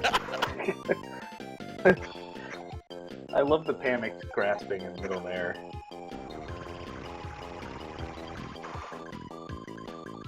Alright. Pinwheel time. Oh, he's got a bad rotation. Turned into good rotation. Thinking TMR's got the barrel strategy down now.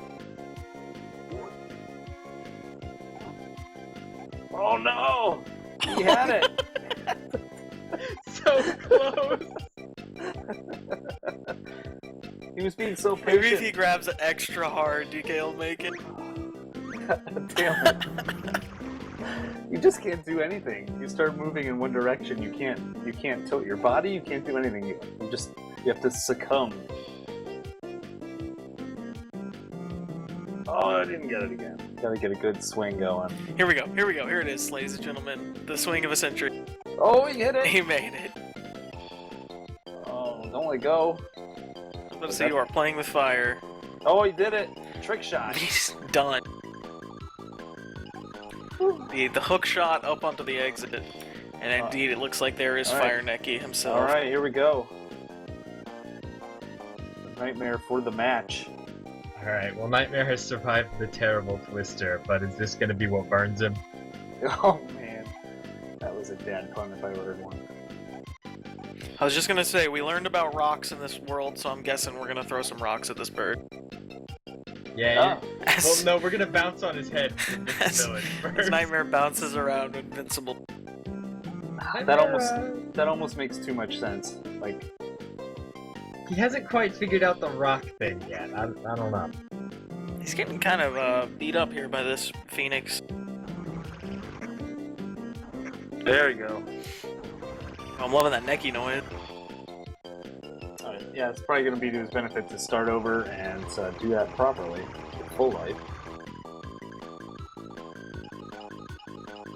Meanwhile, TMR is still rotating round and round and round. Backwards, might I add. Ugh. So where are the rocks? Oh, there they are, okay. You gotta wait for Necky to shoot him at. I didn't notice that.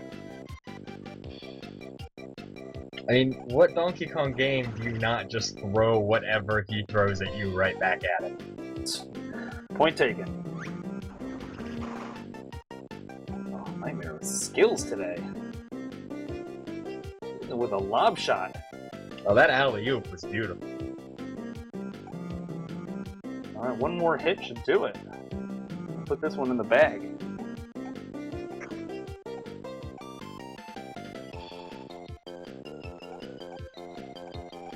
we go. Took a little longer than it maybe should have. Right move. Right move! Alright, that does it, folks. Pretty sure that's it. Nightmare will eliminate TMR for the tournament. Too bad. Yeah, no, incredibly well played by TMR. You can clearly see that his NES training really has helped him move up in the standings at Mystery Tournament 8. Absolutely nothing to take away from him. It was a good match. He just fell behind too early there. And hey, on the bright side, there was no baseball. No baseball. No bases loaded for.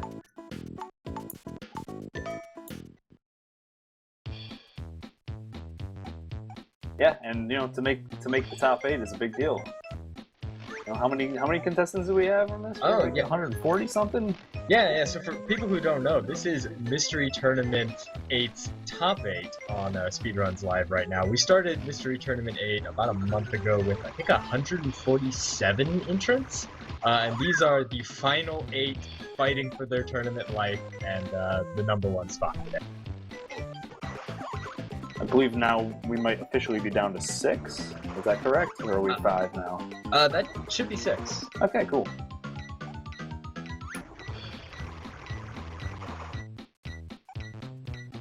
Alright. Put that one in the bag. So it looks like we're going to move on to our next matchup here, which should be Capndrake versus Krankdud in losers. Krankdud has once eliminated me from this tournament. He's really friggin' good. But, so is Drake. I mean, Drake is a legend, but yeah, his own worst enemy might be himself, as seen from Ultraman Ball.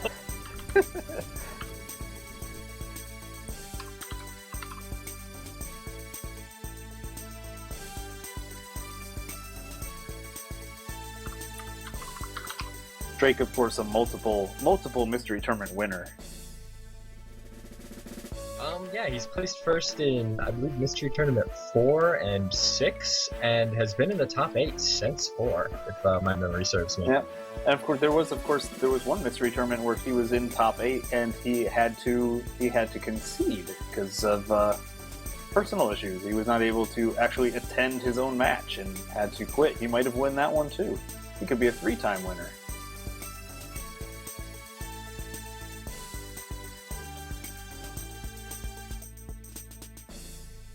Yeah, Drake could be the first 3-peat we have ever had. That would be something. But he's got to get by something. He's got to get by Krankdud first, who is honestly one of the better players I've seen in general over the past couple of years. He's I will say, not that I'm biased or anything, but I believe I'm the only person who predicted him to win in my challenge prediction brackets. So. Not that I'm biased or anything, but let's go, Krankdud!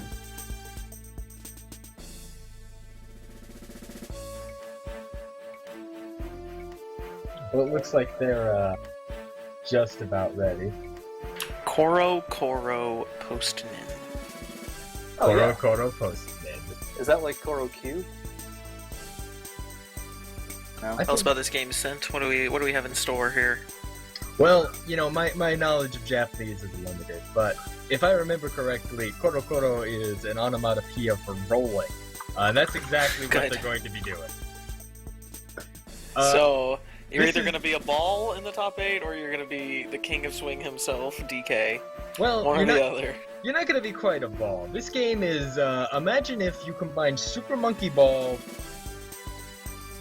with mail delivery. Okay. Makes sense. And then made it 2D. Paperboy Monkey Ball is what you're saying. And then made it 2D. Okay, alright. Think those old, those old games you'd get where there'd be a little marble behind some glass and you have to, tilt it around. Yeah. Those ones that they give you in the dentist's office and they're boring within the first 3 seconds of you touching. Exactly. Well, I feel that this will transcend those, hopefully. Just brought back some So those were dark bad. memories.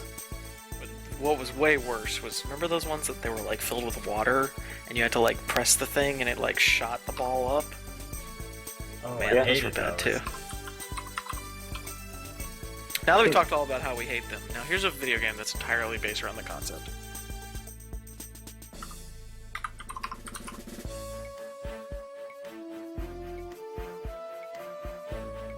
It's quite the video game too.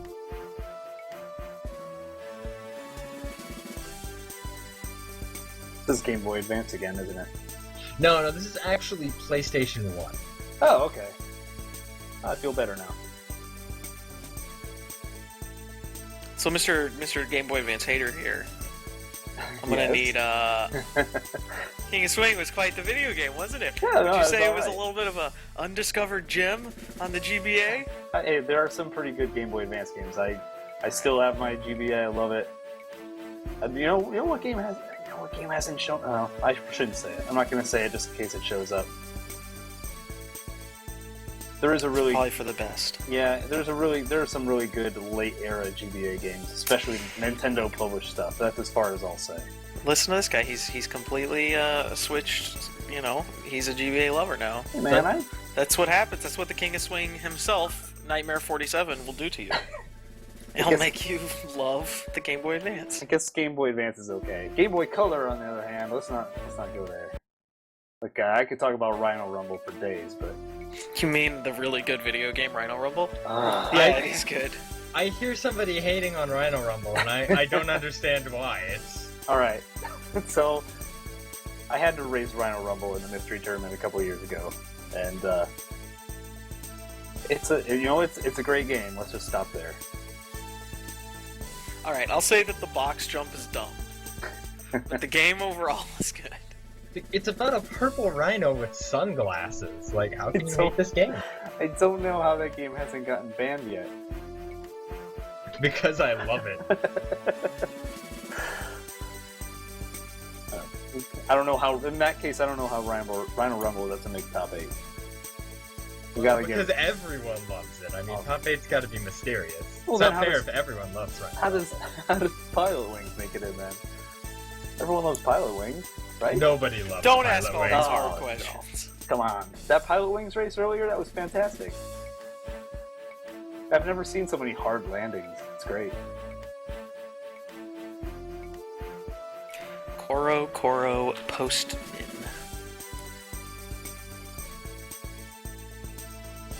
Mailman, huh? Play as a mailman. I always wanted to be a mailman. Like, I mean, technically you're a male woman, but, you know. Oh, you're an anime mail woman. You are. Well, no, I think you're God, because you're just, like, turning the world upside down to help her get to her mailbox. Common way that mail is delivered is that the whole world is shifted around such that the mail falls into the right spots. Yeah, little known fact about Japanese women, they actually don't move. The world just moves and they kind of follow gravity. Alright, looking at this this paste bin here. Yep, I am as well. We got left and right to rotate the screen, X to rotate the screen faster, and that's just about it. So this is basically Donkey Kong King of Swing. We're just rotating things. They're really taking advantage of all of the PS1's, you know, all the buttons. I like that they're really making use of the full controller there. Not even the full D-pad is used. No. On the Ball, that's the game I was thinking of. Thank you, Andy. Thank you, Lightning. I could not remember. This is On the Ball meets mail delivery. On the Ball is not a good game. I'm hoping this is a little better than that. But I'm down with mail. Ooh, mail delivery. Let's get this done.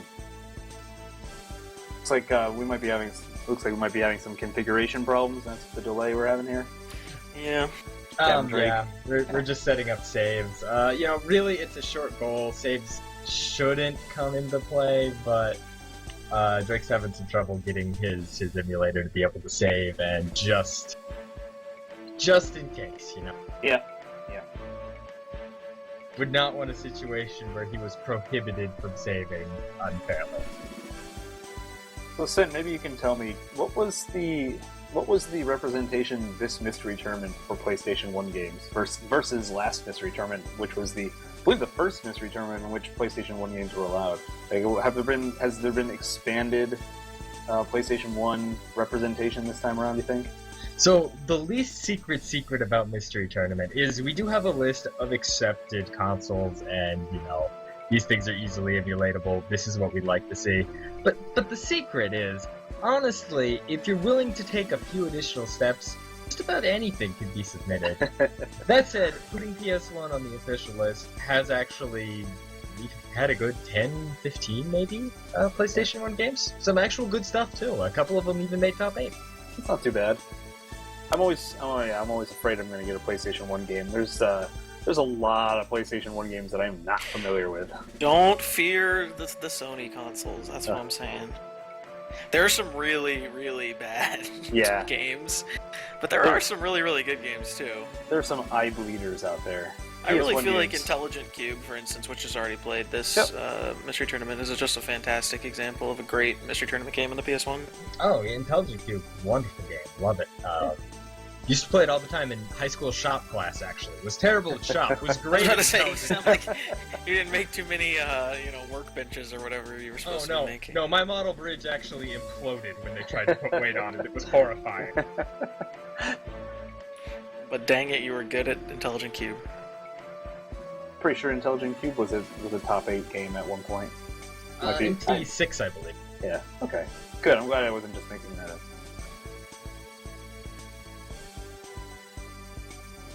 Yeah, there are a lot of good PS1 games I'd love to see in the Mystery Tournament. But you gotta submit them. I know. It is my greatest shame that I submitted a really, really bad PS1 game for this Mystery Tournament. I'm not doing it any favors. Yes, you did. What was it we were allowed to say on stream? Yeah, trust me, it's no top 8 game, that's for sure. It's already played as well, I know that. It was called Pandemonium. Oh, yeah. Hey, I own a copy of that on PS1. I love that game. Do you really? Yeah, it's great. Alright, well, good. I'm glad nostalgia is blinding you to the actual quality of that game. In fact, I watched that Mystery Tournament race. The only issue with that goal was that they had to use the Joker. Everyone knows that you gotta choose the lady because she can double jump. Yeah, but I think the Joker's better, personally. I think Joker's more fun. I played through the first half of the game as both of them, and I decided that the Joker would be a better race. Yeah, that game, it's a great game, but man, I remember turning off Pandemonium and just rubbing my eyes because they were full of tears, right? Because you got all that anti-aliasing and all the colors and the spotlights. Yeah, it's a little aggressive with the visuals. It is an assault. It is just difficult to watch for a long time.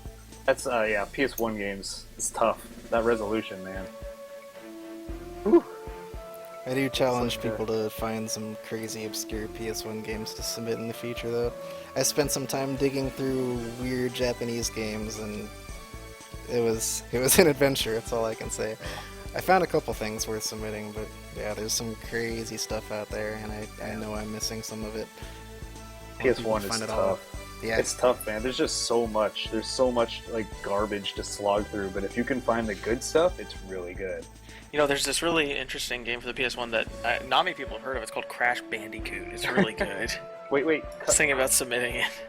Crash Bandicoot? What is that? Well, it's just, I don't want to spoil it. It'll be in the next one, no worries. Okay. What's a Bandicoot? I think it's Australian. That's all I'm sure of. Looks like we're about ready to get started here. Thanks for being patient. And we got 10 seconds, I believe. 15 seconds. All right, here we go. Yep, 10-second countdown beginning. Korokoro Postnin. PS1. Mailman, got your mail here. No, I mean, I've never played on the ball. At least not. Maybe I have, and it was so bad I've blocked it out of memory.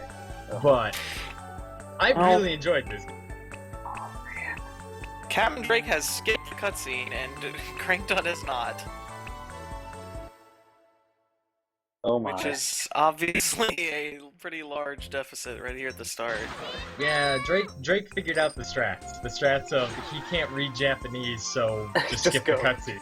Yeah, you're not gonna be learning too much from the cutscenes anyways, so... Krankdud definitely wants to hear what's going on with this game. Okay, so it looks like you have to be physically on the ground in order to actually deliver mail. You can't just pass by the mailbox. Oh, man. This totally is on the ball. We're not kidding. Oh yeah. On the ball, by the way, Super Nintendo game, not good.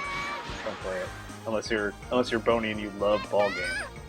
I mean, it's hard to deliver mail while upside. I don't know if you've ever tried it. On the ball always, man.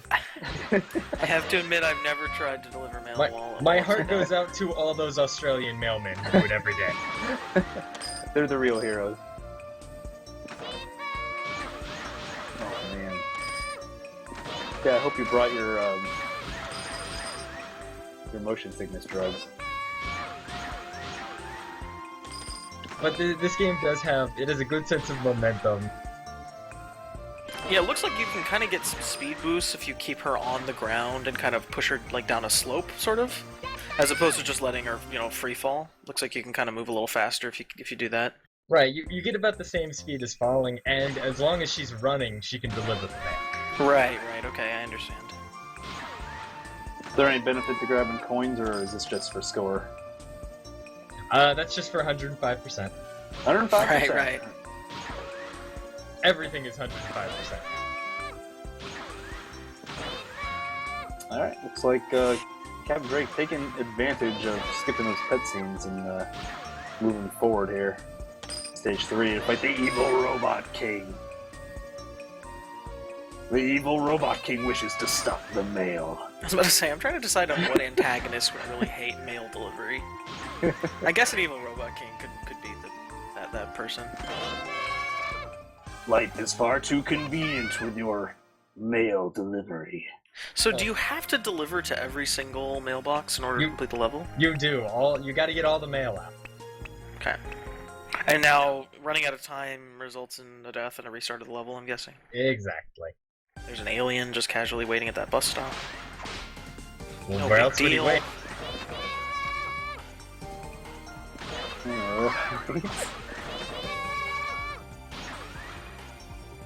There's a certain DOS-like quality to this game. I wish I could even explain what I mean by that. It's worth noting, by the way, that you don't have health. Nothing outright kills you, but you lose time every time you take damage. Right. And there are, of course, power-ups that keep you more time.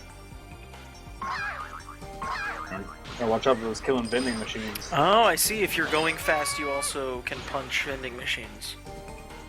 And they don't hurt you. Why would they? Well, they seem pretty eager to otherwise, unless you do punch them, of course. I mean, that's just how I get things out of vending machines normally. Alright, looks like Drake is now a couple levels ahead? Yeah, I think Drake is basically 2 levels ahead now. I imagine there is probably a best path. You just Yeah, stay I on was the about to best path. say, it seems kind of like a good strategy is kind of just not worry about the ones that are right above you, since that requires a full rotation. Seems to make more sense, and Drake's sort of doing this to kind of just take these long paths Yeah, that allow her to just be running the entire time. it looks like the best strategy might be just to go forward. Yeah, exactly. Then you know you're I mean, not these are all missing closed loops. You're not going to be able to get, like, lock yourself out of Yeah, blocks or I something. think the last thing you want to do though is miss a mailbox and then have to go True. on a hunt and peck search for it. There is a mail radar. That's... Oh, of course. All mailmen are equipped with mail radar, just in case anyone Right. was wondering for accuracy. What mailman doesn't have mail radar in the year 2016? See, I think the villain is email. Hey, Oh, this his game- email. Interesting. The villain is modernity itself. This game did come out. The copyright notice was, I believe, 2001, which is really late for a PlayStation 1 game. I think At it's this actually point- 2002. Oh, 2002. That's absurdly late. By that point, the PlayStation 2 had been out for 2 years already. It's sort of a trademark, I feel like, of early PS1 games to sort of be kind of actually like what's going on here, where there's no effective difference between it and like a SNES game. I mean, there's not really any reason that this game here needs to be on the PS1. And you got a whole bunch of those kind of just 2D pixel art platformers Yeah. on a 3D capable console This may have come in early like on the this PS1, game- but this seems late, so I don't know, strange. it might have come in like a Cracker Jack box or something. Yeah, 5,000 yen. Curlius, what are you saying? Look at that gorgeous background. You could do that on a SNES. It's true. And I guess these incredible sound effects and voice samples you couldn't do either, so... You know, I take it back. Can't get that level of JPEG on a Super Nintendo. Oh, Lady Robot. I guess, well, she's probably not a robot. I just like how the main character has AK stamped into her hair for some reason. I think her name is Akane, and maybe that's why, but that really still doesn't explain anything. Was the style at the time in the year 2002. For those of You you don't remember that when 2002 when it In swept 2002, yeah. the world, where everyone was stamping their own initials into their hair? For you younger viewers, in 2002 we were all etching our initials in our hair. That was the craze. We were also doing this wild dance called the Macarena. I don't recommend it. No, definitely not. Actually, that was probably in the 90s, but whatever.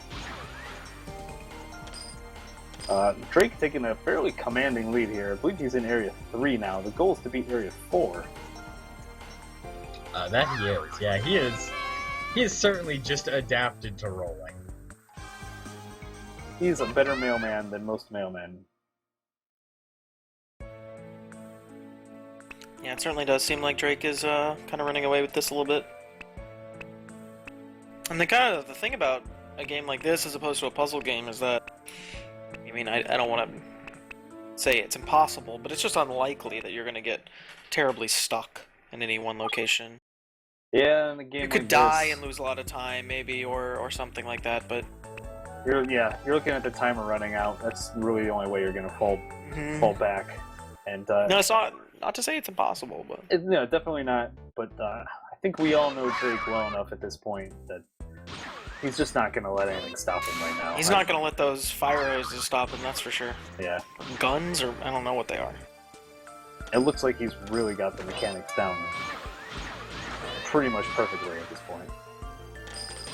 Yeah, no, he seems to have a firm grasp on what exactly he needs to do. His execution seems very strong. He's running fast when he needs to run fast. Oh, he missed the mailbox. Missed a mailbox, though, yeah. And you know what they say, the Postman's Creed. Neither storm nor rain nor animated fire hose. Nor anti-gravity. Nor vending machine. Well, this is kind of the exact scenario we were discussing, honestly. He must have missed a mailbox. Oh, here we go. He missed a couple right here. I mean, that was, nearly an entire level's worth of backtracking that he had to do. Here's the real question. Were those the only two he missed? Yes, there's a counter in the top right. Oh, well then there we go. You can also see that the radar in the bottom right is clear. Yeah, Well, they could just be off screen. Even backtracking all that way, he still had 18 seconds on the clock. So, clock does not appear to be a major factor. Yeah, he definitely picked up a couple alarm clocks, though, and I mean, he wouldn't have had it without those alarm clocks, so... Oh, do we get ice physics here? We get ice physics here. Yes! Mystery tournament I don't even confirmed. understand how ice physics would work, considering you're just moving the world around. Oh, you don't like ice physics? Flip the world over and just fly through the air instead. Not the mystery tournament top 8 without ice physics. Very quick level there.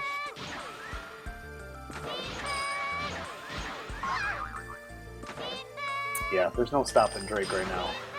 He's on fire. Except for running, headfirst into a spike wall.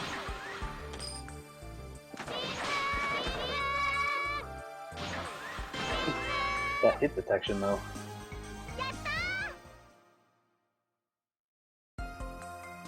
Do we know how many stages are in this game altogether? In the game or in the goal?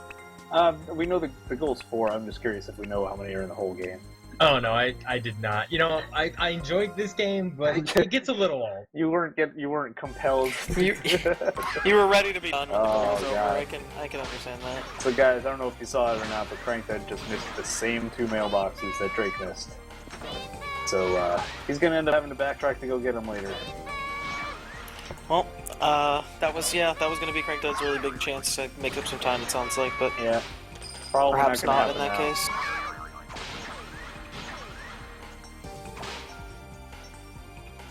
Drake, most likely gonna keep his dreams alive of becoming the first ever repeat.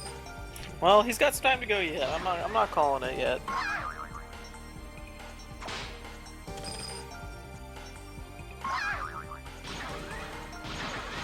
I wonder if we can get a fan translation of this game. The problem with that is that you need fans. I was gonna say, I wonder if we can get a fan of this game. We're just talking semantics. It would take someone like 5 minutes to translate this game, right?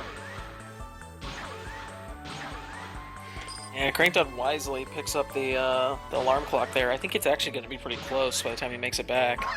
Especially if he collides with these hoses a couple more times. Yeah, it would be tragic. It's looking really close. Alright, good. Oh, you got it. You got it. But he's still, I think, 3 levels behind in World 4 now. Mhm.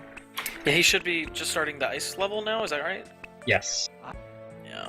And Drake is on the last one of the ice levels, I believe. I believe he might have just finished.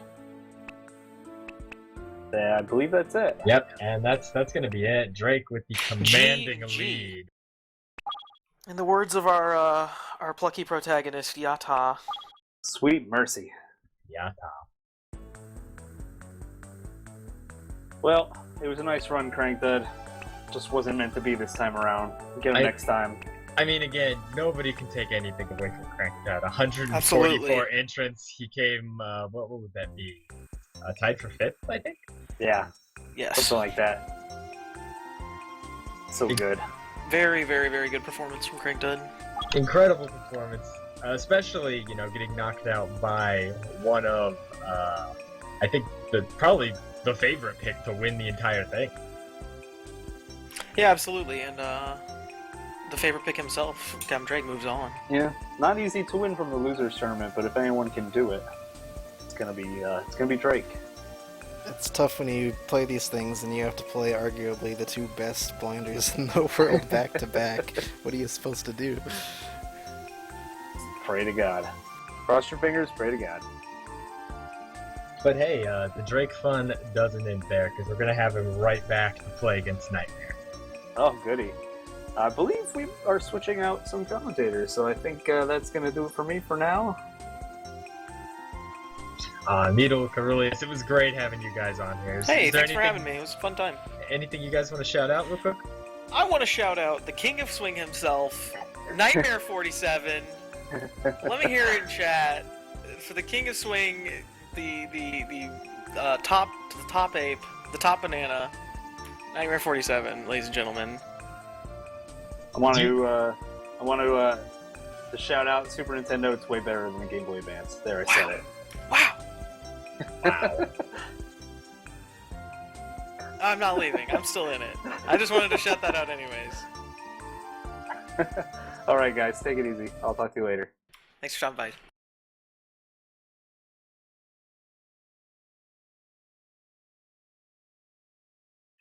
So, how's it going? Pretty good top 8 so far, I think.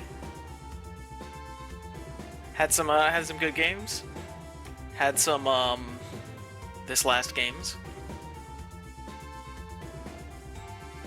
We've had some good games, we've had some bad games.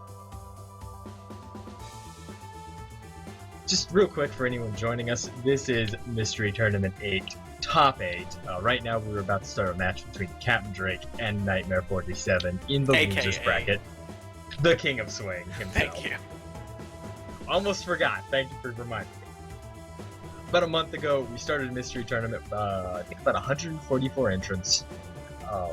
Everybody submitted at least one game. Games were randomly shuffled, dealt out across the matchups. And today we have the final 8, and I guess we're down to the final 5 contestants battling for that number 1 spot and all the fame and glory that comes with it. Capndrake is a 2-time Mystery Tournament winner, and I don't think he's seen a placement worse than 8th in the 5 tournaments he's entered. Nightmare, kind of an underdog, but he's proven that he is the King of Swing, and, maybe this is the underdog story we've all been waiting for. I'm not sure who I would want to win, but it would be quite a story if Nightmare clawed his way to the top of the Mystery Tournament one peg at a time. And I think joining us for this matchup, we have my good friend and testing buddy and all-around great person, Boar. Boar, how you doing?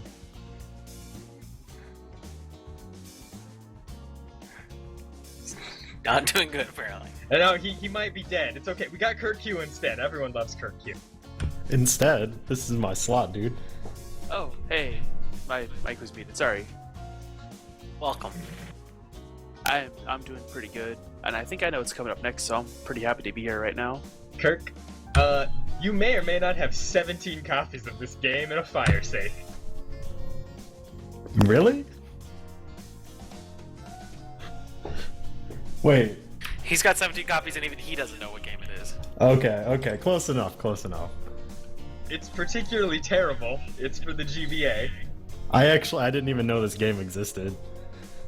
It's a franchise that literally nobody cares about. I have to admit that I'm a little worried that this is going to make me eat some crow about the GBA's quality, but we'll see, I guess. The GBA definitely known for having ports of decent games and doing strange things with them. So we will, it sounds like this is the exact scenario we might be in right now. So yes, this is of course Turok Evolution for the GBA.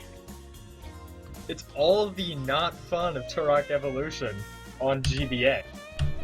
Alright, so as always, you check out the paste bin. I just kind of skimmed it here. L+R to call your guardian angel. Ooh. That's, famously, when you're taking down the dinosaurs in, any sort of prehistoric setting or otherwise, guardian angels are just a big player in the whole dinosaur thing. And then the other one I'd watch out for here is you have to let go of shoot to duck. I'm sure someone's gonna die from that. You also apparently need to press up, but not hold up to climb ladders, so I'm curious what happens if you hold up. Also, here's just a good line I'm just gonna read verbatim. Bad news. Some stages are pretty difficult, so you will probably die a lot, and by a lot I mean a lot. This sounds like a fantastic game. This is gonna be something. Not to mention, beat 2-3, that means there's like 6 or 7 levels. Which for a blind goal, that's pretty scary. I love when you open up a blind goal and it's like beat level 25, because then every level takes like 30 seconds or whatever. But when you're only playing like 7 levels, it gets pretty nuts. Yeah, this should be interesting. So Kirk, I think a lot of people know you not so much as a Mystery Tournament entrant, although you have been consistently, but more of the Mystery Tournament statistician. Just going by the numbers, who's got the edge in this matchup?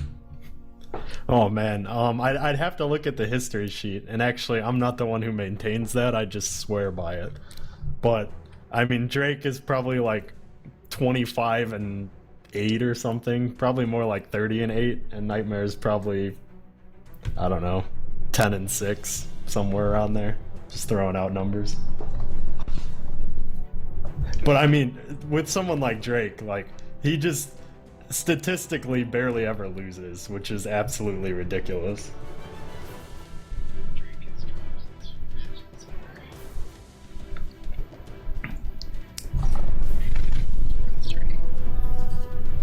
Yeah, Nightmare definitely the underdog of this tournament. I was about to say, so, you know, underdogs are your crowd favorites, right? Everyone loves an underdog story. Oh, if anyone, like, Drake's a great friend and everything, but I want anyone to beat him, you know? I wasn't gonna put so fine a point on it, but we'll see what happens, I guess.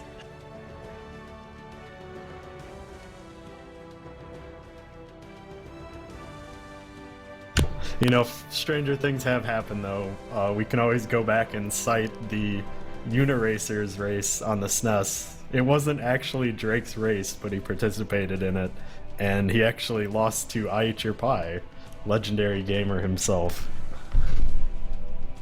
So anything can happen.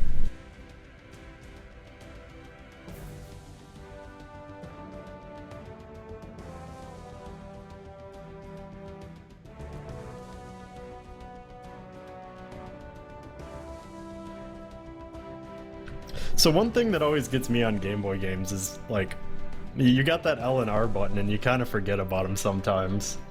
And this pace bin is pretty explicit about what your controls are, but in other games I've definitely gotten burned from, you know, sometimes they'll have like L runs or something, or R does some weird ability. And you definitely gotta watch out for that. Like L and R being to call your guardian angel. There's a weird ability for you. Yeah, and I think it's good to have those things in pace bins sometimes. Like, for NES games where you just have like A, B, start, select, it's not as big a deal. You can kind of expect people to learn the controls, but when you get to the consoles that have more buttons, like, it's not obvious that you have to use all the buttons sometimes. Or they'll have like one button assigned for something strange. Alright, we are getting started here. They're playing as Tal Set, who seems to have some sort of hatchet, I guess? At least has his icon. I'm not sure if that has anything to do with how he plays. Nope, seems to have just a pistol, and it's looking a lot like Metal Slug here, if I just have to quickly name something off the bat. Yeah, I actually went out on Metal Slug in winner's bracket. These run and gun games. One thing I definitely learned from that race is you kind of gotta watch your health and like your weapons in games like this. Metal Slug, yeah, to be sure. But throwing some dinosaurs, also it's bad. That's how I would describe this game. Okay, we press a button, we got a... Oh, we missed a submachine gun there. And, Nightmare taking it. Is that a death that I saw? Looks like it. I wasn't... Yeah. Nightmare seems to be watching. trying out the hatchet. Not terribly effective, it seems. Like, since everything's dying to one hit anyways, you might want to just stick to the pistol at this point. Yeah, but Drake has kind of got a significant lead already. As Kirk said, you know, one of the big things that you can do in these games is try to move as fast as you can, still maintaining any semblance of your HP. Which isn't always easy to do, but that's clearly what you're trying to do. And Drake's going with the old jump and shoot strategy. Just hold right, jump and shoot. Yeah, and I mean, it looks like a death takes you all the way back to the beginning of the level. There might be like checkpoints or something, but I mean, for a run and gun, dying and losing 30 seconds is a huge deal. Right. It does look like Drake, I'm not totally sure where Drake went, but it does look like he did not go back to the very beginning of the level. He went back to the beginning of 1-2. Oh, right, okay.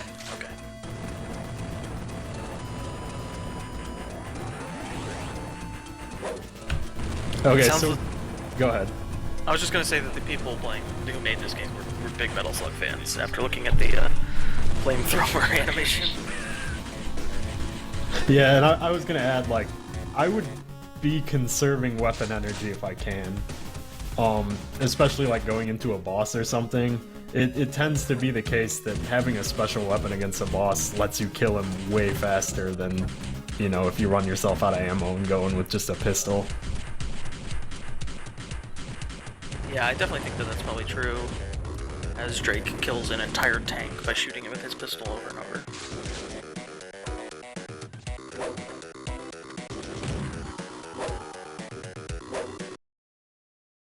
So that puts Drake on 1-3. Nightmare is still on 1-1. Am I right there? I think that might be 1-2 we decided. We'll keep better track after we get to the first boss.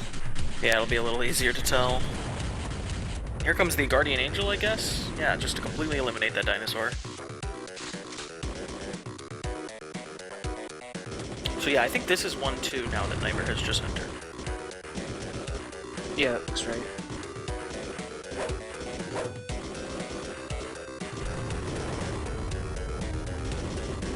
And I mean, this is just classic Drake in my opinion. Like, he goes at a very brisk pace and he doesn't make mistakes somehow. Well, for a lot of these like run and shoot games, the optimal strat is just to keep going and don't stop. I've just found in testing a lot of junk for Mystery Tournament. Yeah, I mean, in a lot of games, when you slow down, that's really when you get yourself into trouble. If you just keep running, there are only so many things that can even catch up to you, much less stop you.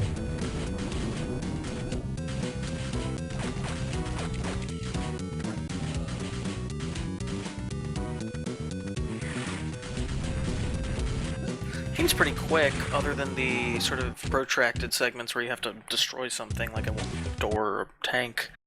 But other than that, it moves pretty fast. Seems pretty, like, actually pretty well put together for a video game. Like, I was just gonna say, did anyone catch the Turok for the Game Boy Color race we had earlier in the tournament? That sounds legendary. It's a really slow game, and they had to like find a knife and just like stab people for the first half of the race before getting the gun. It was very like the opposite of this completely. Something I'd actually really like to see either of them do that I'm not seeing is I'd really like the submachine gun here. He should switch off of that and save it for when he needs to blow open a door.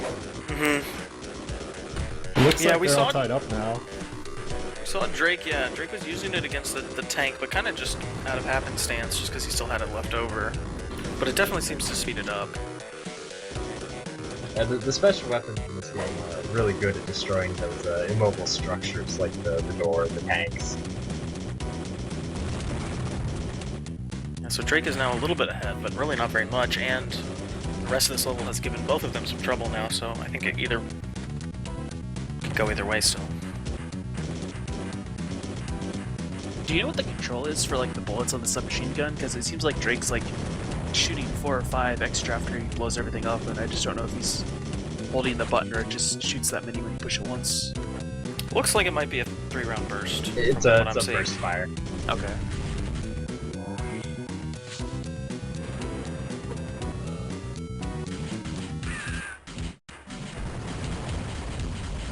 And Drake calls down the Guardian Angel while Nightmare hatchets a tank.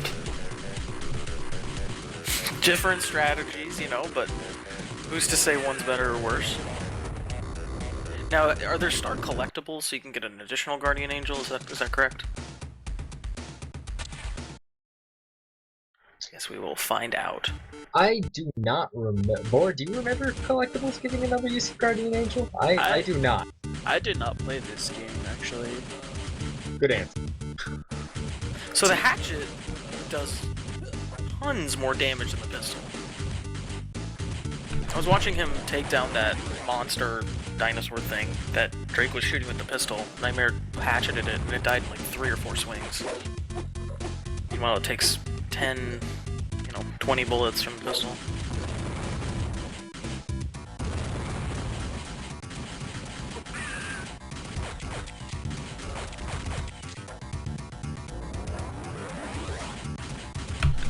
Yeah, I mean, we've been focusing a lot on the weapons, but it really seems like deaths are what's making and breaking this race for the runners right now.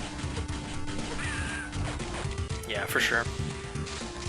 They are now on the same level. Drake's a little bit ahead, but pretty low in life. Holy cow, that shotgun blast was gigantic. That shotgun blast is just Metal Slug right there. Look how big it is, holy cow. He just It's going to the wall. floors. Jesus, this is a great weapon. That is the super shotgun right there. The shotgun is incredibly powerful. It is your workhorse, and I recommend saving ammo as much as possible for it. Drake is not interested in your opinion on that matter, it seems like. And that does actually tie them back up.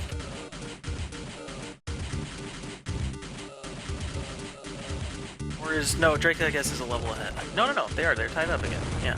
Yeah, that's, I forgot how Right. many their guys there were at the beginning of this level. In fact, they're fighting the same enemy right now.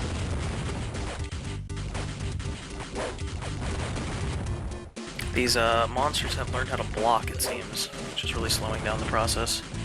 It seems like the best way you could deal with them is to just run right up to them and just start hacking away. Oh yeah, take out the hatchet. Nightmare seems to be trying to climb the exterior of the building, which... Ooh, he is now berserk and has homing rockets for seemingly forever at this point. That's all I guess is. He has a blue meter now, whatever that is. It's the basement describes that as armor, so Nice. I guess an additional life bar, sort of. Yeah, I'm noticing, like, they're dying in 2 to 3 hits. Like, they just take massive damage every time they get hit. So, armor probably gives them another hit or 2 of life.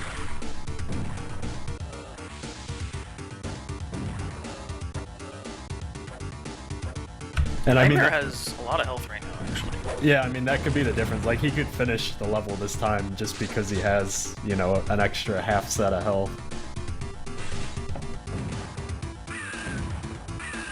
He did not get the shotgun, though, that's worth pointing out.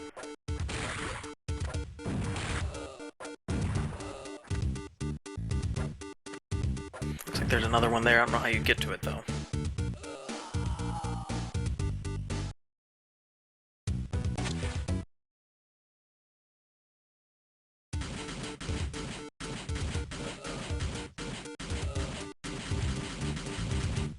We have a new beast on Nightmare's screen, and Capndrake has died again, it seems. And there goes Nightmare as well. But I think if I was Nightmare, I'd go get that armor again, because that's your best chance of beating the level fast. I think I'd grab the armor and I'd grab the berserk, and then I'd just go plow through the beast, and then just move on. I think with the right combination of armor, berserk, and a shotgun, you could probably do this.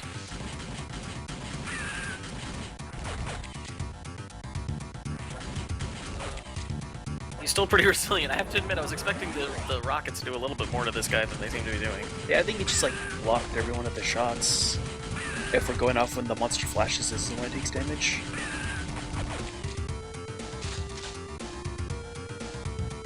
Yeah, this is 1-3, if you were wondering what stage this is.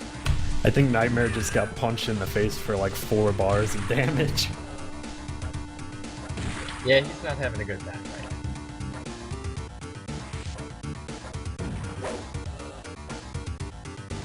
It does seem that now that these guys have learned how to block attacks, that the hatchet isn't quite as effective. Still really good against doors. Yep. Nightmare does miss the shotgun again, though.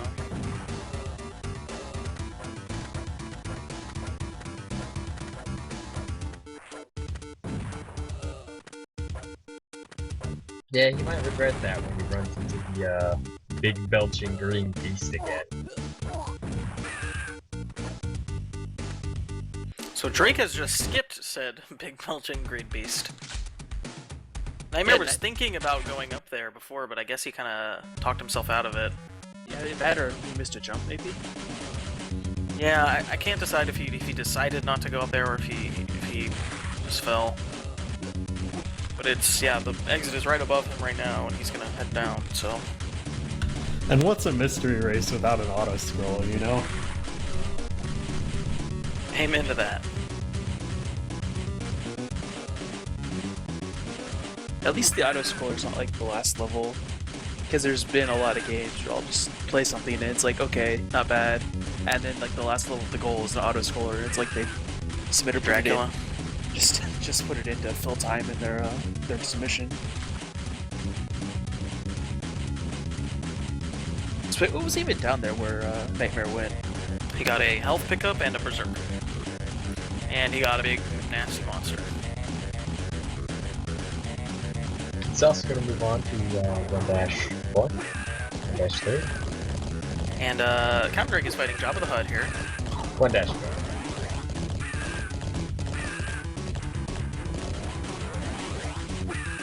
Jabba the Hutt is getting electrocuted.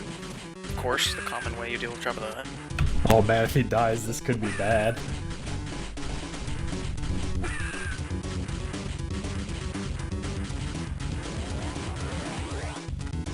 Yeah, Capndrake is really gonna have to clutch this out.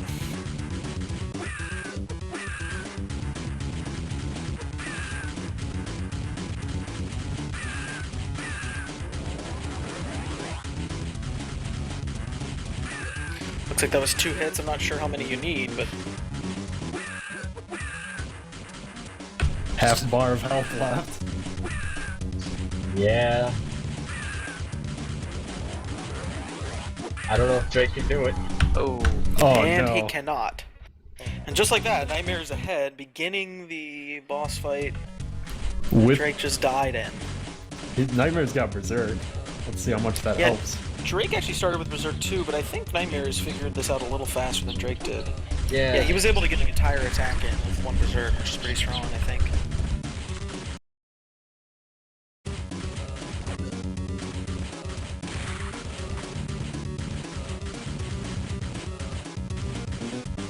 Gotta shoot the other one, Nightmare. Alright, he's got it. Yeah, he figured it out. It's kind of questionable when you take damage from these like ghost things coming from the background. I mean, It looks you like could he's see him. shooting him midair, I guess. Yeah, every once in a while he misses though. Like he'll stand in the same spot and then he'll get hit. So But just you, like the fire rate and yeah, just doesn't line up. exactly. Yeah. And you could see the ghosts like scrolling by on the ground in front of him. So if you want to be really safe, it looks like you need to back off a little bit. Well, he bought out the submachine gun that seemed to shoot a little bit faster. Yeah, but it looks like it's doing less damage too. Now, if this guy takes 3 hits, which is the common rule for bosses, then he's dead. And we have a crash, it looks That's- like. Okay. No, Oh, no, that was just okay. a straight free. I was scared. God. Yeah, that would have been awful. But yeah, Nightmare moves on to World 2 here. Ahead of Drake.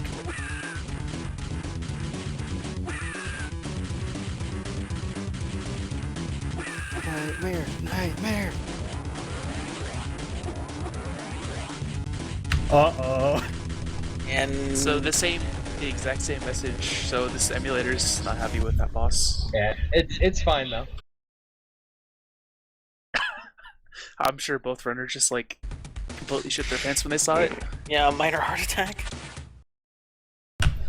Wouldn't be a mystery Okay. top 8 without a game crash, you know? And just like that, Drake is in the lead. By ever so slightly, but By no, I mean Nightmare's actually just barely in the lead by stream delay. maybe that's correct. Maybe the stream delay. It's close.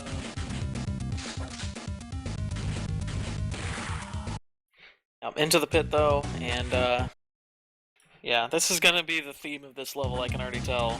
A lot of deaths to pits and stuff. A lot of bullets, too. Platforming, pits, it's got it all.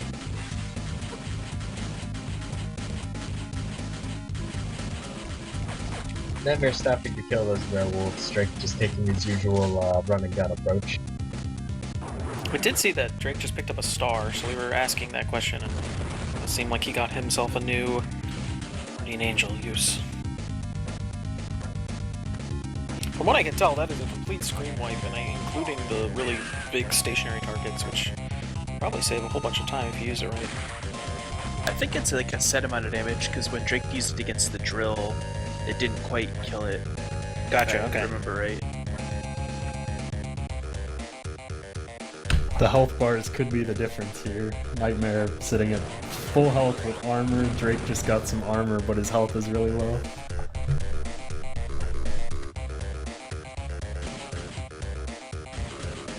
Takes a grenade to the face, and yeah, armor it seems like is actually one of the This is the health on the way down, too. Armor seems to be reducing the damage you take, not like an additional health bar. Oh my! The falling platforms. Will they get Drake too? He doesn't want any of that. He sees platforms and he's just not interested. This could be Drake's chance to pull ahead again. And it's going to require some pretty clutch play here to not die.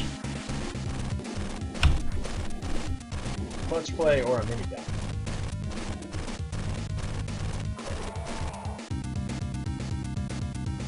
Yeah, Drake managing to win the level there is obviously huge. With as little life as he had.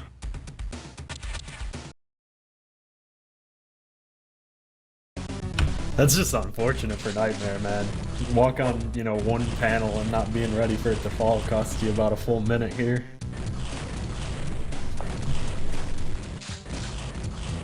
That's just one of those things you gotta come to expect from a mystery game. It's just like, if you're gonna touch something, it will kill you, and you just gotta be prepared.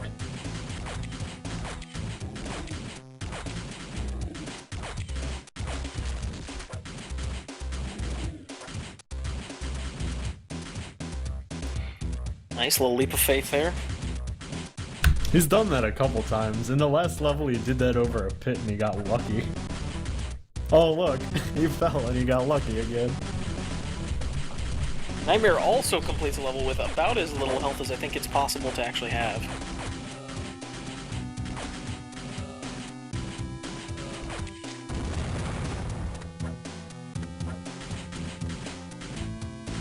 Yeah, it doesn't seem like this level has quite the same number of death pits as the last one. Just kind of you're gonna lose progress when you fall rather than a life.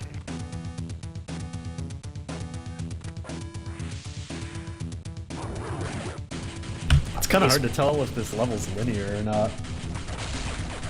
Like Drake kind of went in a roundabout way. Staying on top might be faster, it's hard to tell. Yeah, I'm not sure. He's still blinking from his invincibility shield that he got, which seemed to just sort of make the last half of that level trivial.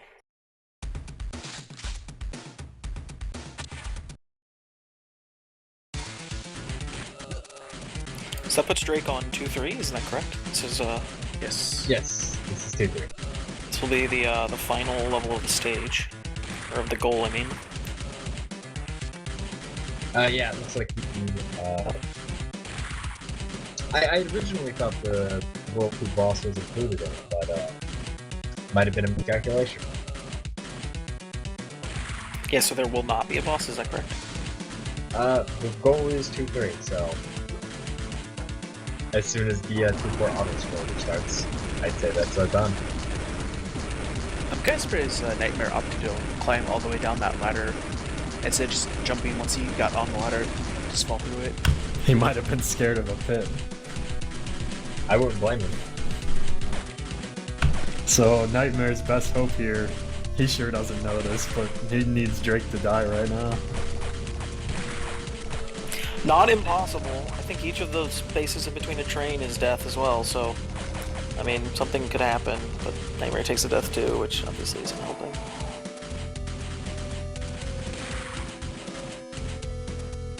It looks like that'll be it. Yeah, that's it. Yeah, Drake finishes it off. GG. Nightmare put up a really valiant effort. This is our first 2 out of 3 for the tournament, correct? Yes. So, this is not over yet. The King of Swing can get his revenge. No, he can swing right back into it.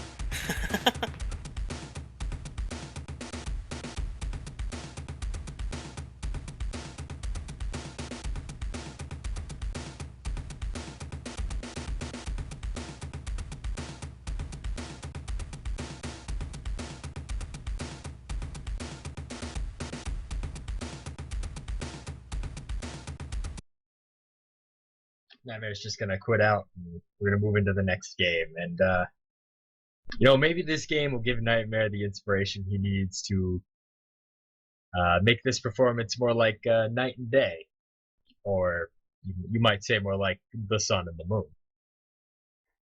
It's Pokemon. You got the early release. Yes, it is Nice. Pokemon Sun and Moon. That's what we're doing. Awesome. Nintendo has finally recognized Mystery Tournament. It's gonna be great. I'm a moon person myself. And Mystery Tournament finally unbanned Pokemon, am I right? Hopefully just this one race and not future tournaments.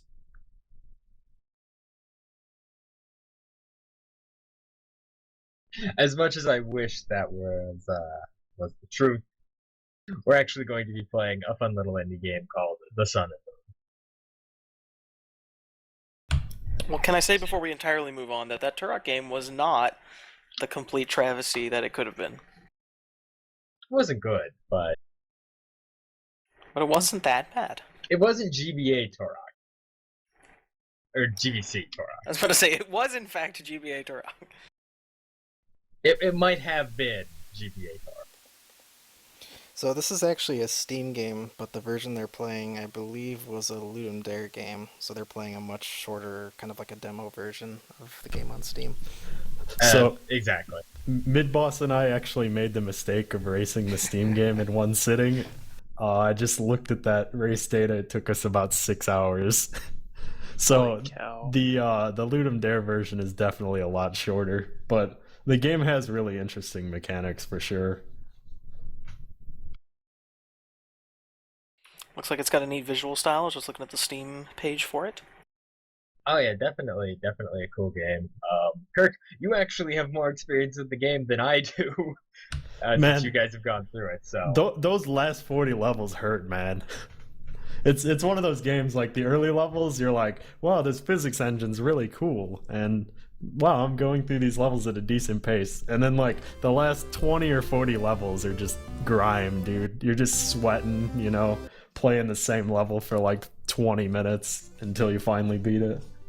But lucky for them, they're not gonna have to play those levels. No, it's a pretty short game.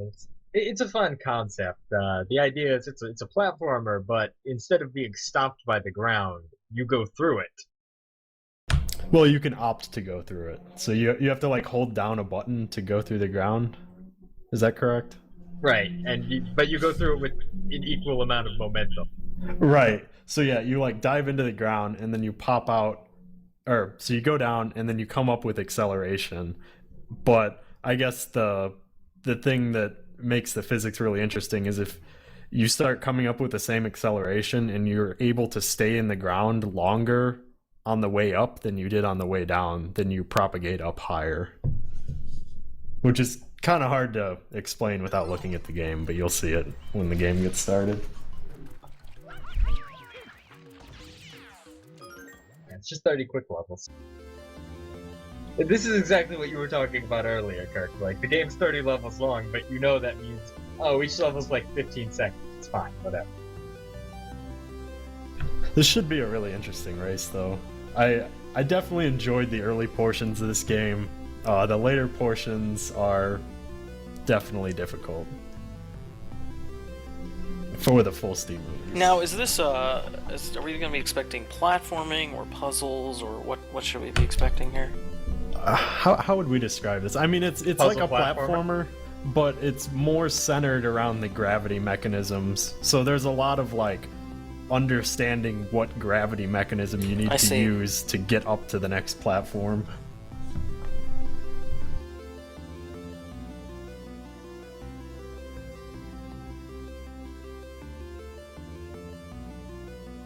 I like that the pace bin for this is like move, jump, and usability. Like, it doesn't make any allusion to what the actual mechanic is. Yeah, I think that's fine for a mystery tournament. If you only have like 2 buttons, so you'll figure out what it does eventually.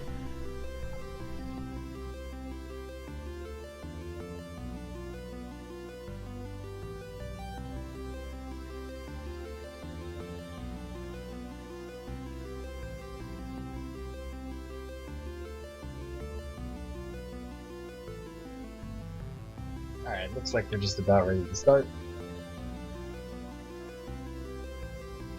Drake says he forgot this was a 2 out of 3, so he was celebrating. And he didn't know he had to seal the deal. Alright, 10 seconds to the start. Will the statistical advantage go to Drake, or can the King of Swing pull it back? And here we go.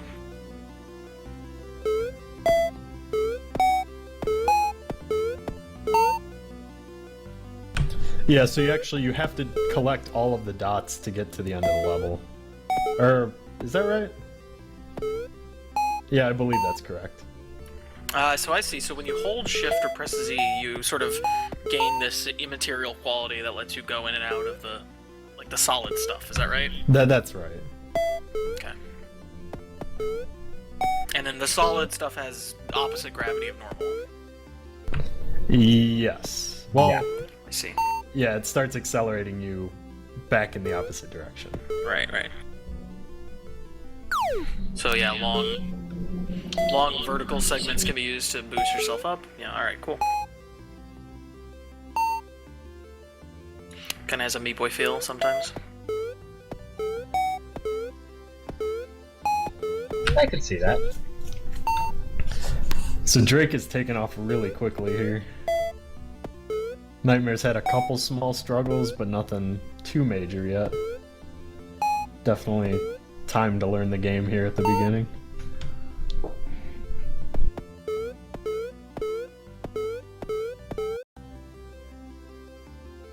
Yeah, Drake's a few levels ahead, but yeah, not too bad.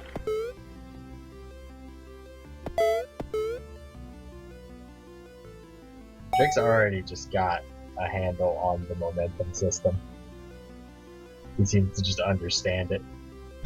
Right, and this is what I was talking about, where you have to, come out of the ground higher than you went into the ground. Right.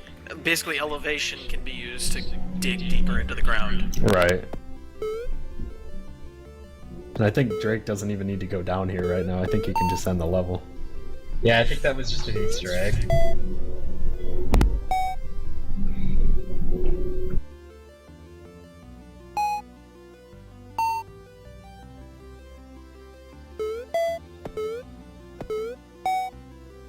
It's a very clever mechanic. Yeah, this looks like really fun to play. Yeah, the full version's available on Steam for I think $9.99. Kirk, having played the full version, would you recommend it? Even if it was a little bit tough in one sitting? I mean, you can beat the game pretty fast. Midboss and I did a all levels run, which is quite a bit more difficult. Ah, so you get the optional stuff? Yeah, and then there's like time trials, which are just absolutely ridiculous. Wow, Drake was so close there.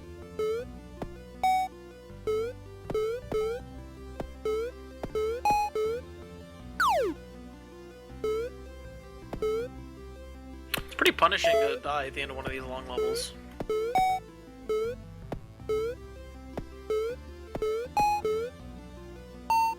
I mean, none of the levels are terribly long.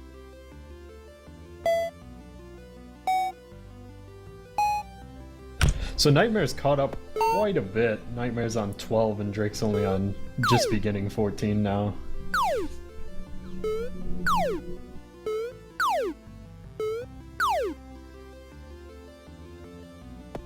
Getting this timing right seems a little tricky.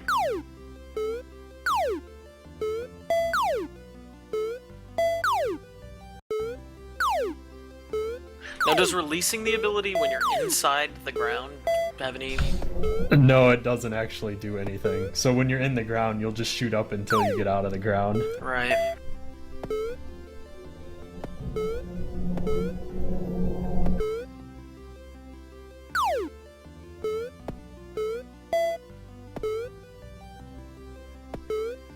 Yeah, Drake's starting to have some trouble finding his angles.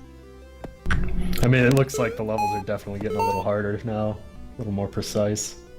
Nightmare gets that first dot really quickly, though, the one Drake was struggling with. I think he just one-shot the level. I was about to say, if Nightmare gets to this level first try, this will be a lot of time. And he did, so wow. Drake's still ahead, but that was a lot of extra time that he could have been behind.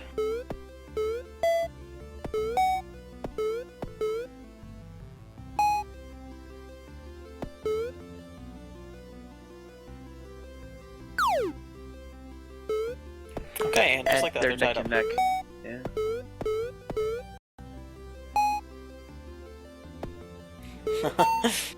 Drake does have the advantage of already having done some of the gotcha deaths.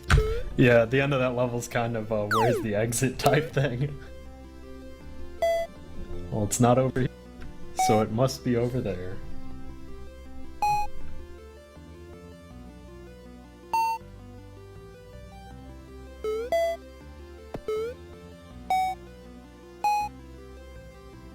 Nightmare gets there.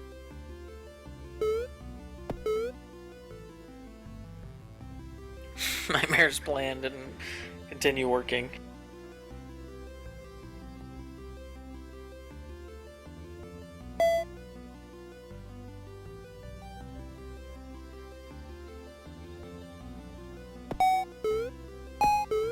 Dude, stage 18 just like looks like Meat Boy and like how the elevators work in some of the vertical levels.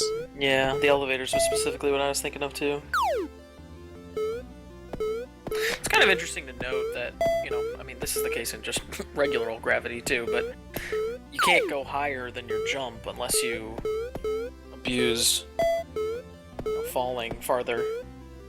So if they don't have enough height to do it, he's gonna have to jump off to the side and, you know, enter it halfway down or something like that. Yeah, and the level Nightmare's stuck on right now, like, you just gotta keep speed. As soon as you lose speed, you can't get up high enough. But if you get going too fast, you can't control it, really. So there's kind of a balance there. Drake, in the meantime, flying levels Plowing ahead. ahead, yeah.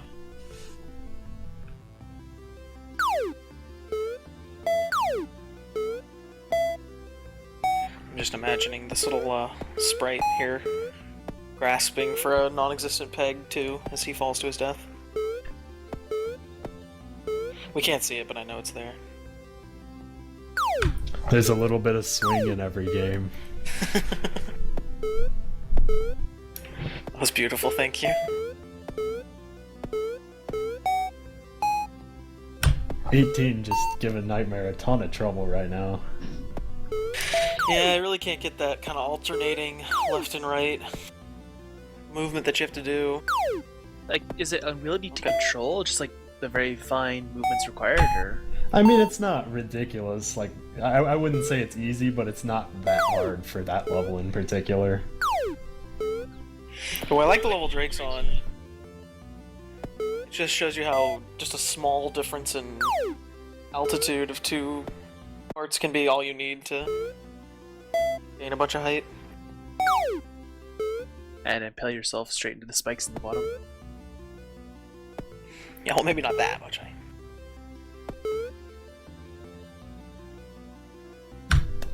Yeah, this is where it starts getting pretty tricky. There might be a good way to set up this jump, or you can... Well, okay, so what Drake did there is he plunged really low and then he released the fall-through button at the perfect time so he didn't die. Well, could you just release it at any point when you were in there and then you would automatically hit? Yeah, that's correct. Yeah. We just like overcomplicating things. We're speedrunners, it's what we do. I'm just trying to make sure not to give Drake any more credit than he deserves, you know? That one was for Boney. Drake skillfully backing off there after he realizes he's one block too high. What was for me? Nothing. Alright. Oh, he's just giving Drake crap.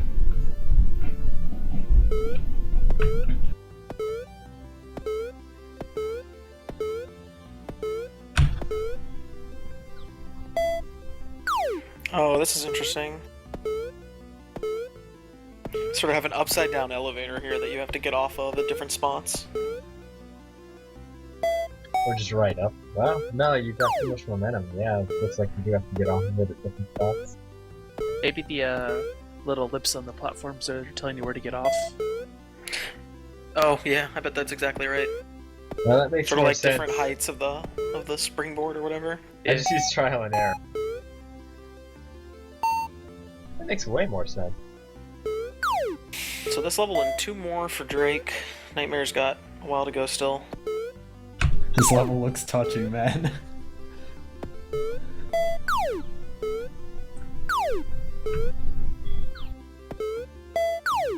Just gotta make 2 semicircles.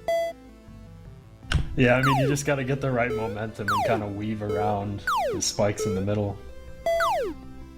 Definitely have to have good control, though. I want to see what people can do with the level editor for this game. I mean, if you get the full Steam version, you'll see a lot of stuff in the later levels. You can make it pretty painful.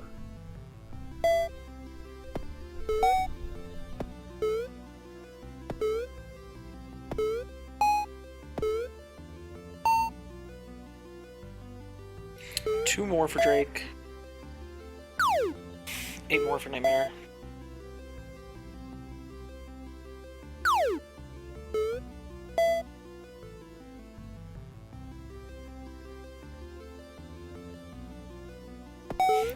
Drake made that a lot harder than I feel like it needed to be, but yeah, it that did get it looked to really work. simple for what he was trying to do. Looks like Drake's gonna clean it up here if he makes this jump. And Yeah, that's he it. GG.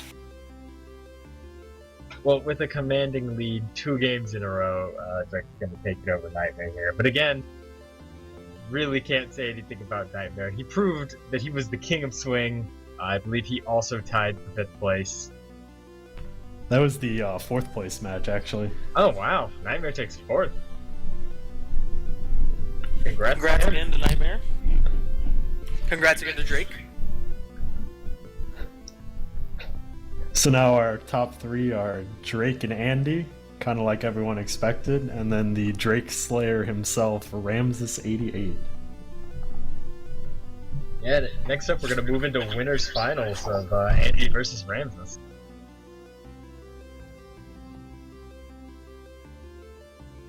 And, we'll see who moves down to fight Drake in losers finals.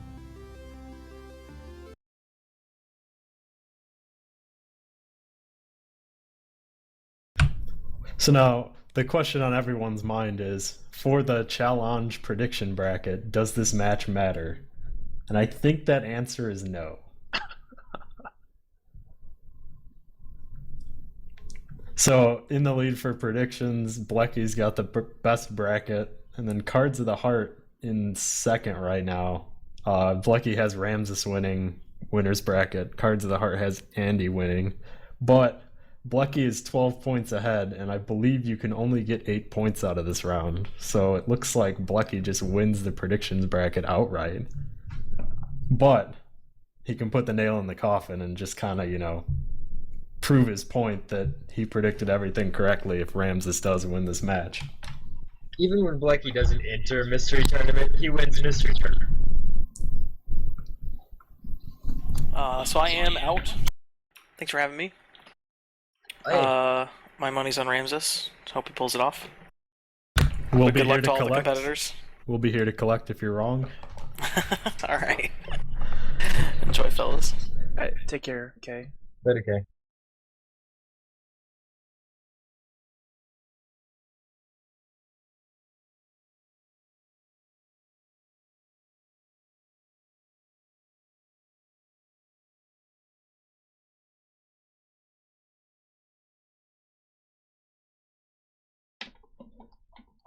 So we have winners finals here, and here's where we really just start getting into the stuff that I love.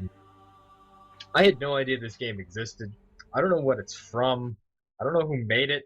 I don't know why. I don't know why there's a star in the name. There's a star in the name, by the way. But it is great. I have a feeling this is very anime. It's actually not. It's incredibly minimalistic and quick because it's Swift Stitch. And that is Swift Star Stitch. Sounds like freeware to me. It is.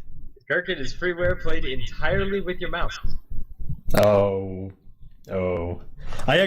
So that's one interesting thing is some runners really struggle with certain types of games. Like some people don't like keyboards, some people don't like mouse, some people just prefer to play on controller. And I think you definitely see some versatility in people that are able to play games with just a mouse pretty well.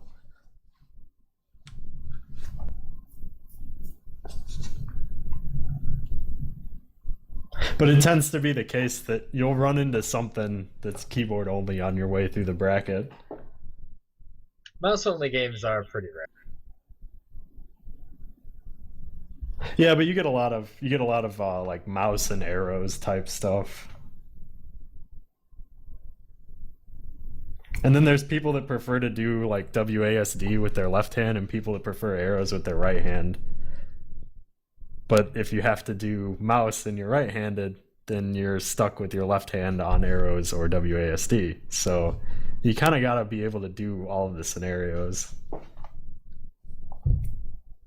I am not a fan of arrows and mouse, but like WASD and mouse is like my home base, man.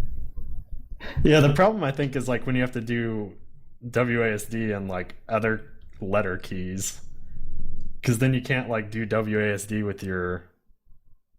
Sometimes you can't do WASD with your left and then keys on the keyboard with your right. Well, usually with other keys, it's like Shift, Alt, and Space. Yeah. That's more just like, I guess, shooter games. When I used to play emulators a lot, I'd do ZX, CV, and arrows, so I got really used to that. So one of the interesting things right off the bat you're going to notice is the players choose a speed setting. You can actually choose how fast you move in this game, from 1 to 7. And what did we get for this race? Or is this the mechanic of the game itself? Oh, so the mechanic of the game is deceptively simple. Your ship moves to the right when you're not holding down your mouse button, and it moves down when you are. Oh my god. What a game. And it looks like Andy opted for speed 7 and Ramses is speed 4. Andy is insane, and if he finishes this game, I'll give him $10. Can you not pick between levels? You can. Oh, okay. He bumped it down, and now he's at 6. Yeah, speed 7 is like Mach speed. Yeah, but I mean, we're looking at, so the way you describe the controls, it's basically horizontal versus vertical when you're like bouncing off walls and stuff, right? Don't touch the wall.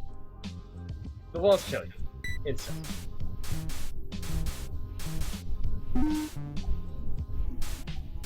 So, blue lines should change what horizontal direction you move. Right.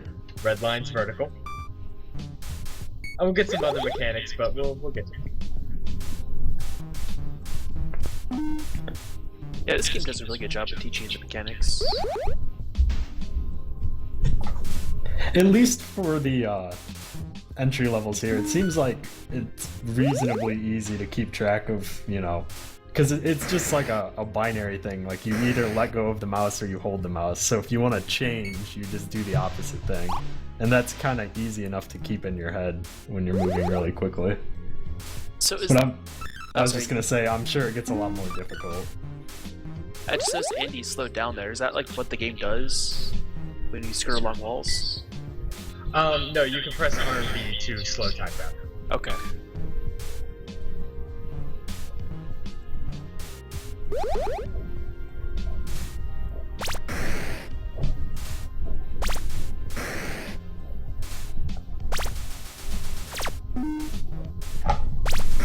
So now we're kind of weaving in between these green lines, I guess. Yeah, that's like a jerk control method. So yeah, when you hit the green lines, what happens is you start moving in a circle. Oh my gosh. Yeah, and I think he's right to take it slow through there. Oh no.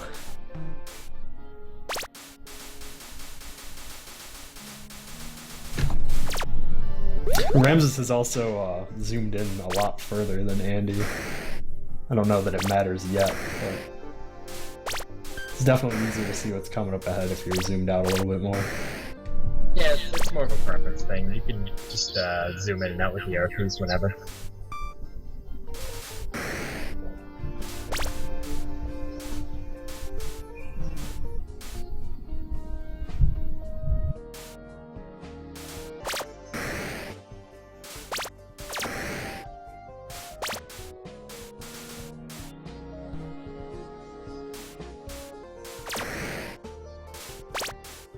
Both of them struggling a little bit with this small level here.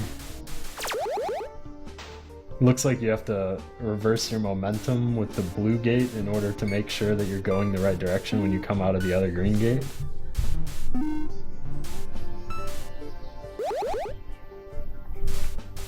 And they were tied there for a little bit, but Andy's pulled about 2 levels ahead again. 2 pretty short levels. Yeah. Andy's like super tiny screen is kind of throwing me off, but it looks like it's the better way of playing with these levels as they're getting bigger.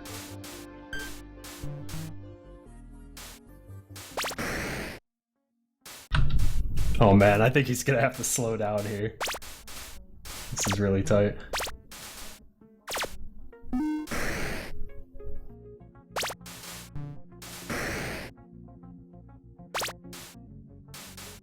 Looks like yellow gave him a checkpoint though. Yeah, yellow's Rams is having some trouble with this three line room. Yeah, you have to hit red and blue really quickly and then make it through a tiny gap in green.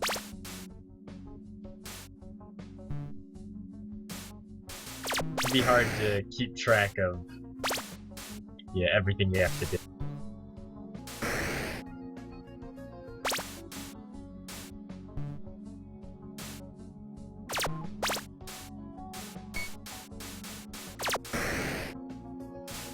Definitely looks like Andy zooming the game out is giving him a huge advantage in some of these larger stages. Ramses is just having trouble with this this tight turn here. He's not using the slowdown function. Yeah, I don't think I've seen him slow down at all. But it seems to be like a potentially huge mistake. It's definitely super helpful. Even still, he's only, half the level behind, so if he can sort this out pretty quickly, he's still doing alright. Andy definitely struggling with this section after the checkpoint. Looks like he's gonna get through it. Oh, he didn't hit the, Yeah, he's gotta go back again? So when you hit a checkpoint, does it save which directions you're going from the red and the blue? Yes. Okay. Gives you directionals. Oh, there we go, Ramses with the slowdown.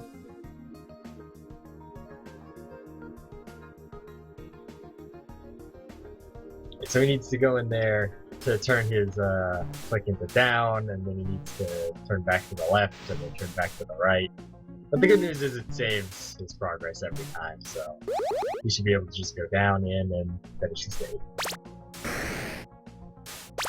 And just going for the exit at that one last level instead of hitting a couple extra walls. It looks like the developer threw in to trick people.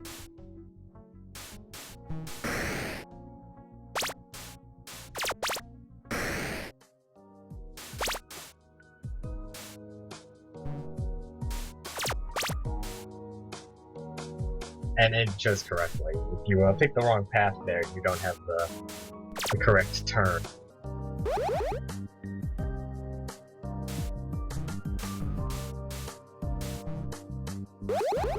That was a really simple level. Is there some gimmick to it? Like,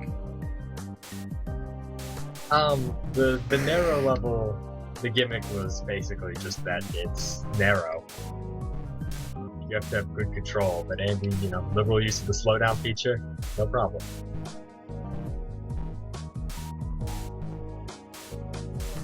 I have no idea how he's keeping track of which gate he needs to hit. Looks like you just kind of need to hit all of them, but yeah, still. Just maybe instincts are taking over. Honestly, when you're playing the game, it's a lot, like, you realize what you need to do. Like, in this section, the blue gates just bounce you back and forth, and you want to, bounce between them, get around these obstacles while hitting the red gate, so you can alternate what direction you're going.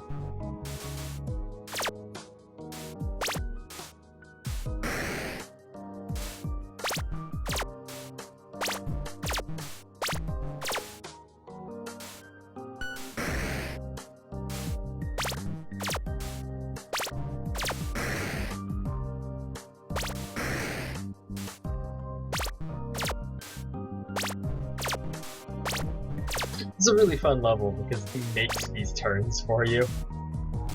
Yeah, I like the start, just like the circle does it for you, and then you get to the end, and then the circle just like jams you right into the corner.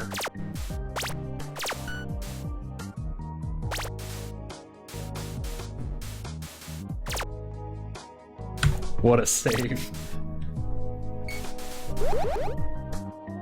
Yeah, the controls seems simple on paper, but actually playing the game, it's really easy to forget like what you have to do to go up sometimes. Wait, was that level just go right and then go down?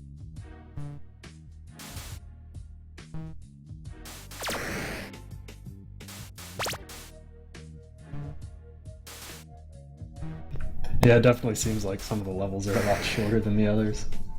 Maybe the challenge is in collecting all of the little stars or whatever they are.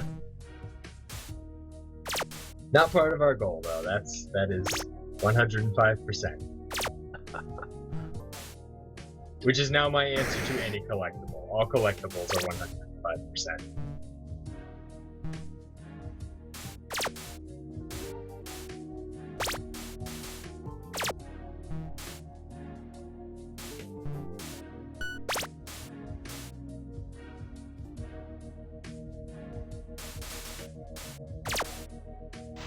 Andy taking it really slow here. Yeah, Looks like it pays off for him.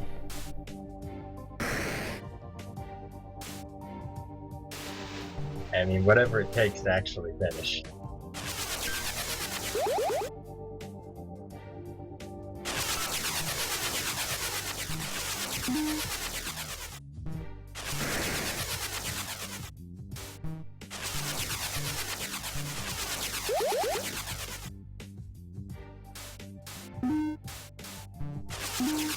So those blocks just rotate you 90 degrees?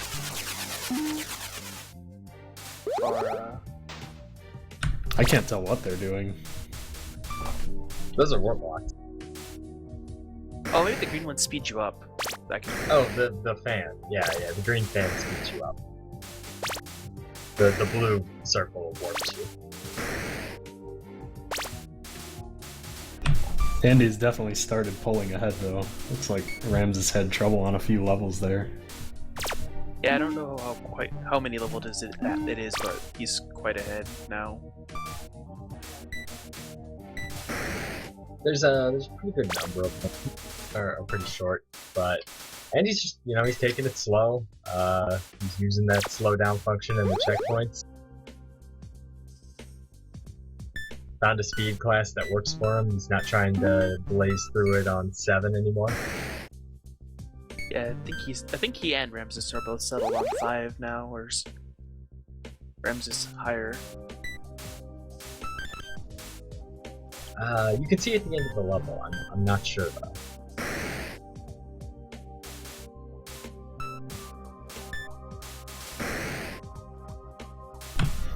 Yeah, one difficult thing that Andy's dealing with right now is it looks like, so if you go too far, you cannot recorrect yourself, because you can only turn in the 2 directions.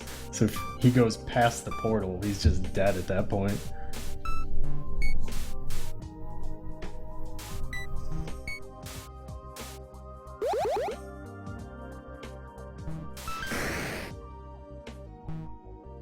Oh, this is a really funny looking level. Do you know which way the warper block is going to take you? Andy does. Yeah, I was looking at it like, how do I know which way I come out of the portal?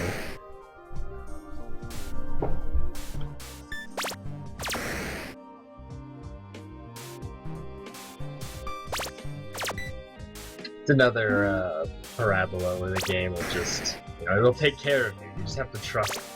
And that's the hardest thing to do. The hardest thing to do is to just trust that the game isn't going to immediately kill you. So I don't trust video games anymore after Mystery Tournament testing. That's what it does to you, man. That's what it does to you.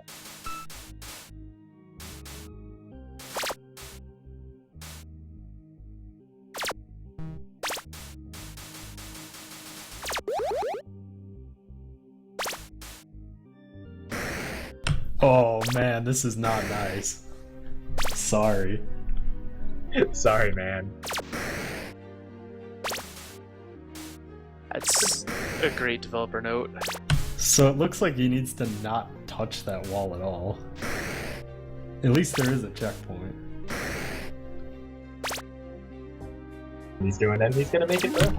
That he just barely makes it through. I mean, he hit the checkpoint. Yeah, like my first instinct was, okay, you're gonna bounce off this wall a lot. Oof. Nice one shot.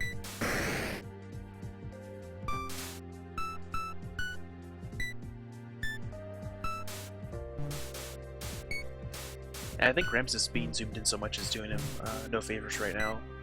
Just towards the end of this level in particular.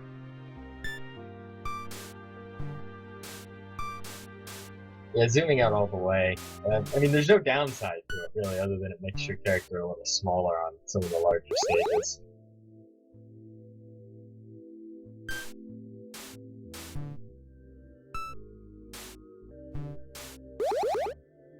And Andy just guesses correctly. So was that like a warp maze and he just picked the right one, or? Yeah, he just picked the right one off the start and he was done. It's incredible luck.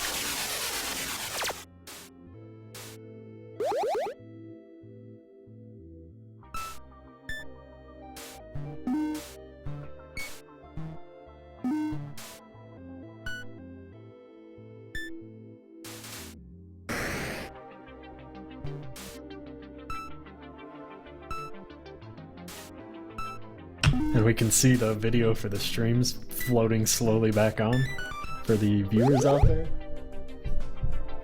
Andy, level 36 to Ramses, level 26? 21. Wow. I think it's 21. Yeah, Andy is dominating this matchup. Andy says, I want to go home early, get these races out of my way.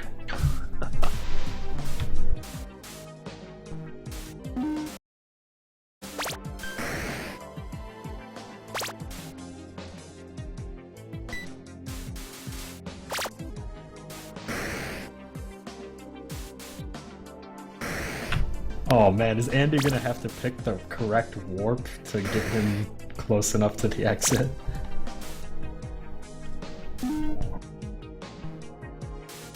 No, he's gonna have to go back in spinny mode. No, he'll or take just the warp. Yeah, just pick the right warp. Alright, he got the right. Okay. That's less interesting though. I recommend going back in circle mode. That was my first thought of what he's gonna have to do, and just we didn't have to see it at all.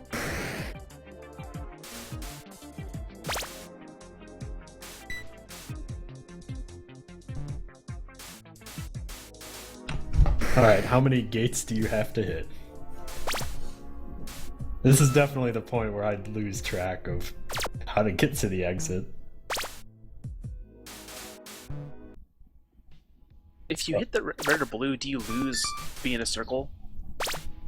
No, you keep your circle until you hit another green. Yeah, it's like take the circle from the start and just go right back around trying to get up to the top. Like not even mess with most of the stage if possible.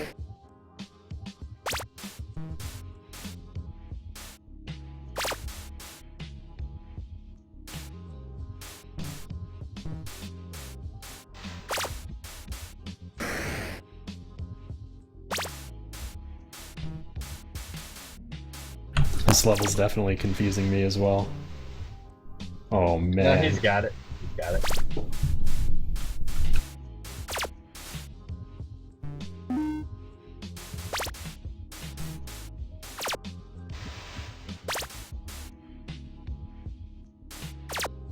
Very nice.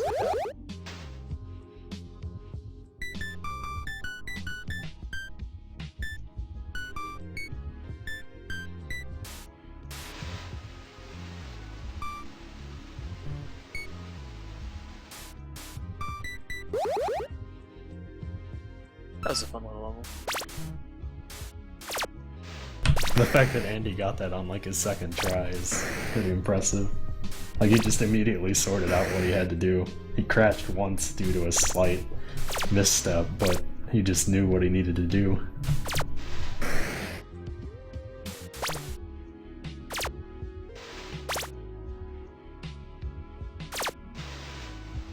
And it's just stuff like that, you know, it looks like he just sees these levels and doesn't make mistakes, really.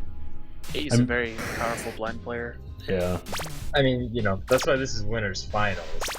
This isn't like a genre you can say Andy's good at.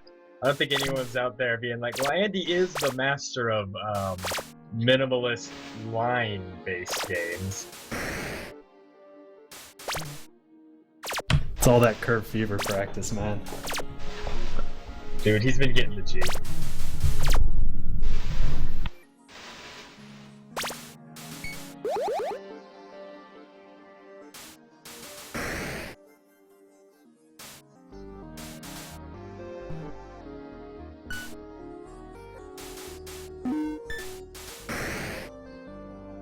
Seems like Andy also has a really, really good feel for when he needs to pause, and he pauses for just a second just to make the tight turn, and then he'll unpause.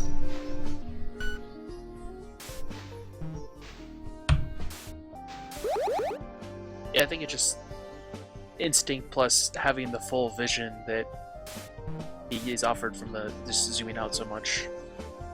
Alright, well, Andy is on the final level.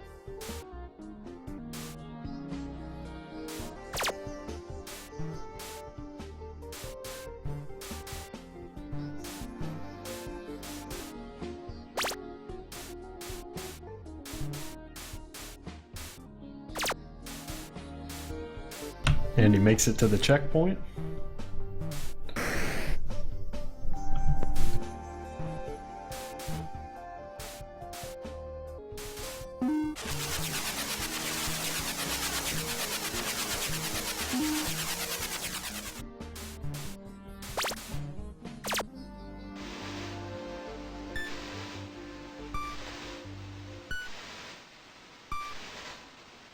I think he's really just taking everything he's learned throughout the race and just executing pretty much flawlessly at this point. And he's having a little bit of fun trying to get to the end. That'll do it. That's the I first was game. wondering if he was questioning if that was the exit or not. I think he passed it just to make sure it wasn't going to kill him, because it wasn't, you know, the exit's normally been a line. Yeah, there's the circle of confusion. It's just the kind of thing that if you touch it without looking around, you might just die. Gotcha.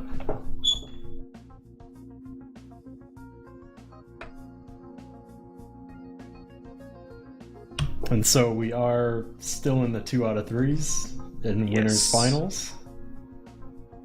So what are we watching right now for anyone that's new and just joining us? Well, we are watching the top 3 now of Mystery Tournament 8. So Mystery Tournament, we started about a month ago with about 150 people. That number goes up every time I say it, but it's going to keep happening. Everyone who entered submitted at least one game to the tournament. We took a few out we liked to save for this very event, but the rest were randomly distributed to the players during their matchups, and we're down to now the final 3 contestants playing for that number 1 slot and all of the pride that comes with it.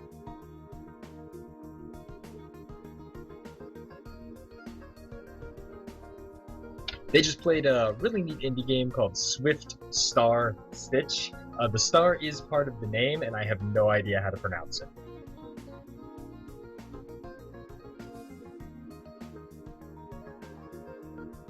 It could just be Swift Switch, just the star is there for prettiness.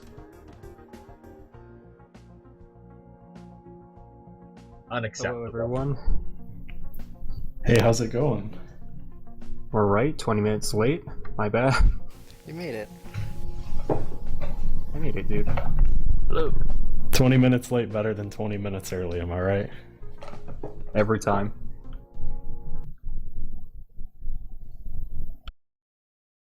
Looks like they're trying to sort out the next game right now. Yeah, it looks like we had a bit of a redraw situation. Andy was not entirely blind. Alright, no, I guess Ramses is agreeing to play it anyway. Yeah, it looks like it was a case where Andy had seen someone play it for a little bit, but not really played it himself, which is, you know, I'd probably play it most of the time unless it's something very gimmicky that's once you know the gimmick, you win the race. Well, I think a lot of us have actually seen this game. BJW did a run of it at SGDQ. Wasn't this in a previous top 8? A long time ago. Yeah, I seem to remember Drake playing it against somebody. MT4, I believe. I think it was Drake and Mephistus, who Sounds about right. coincidentally just joined the channel as I said that. That was weird. He knows. He heard the call.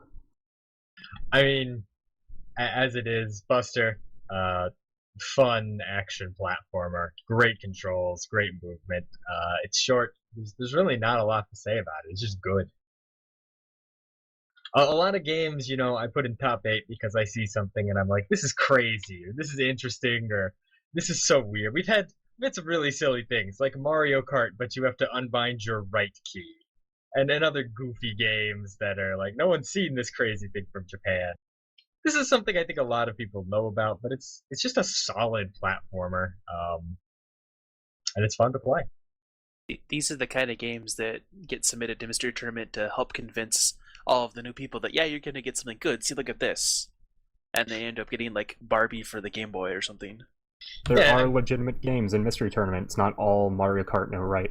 You could get My Little Pony: The Magical Rainbow Friendship Adventure, or you could get Buster.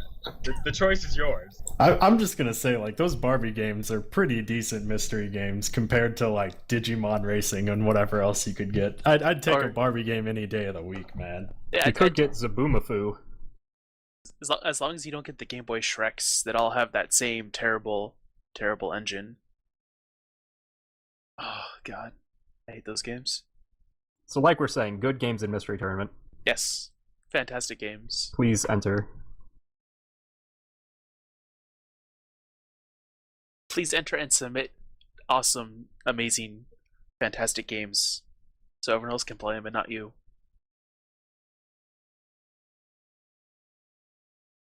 You know, there's only so many good, like, NES and SNES games. I think a lot of the, you know, newer games that people haven't seen, they end up being either obscure Japanese games or, like, freeware, basically. I think freeware has a lot of untapped potential, but people also submit a lot of really bad freeware games. I mean, freeware goes both ways. And it's the only, essentially, current gen we allow, technically. You know, obviously, people are still making PC games. They're still doing, you know, Flash and whatever other platform you like to code on. Right, but you can definitely, you get the simplistic freeware games that, you know, have a couple mechanics and do them well, and they're short, you know, 20-minute games. So the goal ends up being beat the game for some freeware game, and it ends up being a really good race a lot of the time. Yeah, there are actually a couple of really fantastic freeware games submitted, and the mechanic was just you dash in a line and you just push a button to go, but there were like 6-minute races, so we just couldn't keep them. 6 minutes definitely a little short. Yeah. Although, I won't lie, there's a game that's going to be coming up either in Losers or Winners Finals that might actually be over in about 3 minutes. Can we get a new game chooser for this tournament, please? Yeah, what is this? Come on, Dude, man. it sounds like Clue is what we're gonna get. Yeah, we're gonna play Clue. Clue percent is a pretty good one. The ultimate RNG selection. Go ahead. I've joked with Boney a couple of times that one day we should host a tournament the same way that Nintendo hosted the Nintendo World Championships, where we just make up a format that's completely nonsensical and unfair to everyone. You know, last time I was in a tournament like that, I think it was when we played Risk on Pi's stream. Someone drew a graphic of, you know, how people got to the final match, and it was basically Nintendo World Championship. But we were starting the race. So this is Buster. You can run, jump, slide, you can wall jump. Buster actually has some pretty cool movement mechanics in it. It does. I highly recommend checking out a speedrun of the game. It's really short. It's only like 8 minutes long, I think. Yeah, Probably shorter than that. It's not incredibly long. Like I think I waited longer for the setup for the SGDQ run or HGDQ run than the run itself took. Andy dashing his way into Act 2 pretty quickly here. This definitely seems like a game where you kind of go almost as fast as you can. It's just like always be dashing. The dash attack's pretty good. The wall jump actually has a hitbox on it, and it's pretty strong. Makes you invincible to the spikes too. Oh yeah, that looked incredibly powerful. And there's even like a little up kick and a down kick you can do in midair to make jumps or move down quicker. And yeah, everything just kind of facilitates going very, very quickly. We should have kept Kay in here on the call for this one. Like, I know he loves Buster a lot. Oh yeah. We probably should have. Well, he's working. I mean, it might be over before he can get back in here. By the time he hears us talking about it. I think Andy's been watching the speedrun. Andy's just flying through this. I'm surprised Andy hasn't played this yet. Maybe he has. Well, he had Strat. I'm back. What's up? I was waiting for somebody to say it. I didn't want to just, you know. Invite yourself. Andy is plowing through. Andy has seen a speedrun. That's fine. I'm just gonna just say that outright. He's doing well. He's doing really good. Yeah, I think he watched the HGDQ run. Yeah, and that's probably fine. Like, it's hard to maintain a lot of the stuff about this. But yeah, I mean, you guys have covered most of it. But yeah, kicking, dash kicking you're completely invincible throughout the whole thing.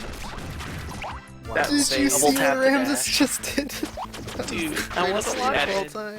I mean, he threw it away. He slid into a spider and killed himself, but man, that was great. Wow. Oh yeah, I'm watching from behind, hang on.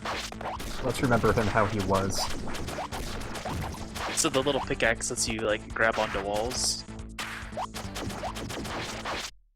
Yeah, so if you just do the attack button while you're not dashing next to a wall, you'll just latch onto it, and you can hover, or you can hang there.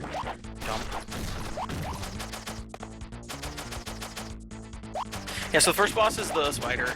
There's no negative to gaming over. You just keep starting back, so... Actually, you know, I said that out loud, but game over you might start at the beginning of the world. But the thing about the spider is he's not particularly hard, he doesn't do too much. He does a billion damage to you, especially if you touch him. I think you die in 3 hits if you collide with him.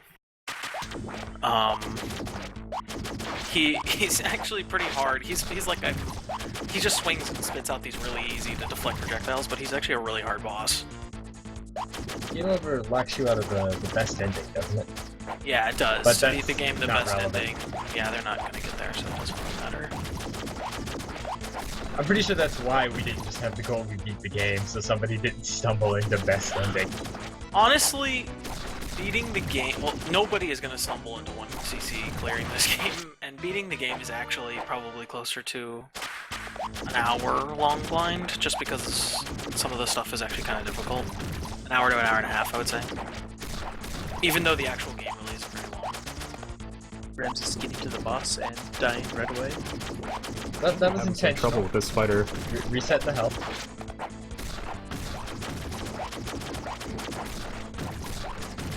Yeah, so the spider has 2 modes. He has like just regular swing, and then he also has, after he's taken some amount of damage, he starts swinging a lot faster and a lot farther, and gets more dangerous. Andy finally finishing it, pulling ahead. So the crystals in World 2 are like spikes.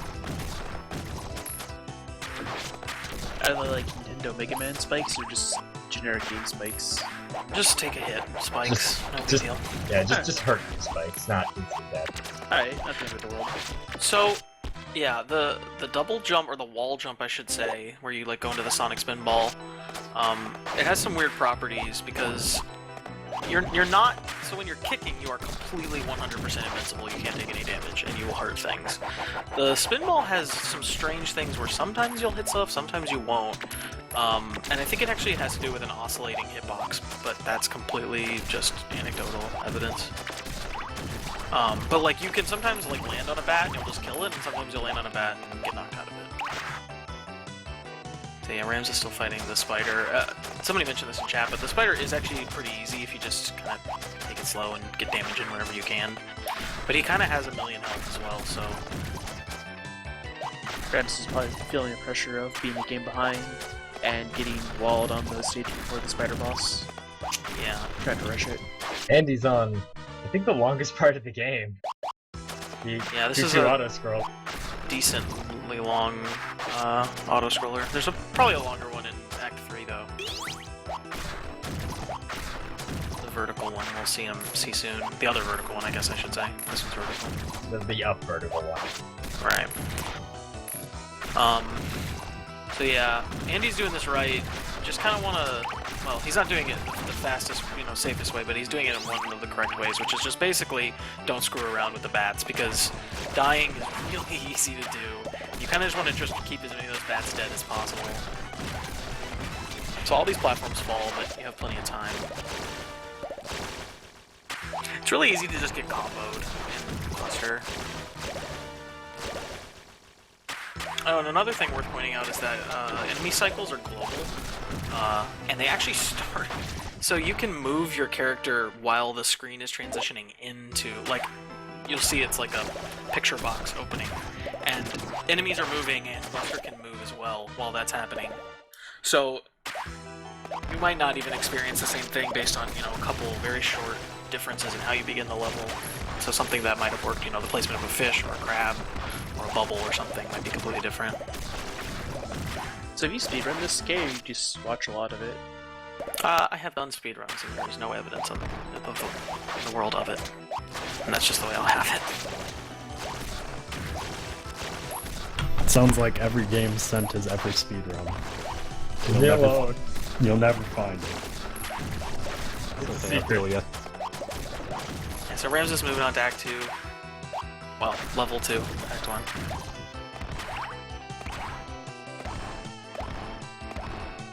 So what's the name in the lower left-hand corner mean? It's just a high score. You can set it. Apparently, whatever save file they were given had somebody who set it to be Falk.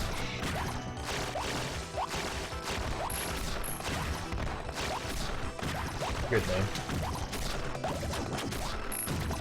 Yeah, like Eggman is mentioning, this guy, Hashimoto, was working for, I don't know who made the original game, but it was for a PC Engine game called, or PC Engine console called the Sharp 68,000. The game is a lot slower. You have like a sword meter where you have to like wait for your sword meter to recharge before you'll get full damage on it and stuff. This game is a lot faster and a lot better. So the turtle boss is largely the same as the spider boss, actually, in that he jumps around and, does 1,000 damage if he hits you. You can kind of stand on one of the ledges when he jumps to the side, and you can just wail on him. But if you don't do it right, then he'll start kind of getting off rhythm, and it won't be easy to do that. And again, he has a berserk mode where he'll jump around twice as fast. Oh, it's also worth mentioning that this is a timed mash. You can't mash at full speed if you want fast attacks. Andy's got it, seems to have a pretty good rhythm going though.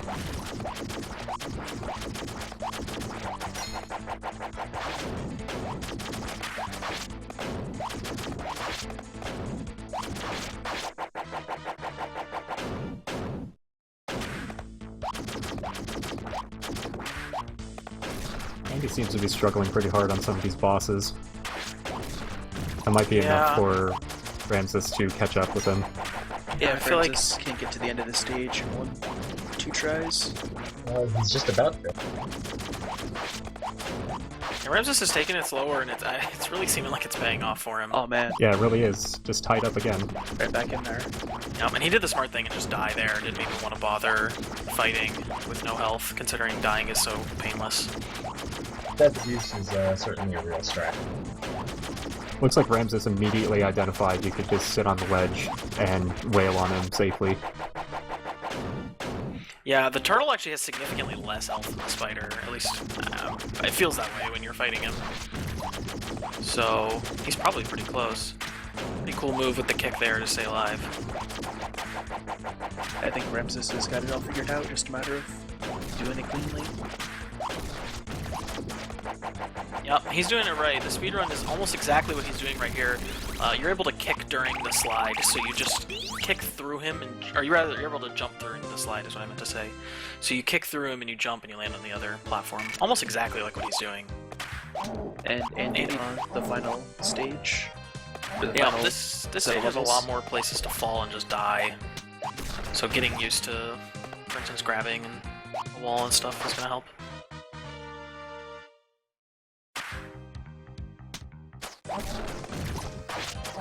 That's a really violent looking wind, just on how much that grass is moving. Yeah, there are no wind mechanics in this level, though.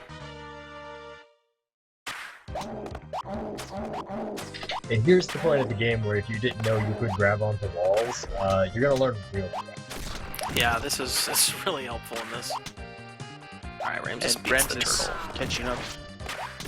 Well, he's still behind, but caught up a lot for time on that turtle boss.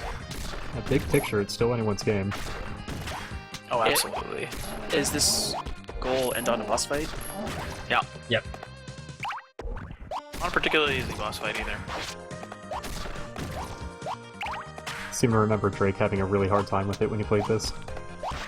Yeah, so Andy's moving into the autoscroller we were talking about. This autoscroller is really hard. It, you have to survive for a long time, and it's vertical. There isn't a cap on how far you can travel off the screen, so you can, if you want, move ahead, but there are enemies that are spawned off screen as well, so it's a pretty bad idea, probably. Do you know this is evil. Is this game supported by the PC emulator Hourglass? Yeah, you can Hourglass. You can use Hourglass. That's how the halfway done task is done in Hourglass. Yeah, that was my question. Is there a task of this then? Yeah, I was gonna say someone's tassing it slowly. Yeah, Cypher is working on it. I think he's like halfway done, or like maybe through Act. Actually, I think it's just through Act 1, like the first one.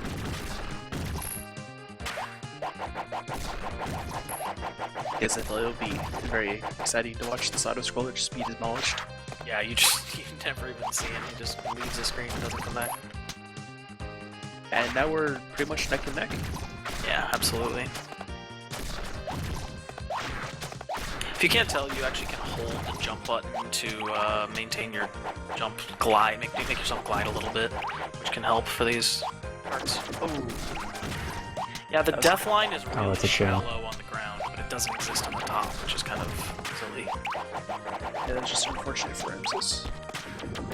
Yeah, so these tiki heads that you're seeing, the green sort of force beams that they're shooting,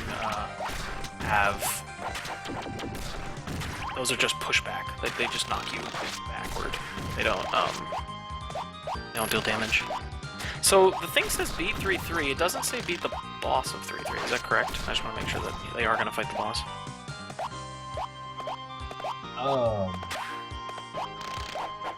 I'm not sure if the boss is considered part of 3-3 or not for this goal. I considered it part of 3-3. Okay, I just wanted to make sure. So I think the boss is going to be the big determining factor, even though Andy's ahead right now.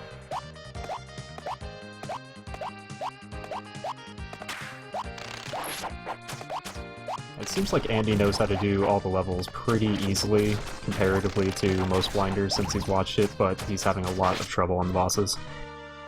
Yeah, unless there's like a cheesy strategy that you discover and can remember well. You're watching the speedrun isn't going to help that much with like executing well. That seems like all of what this game is. Yeah. It's really easy to watch someone play well, but when you just try and replicate it from watching a video a couple times, it's impossible. Yeah, and it's, on this level that they're both on now, it's so easy if you lose your... So if you're doing dash speed, you'll barely beat the like backward force, and if you're doing a kick, you'll beat it pretty well. But if you lose your dash speed midair and any of those green things are on you, you're just gonna slowly slide off to your death every time. Like think your best option is to just jump through the air down while dash speeding as much as possible. Can they grab that like plank below the stage, or is that just for show? No, that's not. Yeah, that's just completely visual. Okay. An excuse why the little tiki head is there by itself? Yeah, you're talking about like the wood platforms. Yeah. Right. Yeah. Alright, so Andy will be moving into the boss here.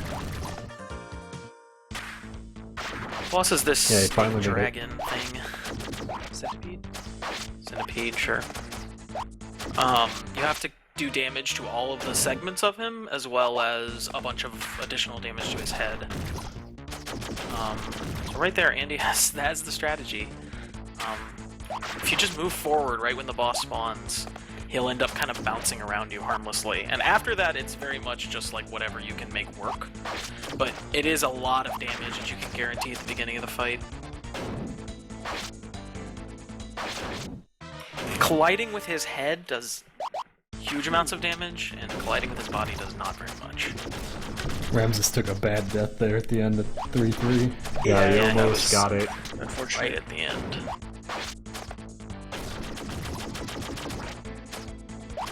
Looks like Andy's working this boss too. Yeah. Now, if he takes one more hit at all, he'll die. Well, maybe not, I guess. Yeah, but the head has significantly more damage than any of the body segments. Or health, I should say. I like that when you destroy the segments of the body, they don't explode, they just like stop taking damage. Yeah, they're just kind of hanging out. They still hurt you though. Yeah, it's just a nice stick move. Oh! That's unfortunate. Ramses. Oh, jeez. That's just a nice move by the developers. Like, yeah, we're not gonna make the boss easy once you start to kill it. And Ramses has died twice right at the very end of that level. Giving might Andy a lot of just time. be- That's it. That's it. Yeah, that'll be it. Very well played by Andy. Alright. Hey, good job, Andy.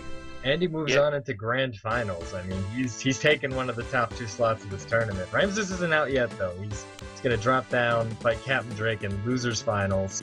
See if he gets the chance at that run back. He did it once before. Who knows? He can do it again. He can do it again. Drake's mortal. If it bleeds, we can kill it. After years of trying, we finally made Drake bleed. Alright guys, well thank you for having me back for a little guest spot. Thanks Yeah, for no coming problem. back. Thanks for the commentary. Thanks for being knowledgeable about Buster. Thanks for putting Buster in top 8, giving it the respect it deserves. You It's know a I love good Buster. game. Check out #Buster on Speedruns Live IRC for all the hot Buster news. Is that actually a channel? Yes. Bye. It's just Carillius, isn't it? I don't think I want to go to that channel then. I think that's it for me as well, right? Is there a replacement for me? I'm not Hope so. sure. I think To be determined. yeah, if Omni shows up, right? Yeah, it's all good, man. It's like I'm certainly gonna sit around watching still, so.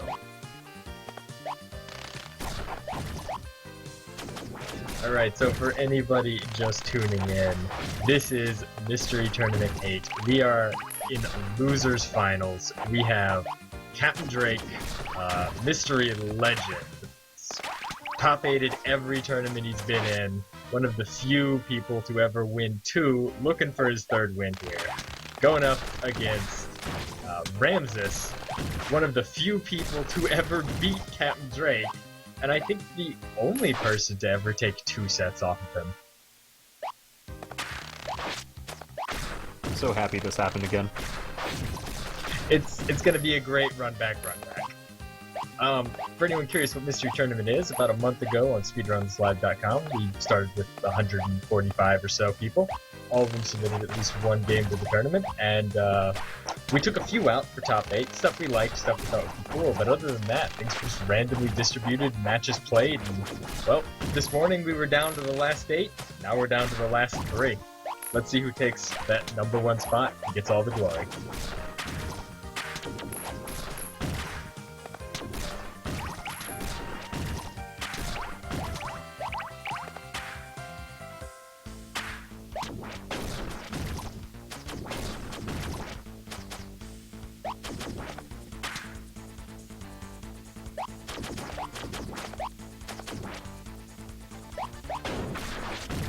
never happened before. We're actually so far ahead of schedule. Our commentators aren't around yet. It's wonderful. I couldn't believe how ahead of schedule we were. Yeah, I'm still just processing it all. Everyone just decided to be a winner today. I told you guys, Andy just wants to go home, man. Wants to finish the tournament and go on with his day. He's in a rush. Andy's not He's having made plans. He's got dinner plans in an hour. He's like, come on. This isn't even his whole day. Yeah, it's like I was expecting to be here until like 10 just watching this thing.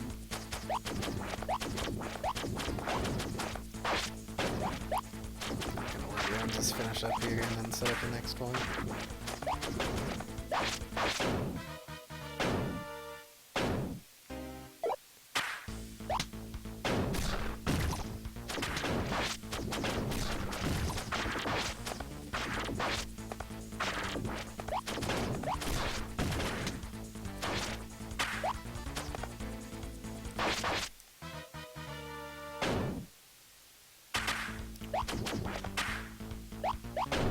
Ramses versus the Bony Dragon. It's getting knocked down, dude. Boney, stop beating up on Ramses. You already lost. Have to rub it in.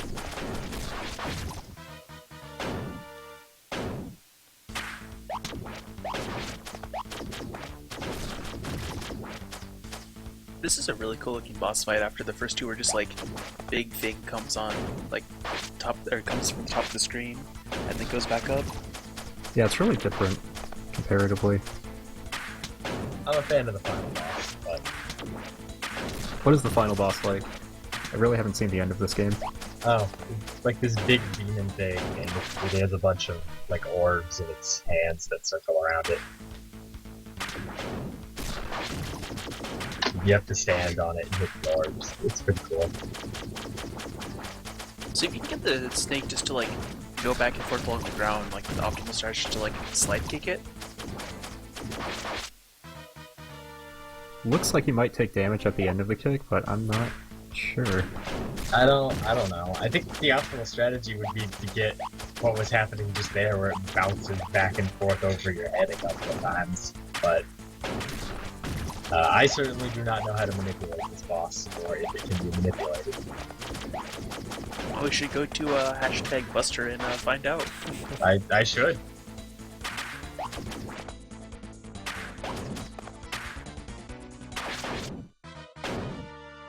Corellius has been waiting to hand out Buster facts for so long.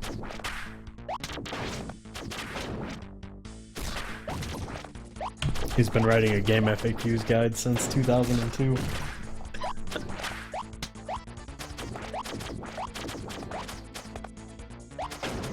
We're just giving Rams a chance to finish off the Buster race. We're so far ahead of schedule. There's no point making him quit if he wants to finish it out.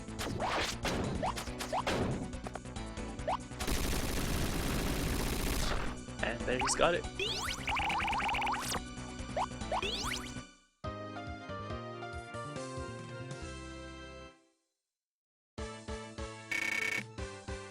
Well done by Ramsey.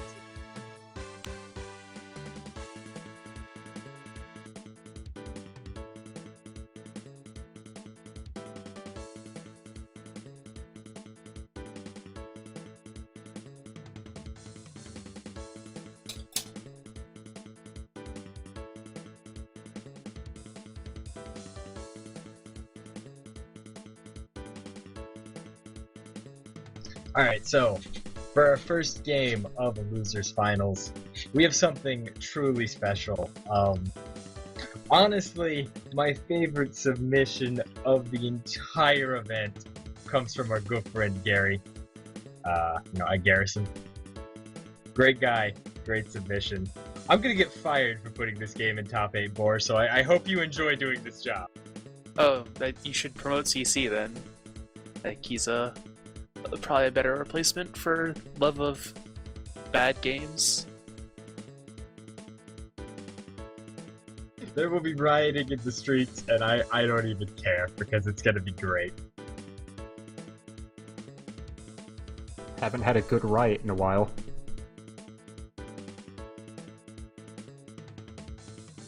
Yeah, So- I think, No, go ahead. just because if you can make everyone like mad and riot from a mystery tournament race, you're probably doing a really good job, Zen. Thank you. Well, I can tell you it's freeware. And I think... Oh god. Let me check the size of it. I'm pretty sure it's like 2 megs. Oh no. That never bodes well. Sorry, it's 5. It is 5 megs.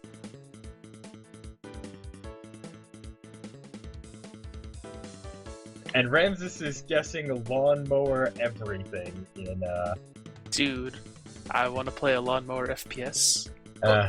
Lawnmower TCG. For those of you not in, it's tradition for mystery tournaments to have a lawnmower game. A couple of tournaments ago, we found a wonderful homebrew NES game called Lawnmower. It was great, and it was beloved so much by Mystery Tournament that we even had a couple of fan-made lawn sequels just for the events. Unfortunately, there is no lawnmower this year, but we have something almost as good, I promise. Is it a weed whacker simulator? No, although somebody should get on that. That's the lawnmower side story. Do you just like replace the hammer and Best Terminator with a weed whacker? Yeah, please, next mystery tournament, we need Weed Whacker, Lawnmower Gaiden.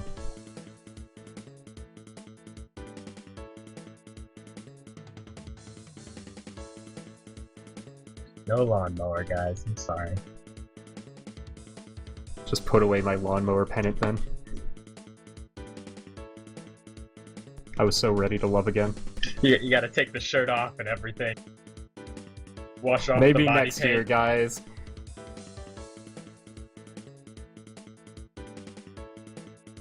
Did you really? Wow. Our first game of Losers Finals is Cat Poke. Yes, yes, yes, yes, yes! I would explain this game, but I don't need to. Cat I'm Poke. so happy.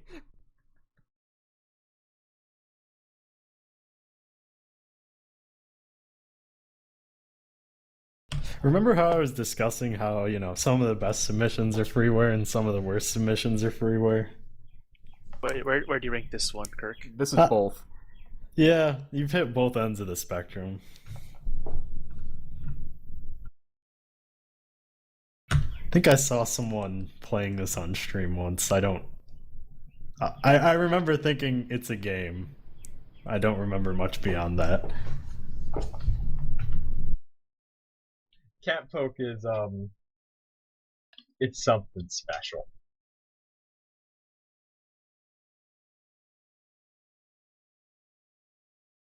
Three guesses as to the goal of the game. Is your first guess beat the game? That was my first guess. Okay, yeah. You gotta poke all the cats. That is the goal. So is this the spiritual sequel to Cat Planet? I think it's actually the spiritual prequel. They left for Cat Planet because this little girl kept poking them. Ah, alright.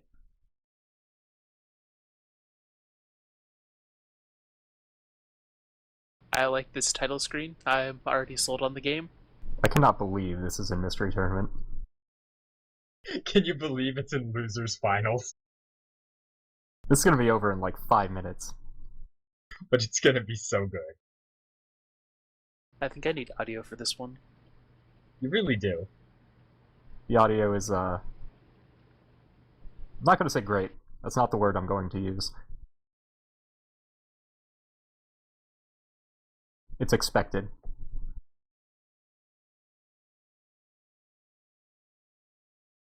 I want to point out that on our testing doc, which we use to, let each other know how we feel about games and whether or not we want something, for a time somebody has written cat, and for a comment somebody has written cat. Quality. only the most professional testing done here at Speedrun's Live headquarters. So to be fair, the best time noted here is 3 minutes and 20 seconds, but it looks like the average for people who don't know what they're doing is about 20 minutes, so this should be a pretty decent race. 3:20? I've RTA'd this down to 1:58. People need to step their game up. You need to record your runs. That's what needs to happen. So does top 8 follow the same if it's under 6 minutes for both players? It's a rematch? Nope. Top 8 is free for all. Alright. If it happens, it happens. I am ready for extremely fast cat poking. I'm pretty sure Drake has seen this game before, too. Drake might have the poke advantage. He's got the poke advantage. Which is all he needs.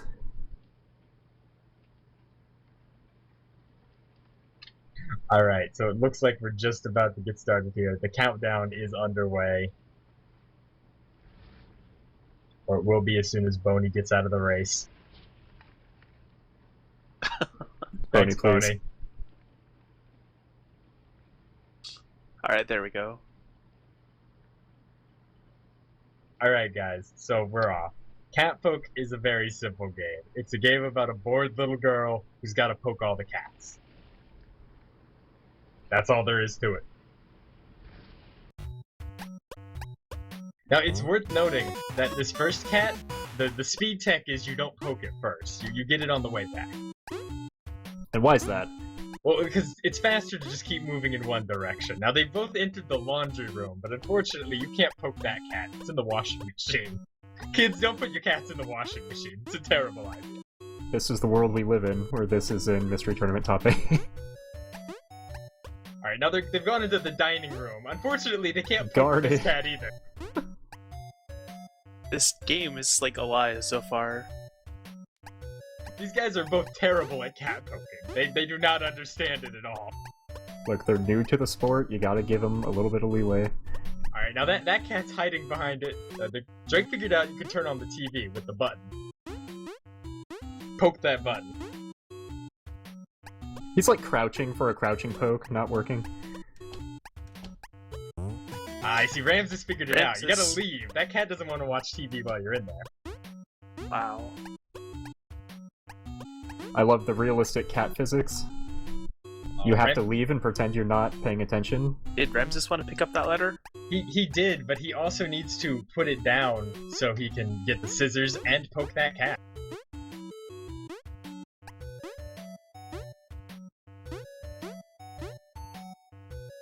Drake missed a crucial item in the bathroom. We'll see if that comes back to haunt him. Oh, you can move while the poking screen is up. That's interesting. You can. So wait, she says the ladder forever now? Yeah. I think you can cycle through the items, or Well, it's like- can you like only you have don't one at a time? There, You don't there's have an to pick it back inventory. up. Yeah, there's an inventory. Alright, good. Ramses found the toilet paper. It's an important cat poking tool. But there's no cat in this bathroom. Drake going upstairs for second floor poking. Was that a Tower of Heaven poster? It was. Incredible. There's some food on the counter there. Let's see if Ramses gets it. Yep, he picks up the cat food. That'll be important for poking. Drake pausing to consider his options.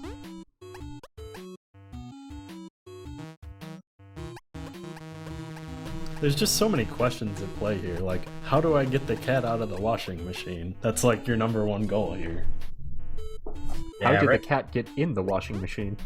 You put the cat in the washing machine, of course. Now, you see, one of the real secrets that neither of them has discovered is that if you pause the game, Molly knows about each of the cats and what they want. If Drake were to pause the game, he might find out that the cat that keeps running away from him is a fraidy cat. Please.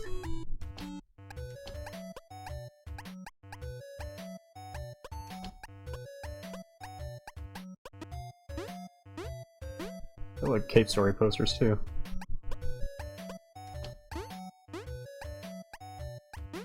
Drake, that's your mom, that's not a cat. I mean, he can poke his mom if he wants. Don't poke Mom, she's busy.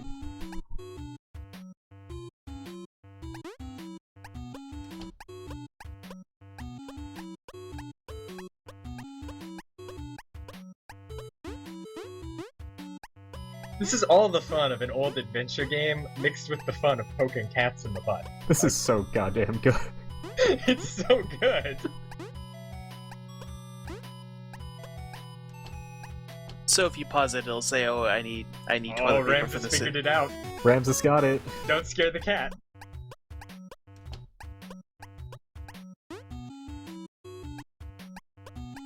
Oh, Ramses is a cat poking machine, but he needs to flush the You toilet. need to actually get it.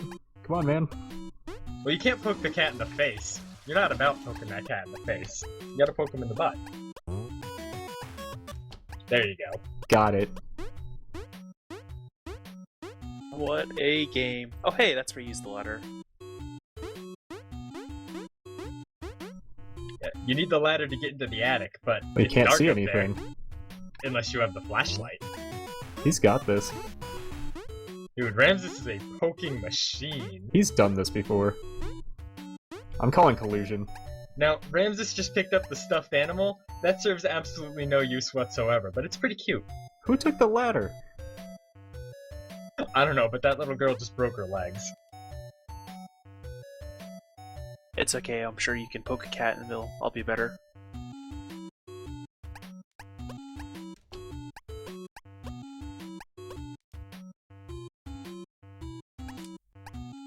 Wonder if there's any cats in the hospital.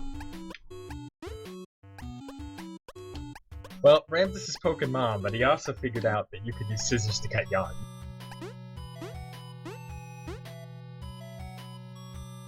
Is that a candle you can pick up over there on the right? That is a scented candle.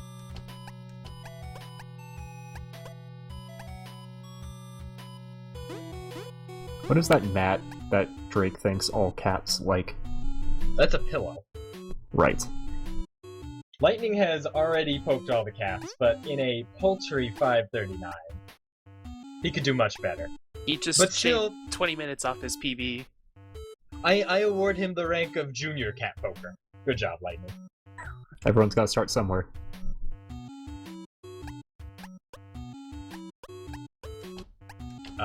Ramses is now trying to put a candle down for the cat. I don't know what that's gonna do. Sometimes cats just need mood lighting a little bit. Has he tried to feed this cat tuna? You know, he has not. So I think both players completely neglecting a line in the paste bin about checking the menu for clues. Was that in the paste bin? Yes. Incredible. Both Neither of players them knows thinking how they to know read. cats.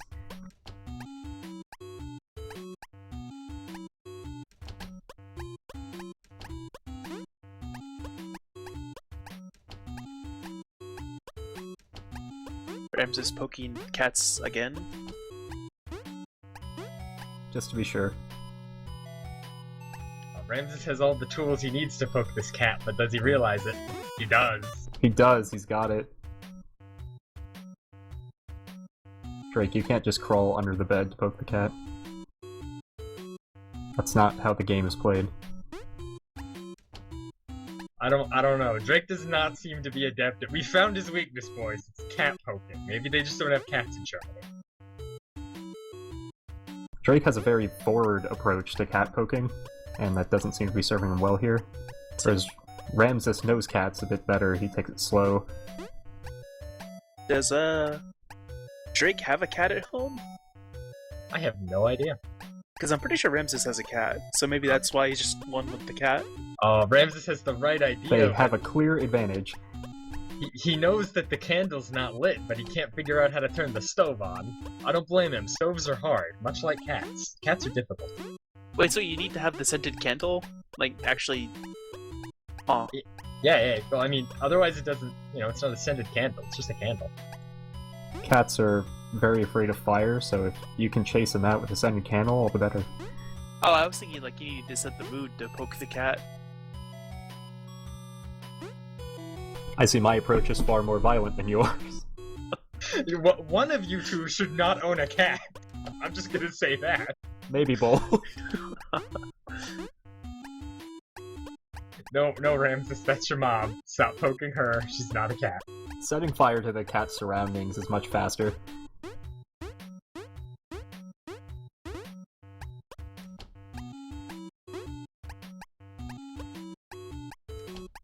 No, Drake, don't put the ladder on the yarn. I was thinking Ramses was going to the sink to light the candle. Drake giving the camel to his mom, trying to get her to light it. Oh yeah, clearly he's too young to start a fire. Oh. Oh, he's got it. Is he gonna light the string on fire? No, he knows the candle. And just leaves it. Is it still lit though?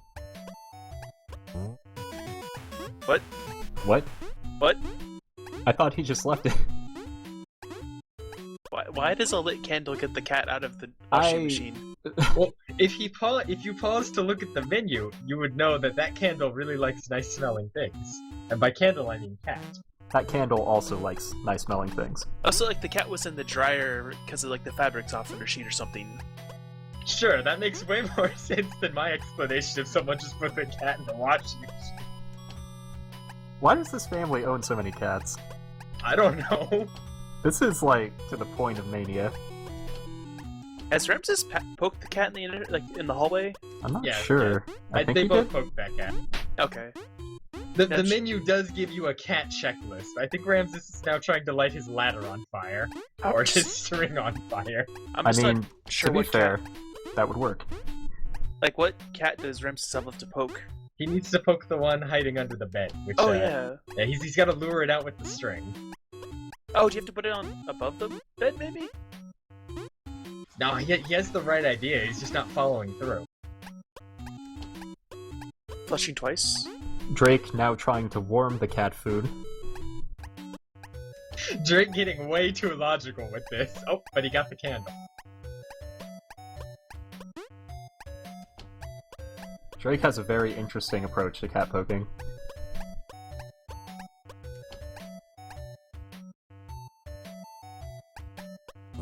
Oh, there we go. Ramses has got it.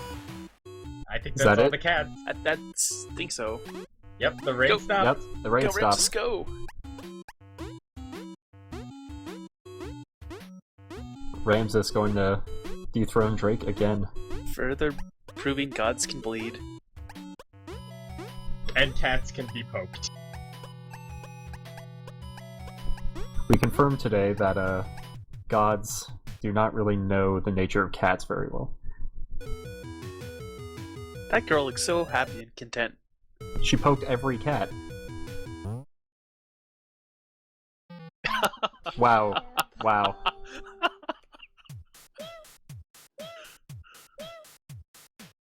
Why is her mom such a jerk? She just ignores her all game, and then she's like poking her out of nowhere. Look how many people worked on this game. That is actually a lot for how complex this game was. That was a Ludum Dare game. I think the theme of that game was like game as in the title. So you had to make a game that was exactly as the title said it was. Cat poke. Fantastic That's freeware pretty great. submission. That was actually a pretty funny submission. That was my favorite submission of the tournament. I love it. Shoutouts to Gary for the submission. Yeah, very good sub, Garrison. Dude, TT. this is just a modified Zaboomafoo. You have to find a thing and then apply it to this person in the correct order. I mean, yeah, it's one of those things where it's at its core, it's an old adventure game. Like, you have to get on the right train of logic. How do I interact with everything? But on the surface, it's just a cute game about poking cats. It's very smartly designed. For what it actually is pretty well designed. Because it is a lot like a very old adventure game.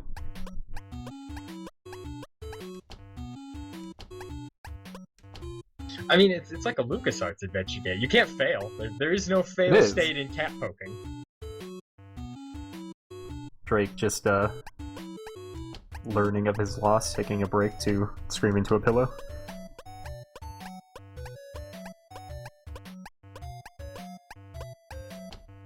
That's a good question. And with old adventure games, you really can never tell if somebody understood the developer's train of logic, or if they just applied an item to everything until it worked.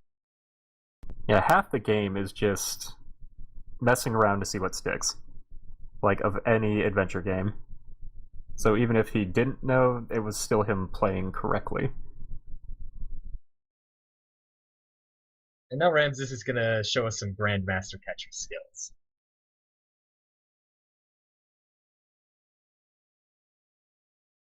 Just to hammer home how good at everything he is. Yeah, I'm pretty sure ever since the first Tetris showcase at a GDQ, he's been playing Grandmaster.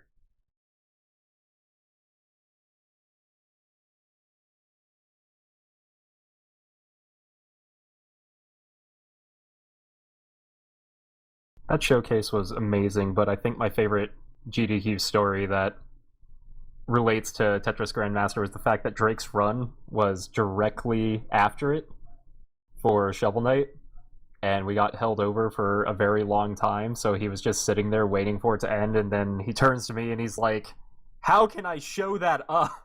I remember, yeah, I was next to you, Ted. He was just, and Yeah. how could I be more impressive? And you know what?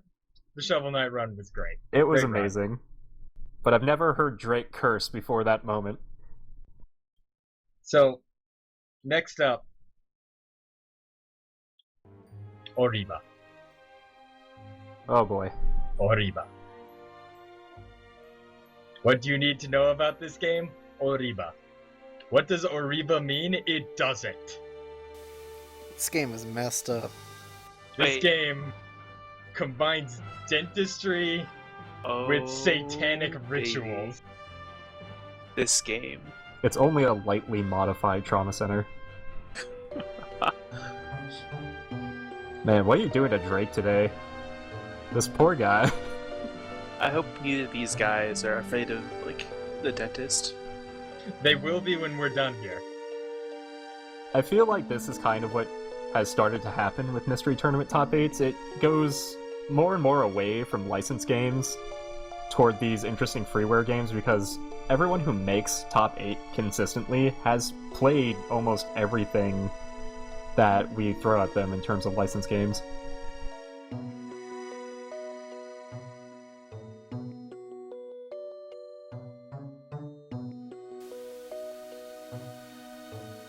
I think this is the first game I could never even find a download link for on the internet in a Google search that like wasn't made by one of our players. When I saw this was in the pool, I looked all over the internet for it and I couldn't find it. I don't know where Full of Lizards found this.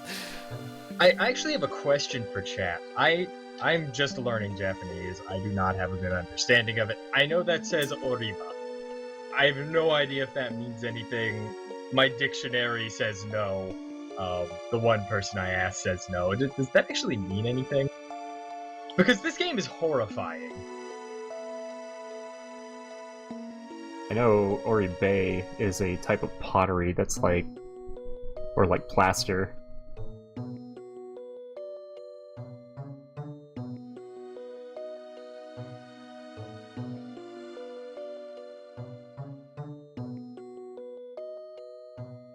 Well, ready or not, here we come.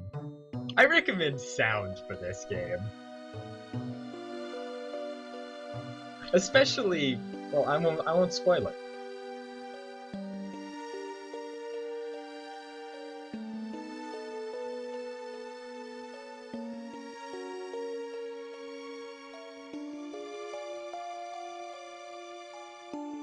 Someone in chat saying that the developer that made this also made Ikiki.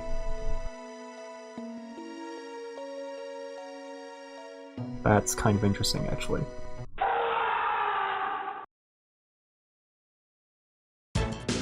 And that bone curdling scream is what I was waiting for.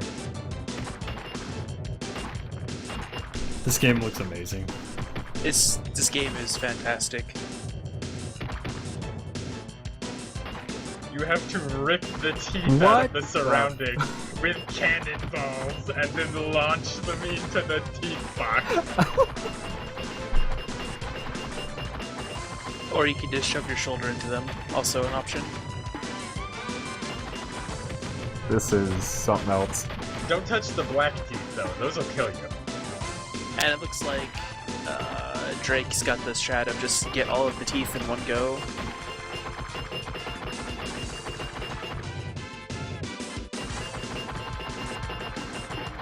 Yeah, I think Drake has a good understanding of what he needs to do. Ramses is doing a good job of moving them, though. Yeah, he is, actually, really quickly. Yeah, that picking one up and shoving them along is a good strat. When I was playing around with this, I didn't notice that line in the paste bin, and I struggled for a couple levels without picking up stuff.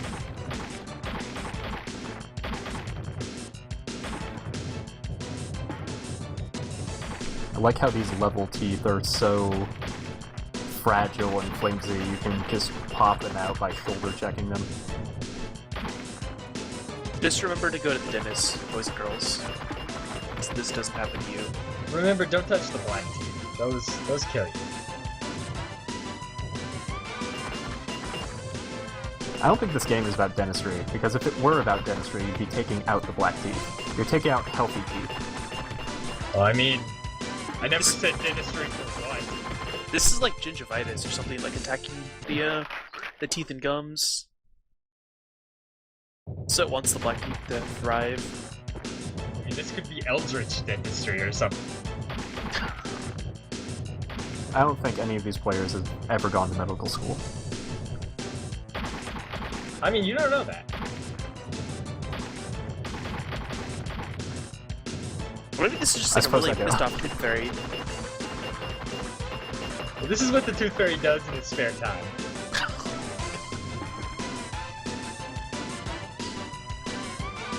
Rims is taking an early lead here. Both of them having some trouble with stage 2. Ramses has experience with this as well, it looks like. Both dealing with cats and unnecessary dentistry. He's done these things before. So stage 3 introduces these black teeth, as well as pits. So for the gimmick of the black teeth is you have to take up these bombs, and you have to blow the black tooth out of the molar slot or whatever it is.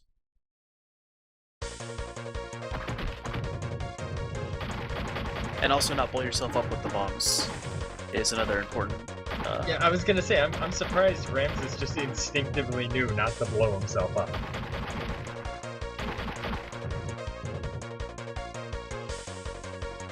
For as horrifying as the game is, the music is very reminiscent of, like, Mama Lana. Yeah, this is, like, incredibly upbeat for what you're doing. Just ripping teeth out and feeding them to some horrific monster in a box. So fun, so fun. But you know, like, some people would consider that La Mulana just, like, trying to solve some of those puzzles without hints. How many stages is this? 10. 10 stages, I think. Wow, really? This is stage 4 for Ramses? Yeah. This is stage 4. Stage 3 is the first black tooth, so... And Ramses is about to blow himself up. Oh. Nope. Accidentally saved himself. But he's gonna kill himself if he tries to get both of those teeth in one shot. It's a good thing the bombs don't explode when they fall.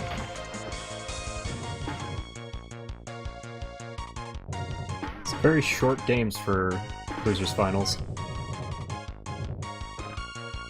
Well, like we said, you know, Andy's got a place to be. He's got dinner planned.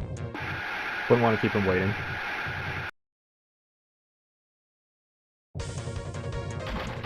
And so one thing I don't think I've seen either racer do is you can use the cannonballs to shoot the teeth around to where you want them to go.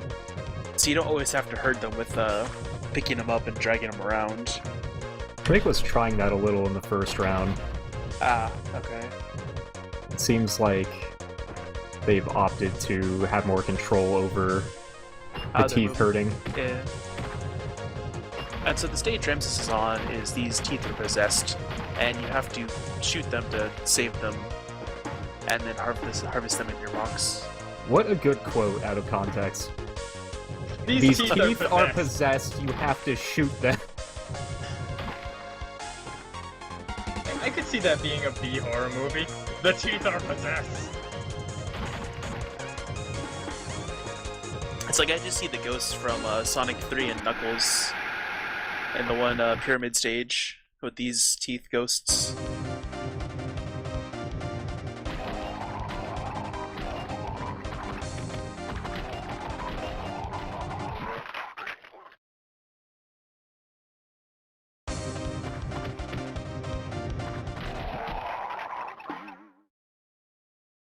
I think this kind of makes up for no lawnmower.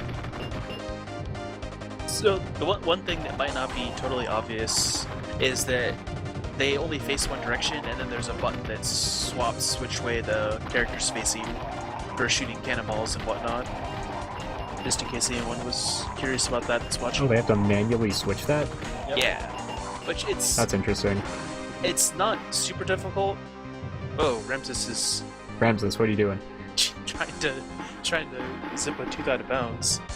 Ramses already inventing speedrun strats for this game. You know.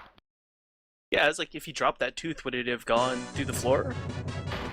I mean, hey, if anyone wants to pick up a hot new tooth-based speed game, Oriba. Oh, that's a costly death.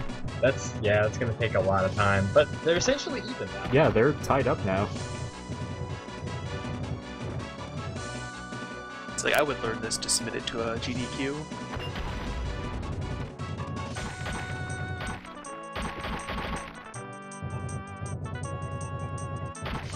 It's certainly unique. That is the word I would use. Horrifying is the word I would use, actually, but, you know, unique is also a word.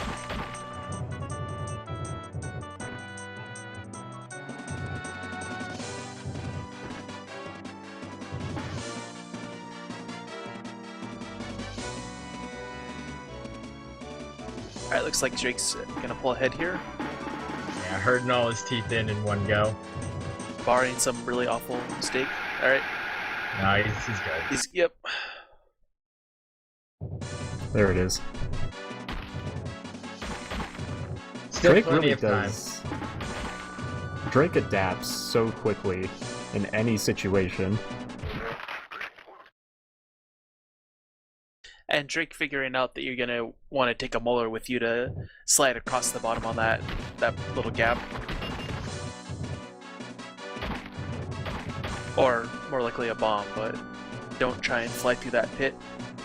You can do it. I don't recommend it. Yeah, it doesn't seem like a good plan. You can get all three of these black teeth with a single bomb. Let's see if Ramses can get it here. Oof. Well, at least Ramses knows to get the bomb first and not make 2 trips over to the other Yeah, side. Drake is taking some unnecessary trips. If he dies, it's going to be really costly. ooh, and Oh, he does. there it is. Oh, that's not... Ramses is getting both bombs. Just maybe doesn't trust the explosion radius. Yeah, you can get all three of them. With the Just single put it on the top of the middle one, right? bomb. Yeah. Drake now realizing he should be getting the bombs first. I thought Ramses was gonna try and go before grabbing the Oh god, he lost his bomb. Ramses, what are you doing? He made it work. It's being salvaged. Drake got all 3. Oh, Alright, he got Even all though 3 with Drake- it on that side too. Yeah. nice. I didn't think that even worked.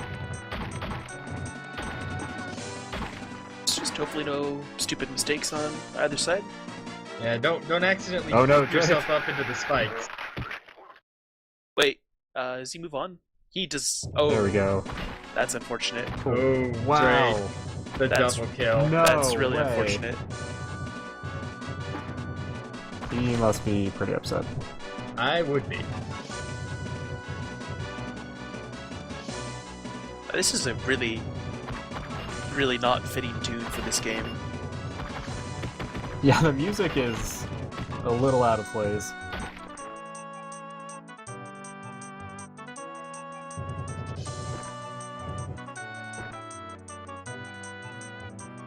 I'm just having second thoughts about And blowing not up trusting these that teeth. bomb. I think he's deciding that he wants to go through the top first instead of, and like it looks like there's a switch to the left of those blocks. There is. There But is. he can't go through that gate. I don't think he was considering that you could just pick up one of the black teeth. Yeah. You know, maybe he's not sure the tooth will trigger it. You know, he wants to play it safe. Yeah, it's like completely understandable. Oh, I hope he doesn't try to blow this Oh, wall it's- up. Yeah, what are you doing? That's not what I was thinking he was gonna try. Yeah, I thought he was gonna throw it through, but Drake might be able to use this time to catch up. Drake figures out what he's supposed to do.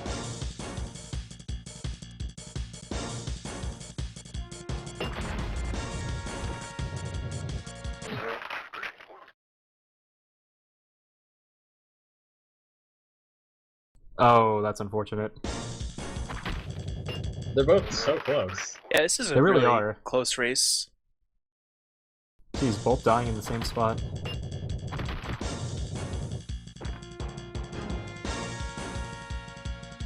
Yeah, like the jetpack mechanics in this game, they're not terrible, but it's not entirely easy to control your height just with this kind of like propulsion system in any game.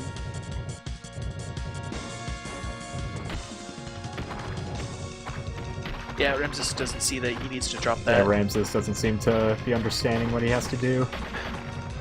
Yeah, Drake figured it out. That could be, This could be will it. definitely give him the push he needs if he stays alive. Yeah, as long as he doesn't drop like the one tooth he's riding, he should be golden.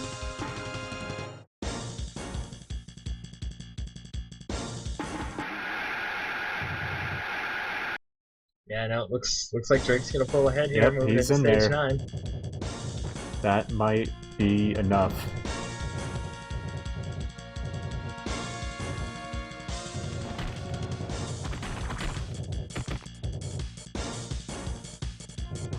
And Oh no! he needs to pick that bomb up. Yeah, he does. And he immediately understands that. And Takes a Ramses death is to reset the figuring it out. level. so the rolling mechanics on these teeth are, they really slowly move if you just kind of tap them, and they'll just keep on going for a while. So you can just kind of give it a love tap and take it really slow. Yeah, Drake Just- understands and is trying to take it a little bit slowly now. Oh, Ramses. You went a little too fast. He understands, but is it too little too late? Yeah, I think he's just trying to go fast now because he saw he realized that he lost a lot of time. I think his ability to catch up is entirely hinging on how Drake pulls this off. And he gets a bump bounce on that switch.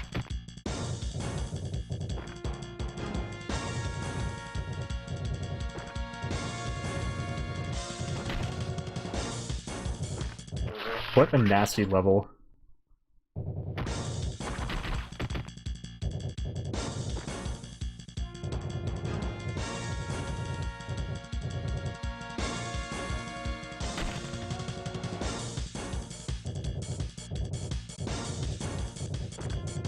Drake understanding what he needs to do, but having a hard time doing it. Yeah, that bomb lob and shooting the bomb without Yeah, that killing is- yourself looks really hard. That's nasty stuff.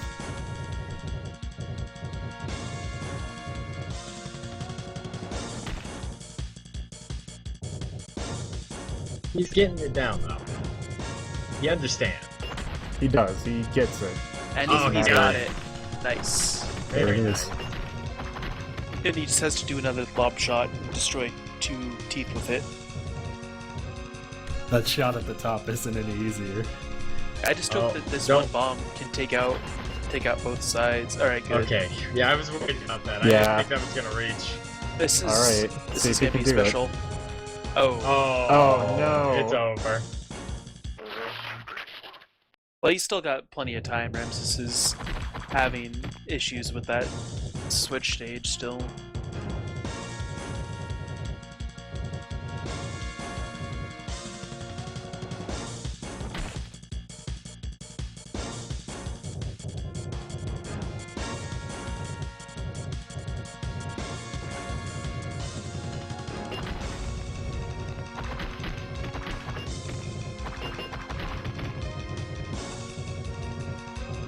Drake doing a little better every time.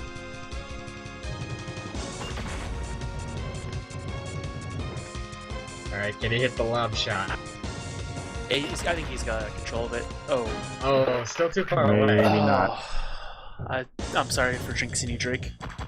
So how fast can Ramses do level 9 is the question. That's a very good question. I mean, does Ramses even see what he needs to do? I guess This it's a real entire question. stage. So I don't know if Ramses has seen the slow roll on the teeth bombs. Oh no, he knows. He's got the idea. It just doesn't catch it in time. Yeah, he just doesn't. I don't think he knows he needs to catch it. I think he just realized, like, oh. Yeah, but he learned very quickly, so... Oh, that's too fast, Drake. You can't catch that. I was impressed. I thought Drake would just be like, yeah, I got this, and... Yeah, I've done this 5 times. I can speedrun it now. Might be getting frustrated. Ah. I think he could probably... Yeah, he's got that. It's like, honestly, if I were one of the players, I would go for the top teeth first, and if I screwed up, then there's no point in going for the bottom one. Yeah, just do the harder thing first. Yeah. I think the bottom does give you a little more room to set this up. Oh, that's true. That is the truth. Alright, he's got it. Oh, I see what Drake is trying to do. Oh, but if that tooth rolls Oh, down, no! then he sees No, it. no! I didn't even think about that. Oh, God. He saw it too, but he just couldn't get to it. This is an evil level. This game is evil, period. Alright. And Ramses has to figure out the lob. This game needs a death counter. Oh, dude, that'd be great.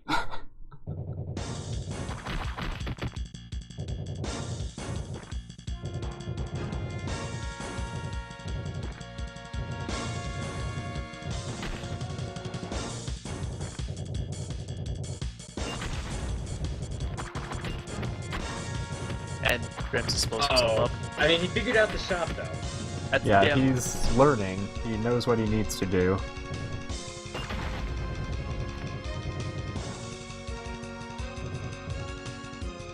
Oh, Full Lizard says in chat it might give us a final death count at the end. Alright. Yeah, Drake stops. Drake's saving nice those easy, teeth. Drake. Taking it easy. Alright. We're in there. Unless we see a repeat of Ultraman Ball. Drake clutching defeat from almost certain victory. Oh, and Ramses bonks his ball. Oh, that's fine. That's fine. He can push. Oh, he could just wait it for it to roll and then get it on the other side. All right. So final boss. Oh no! What? Double-edged tooth. The teeth has teeth. Oh, and yeah, you just shoot the missile. That's kind of clever. Yeah, this looks fairly straightforward. Like, see with what Ramses has got, like, I would just kill myself, it'd be faster than waiting for this thing to roll back. Yeah.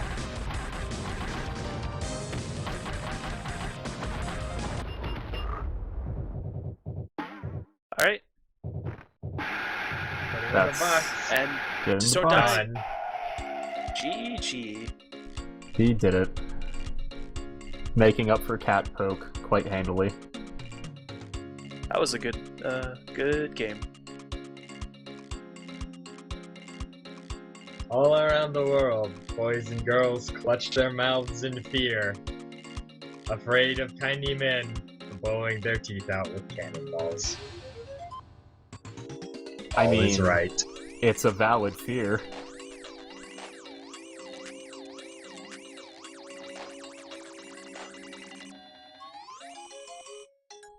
Yeah, Drake seems to have had 23 deaths, which is a lower number than I thought it would be.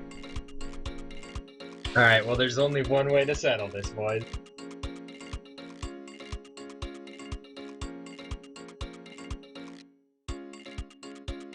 And that is... I don't know what can top dentistry and cat poking scent.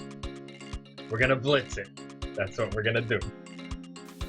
I am so excited for this game. This game is so good. I forced everyone to put this in top 8 when I saw that it existed. I'm excited. Oh no, Ramses accidentally blew up a bomb. This is incredibly fitting. Andy's submission will decide who faces him in grand Oh finals. my god. Collusion. Blitzbreaker. Collusion. What is it? Blitzbreaker. Oh no.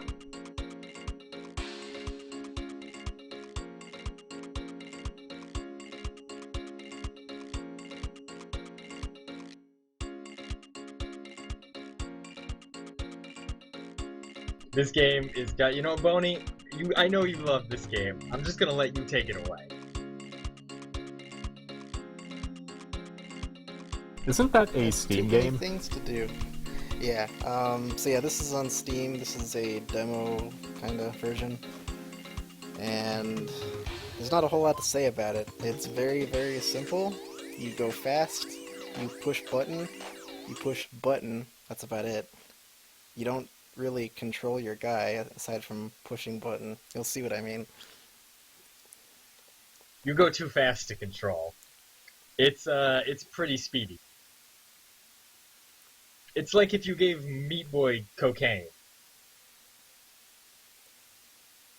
That sounds really fast. It's pretty fast.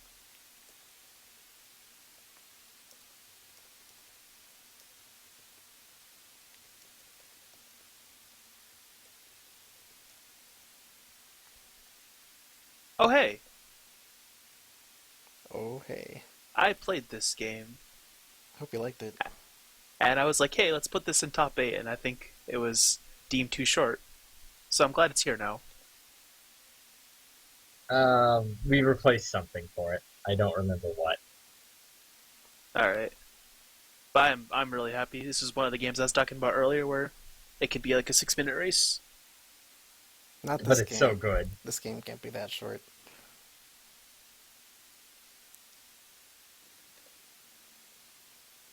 Yeah, this was a lot of fun to play. I'm excited for this game, but oh man.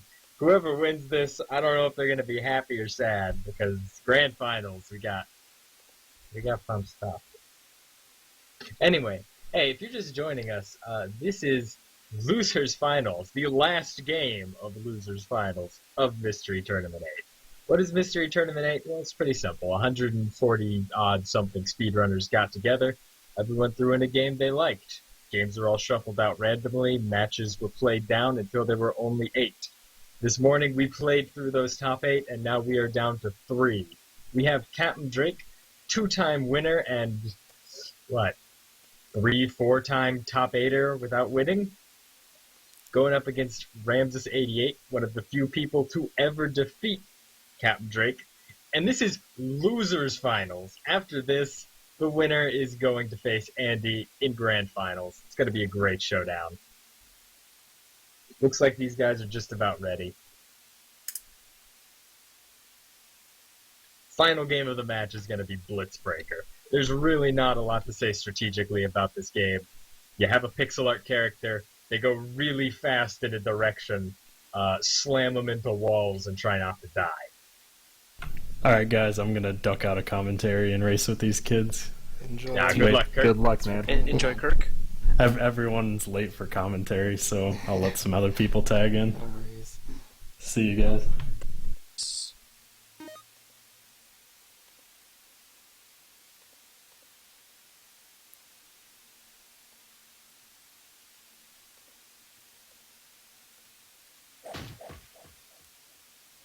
Oh, I see. The version I tested was a shorter demo than this. So, I'm glad there's more game.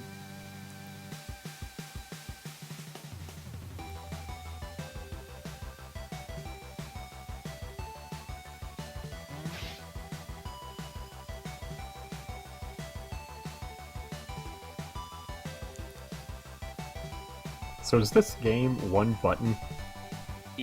One button and arrow keys. I believe. All right. Yes. It is one button, for all intents and purposes. In theory. What a loaded answer. Don't worry, all you need to know is that it's really good. It looks interesting.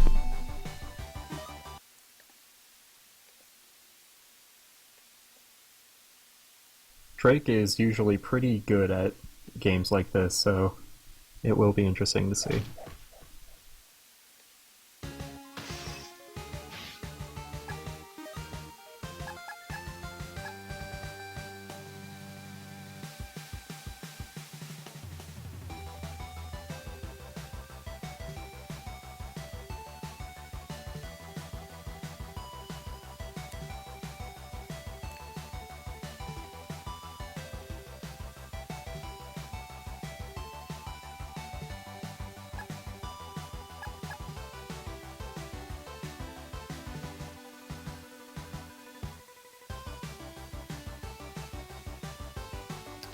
I can't wait.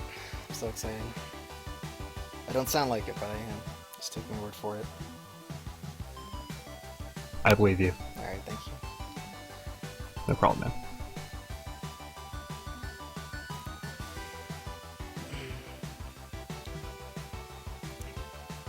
Let's see if we can get one of our grand finals commentators on early.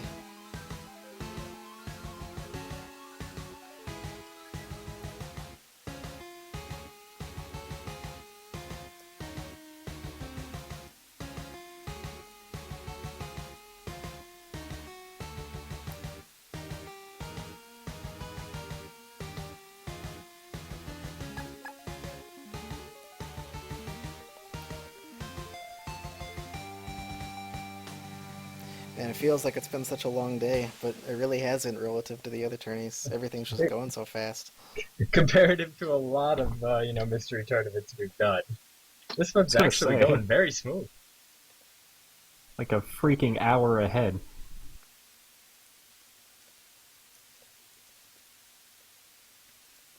This never happens. And you can kind of see a little bit of the tutorial over on Ramses' screen. The game is mind-numbingly simple. Right plus button will make you slam right. With much force. Most very fast.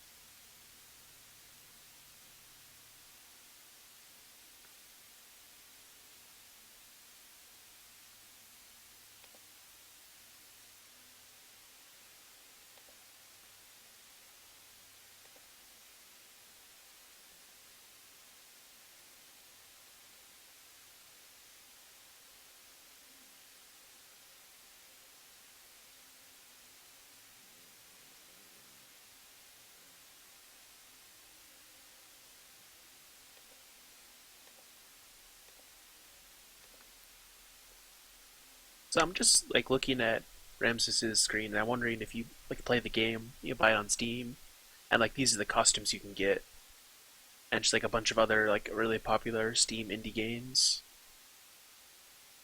Yeah, man, you could be Shovel Knight. You could be Slippy. You could be a coffee mug. Yeah, you can be a coffee mug. Wouldn't Slippy be Carol Blaster? It could be Carol Blaster.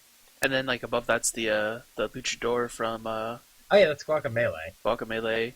And then the chicken mask from probably what's the Hotline Miami. Yeah, thank you. Yeah. I'm trying to figure out bottom right. I have no clue. Alright, well, doesn't look like it matters because it looks like our guys are ready to go.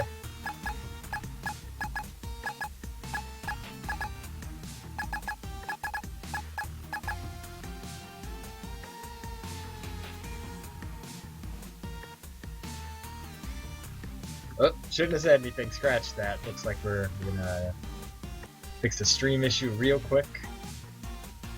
Oh, hey. Okay. Ah, there we go. We're good. Yeah.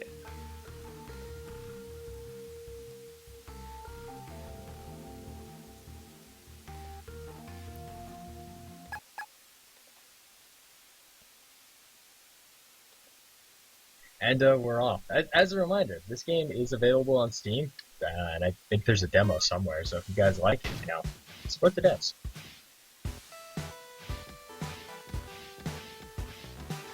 Drake skipping the cutscene at the start. That's all real right. strat. That's some real speedrun tech there.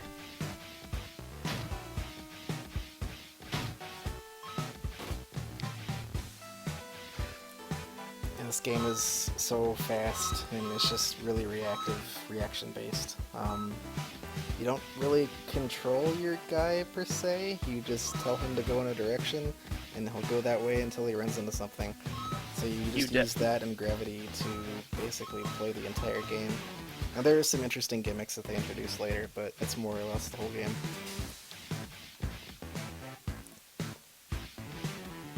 So these coin pickups aren't really for anything, are they?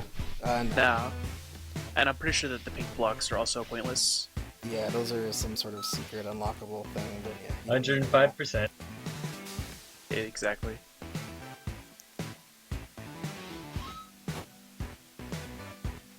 It's amazing how close the two of these guys are. Yeah.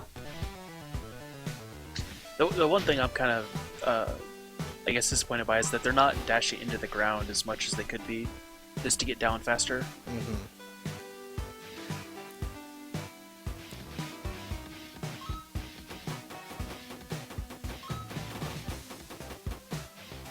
They're probably Drake scared seems to be taking actions that will end up killing them, which is why Yeah. that's my argument. Drake is actually trying to take it slow for a change, it seems. I think he's been shaken ever since Ultraman Ball. That was honestly one of his weaker performances I've seen, but That was so nerve-wracking. I told you, man, Drake's greatest enemy might just be himself. And Brim just gets the key by standing still. That's interesting. It's not the first step.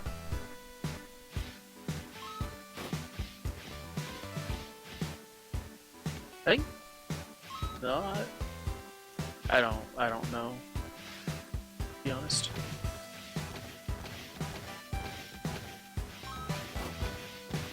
Ooh. Pretty unfortunate that Ramses moved just a little bit too soon there. Yeah.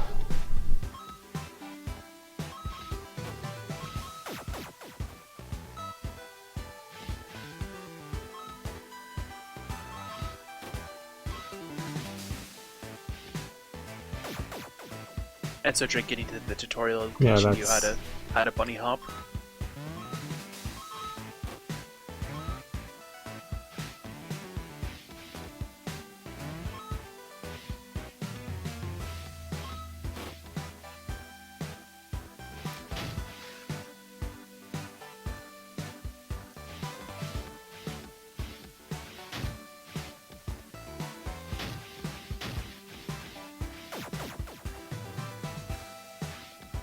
this game is so cool. Yeah, it is actually pretty neat. Drake seems to have gotten a handle on it very, very quickly. Has the blind channel done a race of this, Boney? No, this is a pretty recent release, so So it's maybe on you guys' hit list. I hope so. It should be. I'd highly recommend it. That seems like a really fun blind.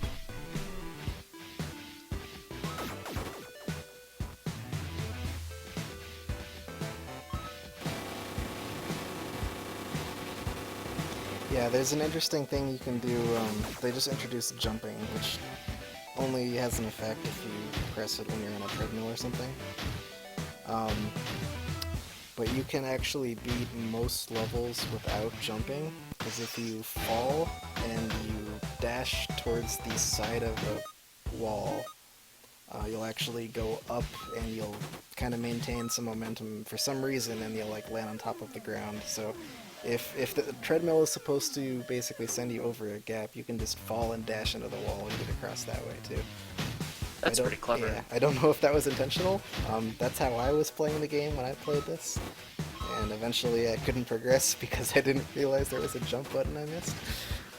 Dude, there's like level 3 or something gives you the tutorial on how to do it, Boney. Yeah, I don't pay attention.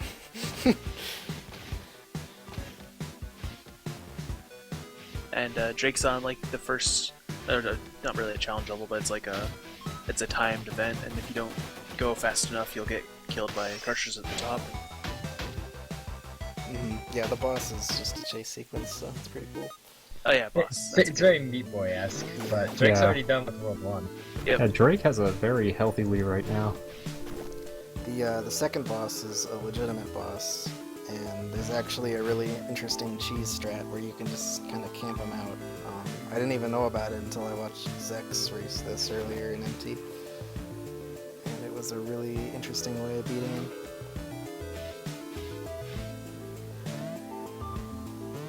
I think the boss is well designed.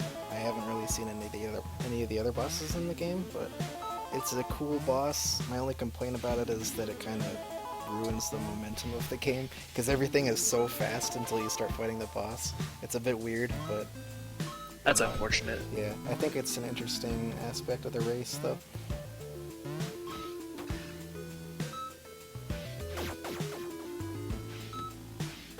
And Drake's just kind of flying ahead while Ramses is stuck on boss 1.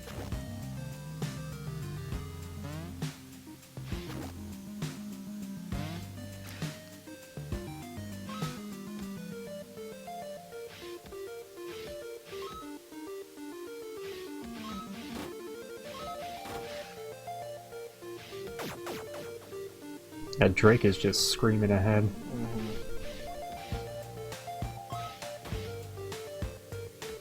Oh. Yeah, Ramses is just, just not paying attention.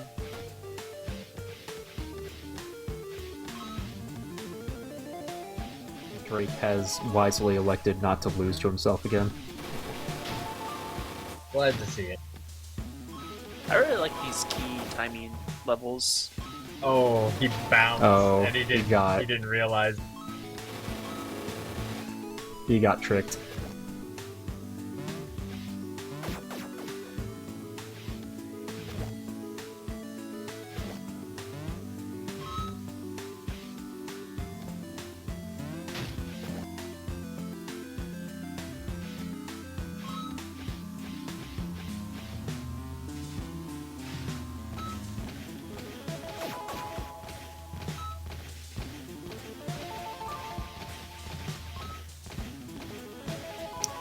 I think this is one of those games that is really representative of players' like general skills too.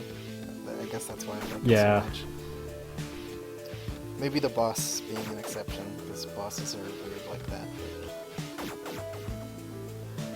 I mean, it's an awkward game because we don't really have anything to say. I mean, what you see is what you get. Yeah, that's actually kind of true.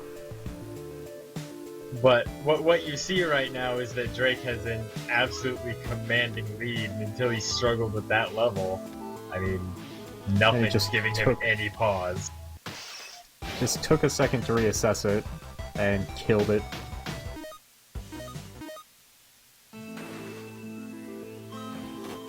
Oh, got water physics now. So I'll explain this once Drake figures it out, but...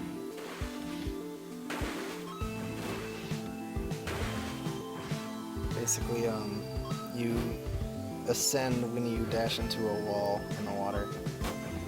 So yeah, he's already got it. Yeah, you need to do that to go up if there are spikes above you.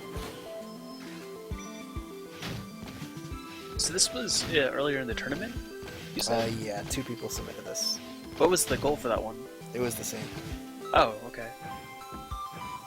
And this is definitely probably the worst stage in the goal, for obvious reasons. Definitely like this, like the water stages were not on whatever copy of the game I tested. Oh, really? Okay. So I'm really kind of sad I didn't see a longer submission. Understandable.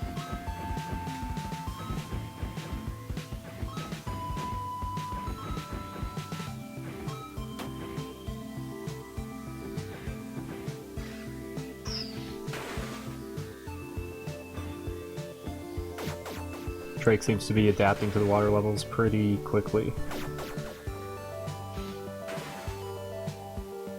Yeah, he's having some difficulty with this precise shot here, but other than that... I think probably just to time it, you could bounce into the wall to the right. and it'd probably give you the perfect height to dash through the spikes. Get out of there quick. Yep, taken care of. That stage can be annoying.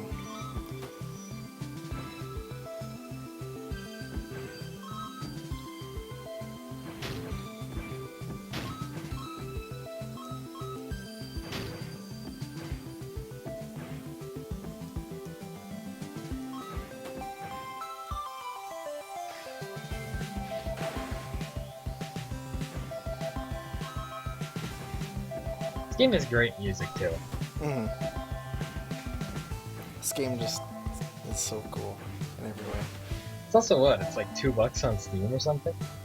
Is that it? Really? I was thinking like 5, but yeah, it's cheap. That's cheaper than Grapple, man. Yeah. Definitely gonna get this Yeah, one. it's $2.99. Nice. Wow. Everyone, buy this game. Everyone go pick it up, it's good.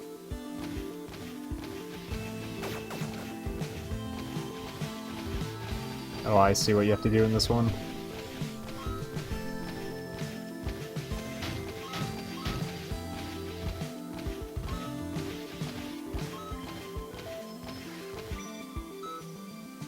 First try, too. No hesitation. Oh.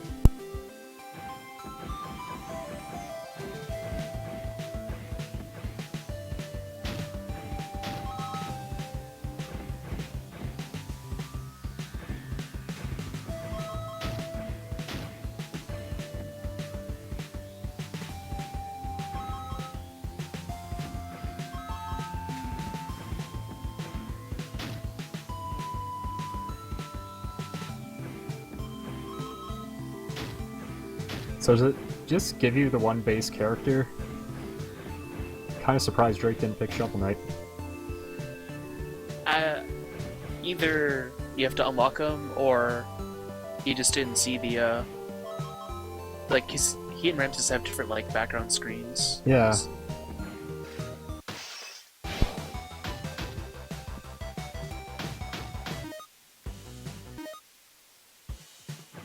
Yeah, I mean, Drake's already on the boss of the goal. Is this really the boss of the goal? Good lord. This is such a commanding lead. Mm-hmm.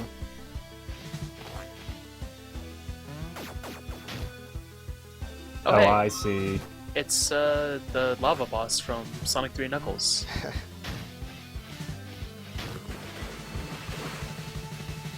Oh, Drake actually did that He thing. just saved You- himself. Yeah, you run into the side of the wall and you go up and left for some reason. So I think this is possible that Ramses could come back, and that's only if he finds the safe strat on the boss. If you notice the platform with the 3 spikes on top and 1 on the bottom left in the middle, you can actually just jump off of the treadmill right in front of the boss's face, go up, and just spam up and camp. And that's it the entire time? I mean, you have to drop back down to hit him, but you can just keep doing that and you're safe the entire time. Yeah, actually, I'm kind of surprised Drake hasn't gone up. Yeah, he Probably hasn't seen that yet. he's gonna need to do that. It's like Ramses is behind by quite a few screens. I don't know if he's going to be able to... There we go. Yeah, Drake would have to mess up in a huge way. I think this guy requires like 4 hits, it might be 5. It might be 6, but I think it's 4 or 5. I guess, like, just using the jump mechanic as intended and then, you know, bashing over the spike is... Or the spike block. Oh. Oh, yeah. Almost got away with it.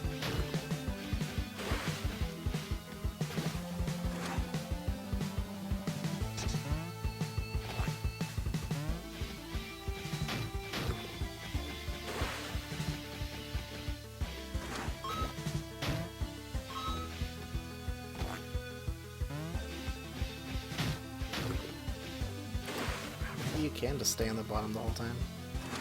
Yeah.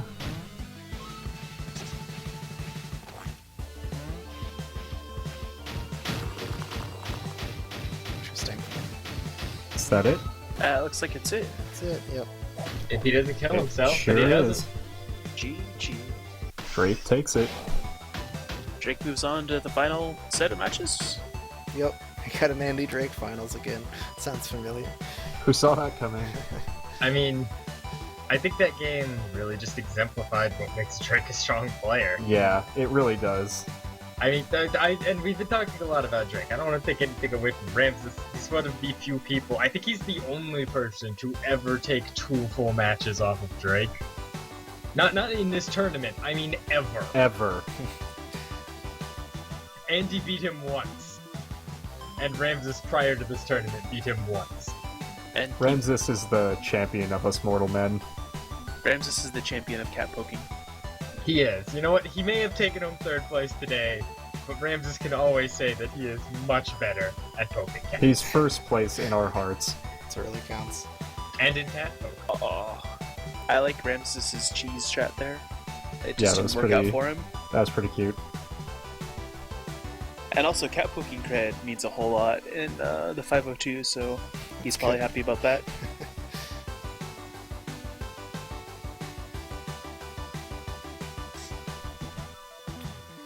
Alright, Just so, both incredible players. Really good showing from everybody. I feel like Ramses has definitely solidified himself as at least like a top 4 player in all of these things. He just seems to be doing better every single time he enters. He's just really on point all the time. I like Drake in the race channel. Yeah, we'll let Ramses finish this out. He wants a breather before he plays more. Well, that's one of the things about going into losers is that you're gonna play a lot more matches than the guys in winners, and you're gonna have to play several in a row. Like, this is Ramses' 5th game, I think, in a row. Yeah, something like that. They've been busy today. It's like they have a lot of just like game after game after game that they probably know very little about. So we will have a best of 5 for our grand final since we get that going. And unlike traditional double elimination formats, there's only going to be 1 set, there's no bracket reset, but we're giving a 1 game advantage to Andy. So he needs to win 2 games to take the tourney, and Drake needs to win 3 games.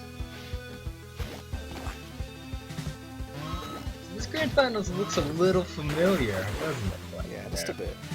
Okay, just a little.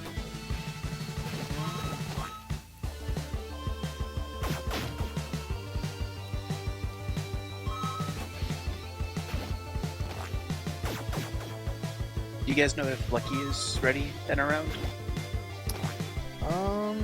Yeah, are we rotating out?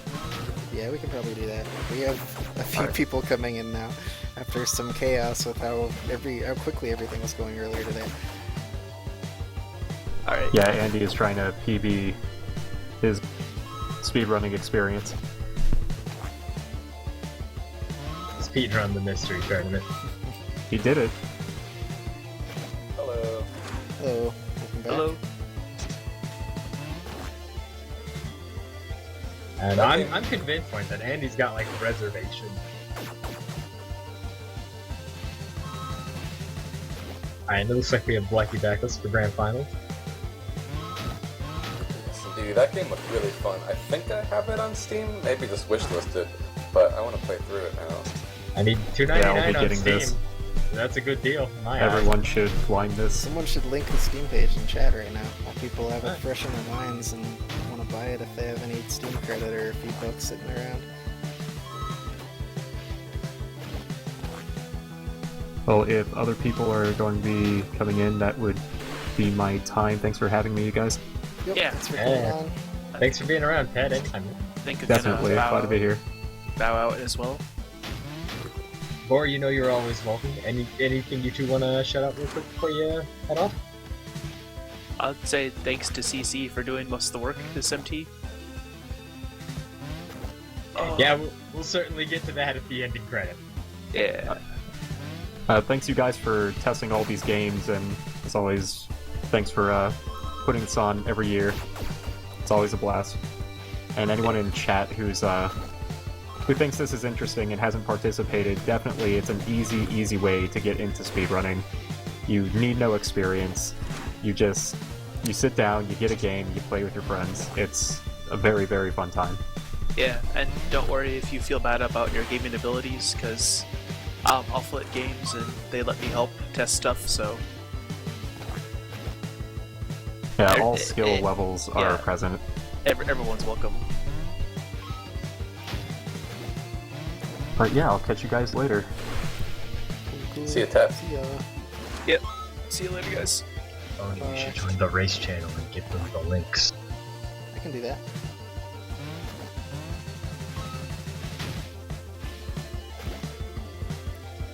Do you have a number? That is number 6. Oh yeah.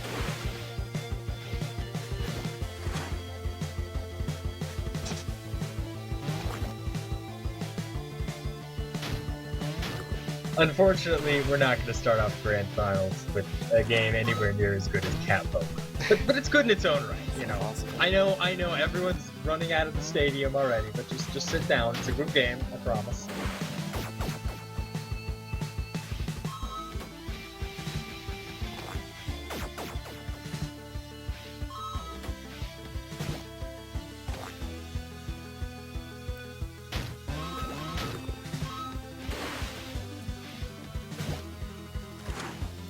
This looked really weird, and I don't know if we've had anything like this before.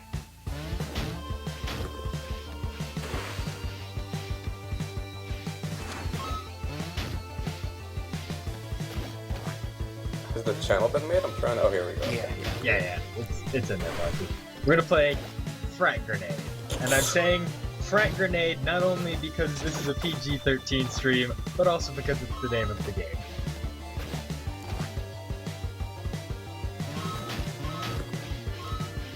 Boy, as this top 8 continues, and especially as you get people who have played a ton of games, you really see the oddballs come out.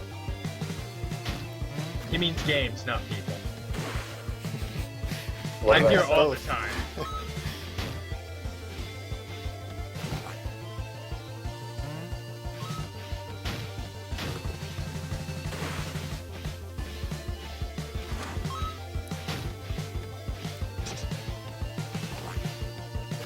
Alright, Blackie, so you've seen Andy battle through winners, like no sweat, took out everyone, without much challenge. We saw Drake stumbled during Ultraman Ball, but I mean, had a dominating performance in Oriba and in Blitzbreaker. The premier dentistry platformer. Drake has shown his dentistry and his slamming into things skills. Who do you think's gonna win, and what's the final score? Had a dominating. I'll go with Andy with a 3-2, simply because of the lead coming into this. These are two folks that have proved their worth over and over and over. They are, I think, the two best blinders in the community. Until we see Johnny Numbers come in, we got to see him. He's the existing world champion of video gaming. But for now, these two are the best. Oh my god, I'm just seeing the start of this game on Drake's screen. Mystery Tournament 10, Blackie. If I get John Numbers to come back and I come back, will you come back? We'll see. Only if we rig it so you get Pilotwings. 64. The saltiest run back. I'm down. Yeah. I think even Sen would be okay with that. Then I'd better up my request.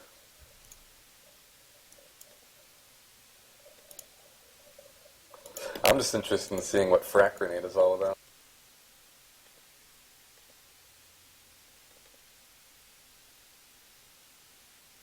Well, it's about grenades.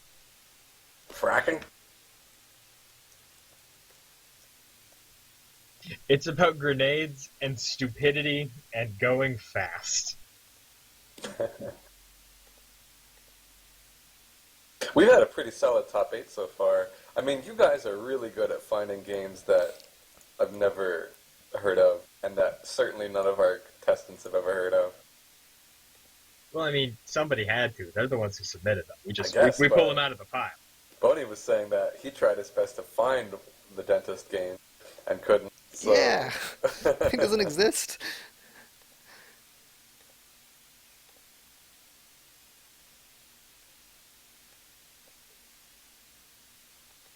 Hey, Karua.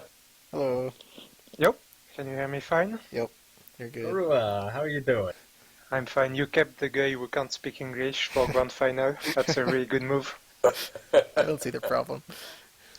So yeah, this isn't his fault. I'm just going to preface that. Karua was supposed to commentate the last match, but we're so far ahead of schedule that it didn't happen, and he wasn't around for it because things happened. I don't know how things happened, but things happened. I mean, I guess it's just we probably have a little less time between games, but is it also just shorter games overall, do you think? That and less best of threes are going to the third game. It's just a million things. Mm-hmm. Most notably, we haven't had like a major 30 or 60-minute delay like we always have. Mm-hmm. True. Maybe we're keeping it moving this time. Well, if Game 5 ever rears its ugly head, we might. You know that's not going to happen. It never does. This one game by Ikiki looks like Die Hard. Looks a lot like Die Hard.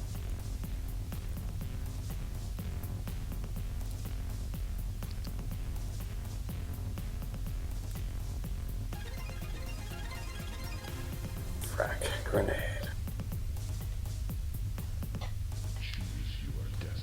So I think this will be our first and probably only 3D game of Top 8. And it's kind of like fake 3D, but we'll see. I'm wondering that too, Tonic. It will very likely be our only 3D game. True 3D, you might say. Sent, can you please address Tonic's question? Let me take a look. Yes, there is a game. So I will educate everyone on the lore while Andy finishes downloading. There's a game that has been in the pool since Mystery Tournament 2. It's still in there. Maybe it'll come out. Game 5 Grand Finals? Who knows? Could be exciting. It lays dormant until the right moment to pounce. Nobody expects it. It is the game you would never expect to be in a mystery tournament, much less to show up in top 8. But it could happen. And if it does, it could decide the entire event. But in the 8 mystery tournaments we have hosted, Grand Finals has never gone to its final game. And so it lays dormant, waiting. Well said. If you are, now seems as good a time as any to give our spiel. If you're wondering what the heck you're seeing, this is the Speedruns Live Mystery Tournament. This is the 8th one we've hosted, and when we started this, about 150 people joined us for this gigantic double elimination tournament. That was about a month ago, and over the past month, we've narrowed those players down to the top 8 as they've gone match by match by match, getting knocked out one by one until we finally have landed at our top 8 today. But now, we have continued that top 8 until we have now found our top 2 players, Andy and Capndrake. I know we've explained it previously, but because Capndrake is coming back from the losers bracket, Andy is kind of given a bonus win, and it's going to be best of 5. So Andy has to win 2 matches, whereas Capndrake will need to win 3. But it's not totally out of the realm of possibility. Yeah, particularly if you give them some really weird games where everything can happen. Capndrake getting the luxury of watching the spinning landscape and getting a real good knowledge of what the game is going to look like as he memorizes the placement of every single little island. I don't know what game you picked for Grand Final, but I hope Mr. Net is in. Because, I mean, after all these years, one day we will have Mr. Net's for top 8, hopefully. See about that. It's gonna be a pretty even poor the game pool if we have to use Mr. Nuts. GB version, you can have 2 versions. That's interface. true. Double the fun.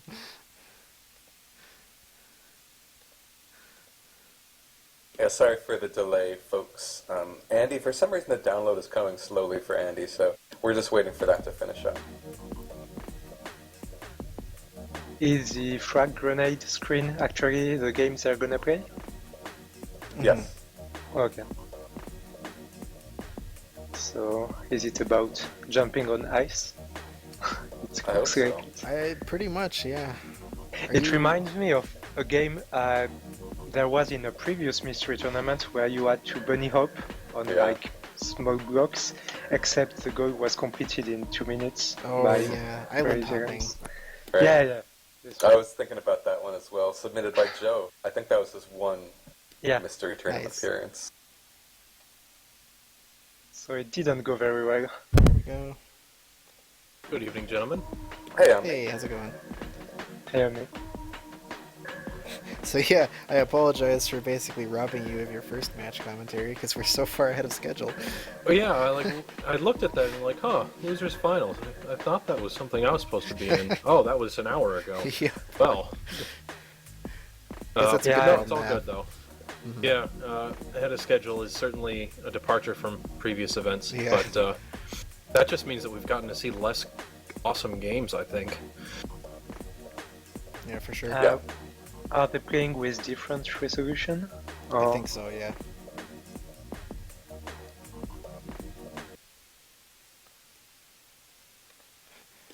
When a font as simple as this is used as like the title of the game, it bothers me. I can understand that. Yeah, also you sort of expect the game to be really maybe unpolished. I mean, maybe it's gonna be a great game, but yeah, when I see a title like that, I'm a bit scared, I have to admit. Oh, it's unpolished, Kabrua. Unpolished in a good way. Okay, in a good way. The like water texture looks nice and the sky is nice, but then they just threw in a like Arial or whatever that font is. Yeah, nice. I mean, it's really generic at the same time. The water is nice, but the sky feels really generic. Yeah. I don't know. Mm-hmm.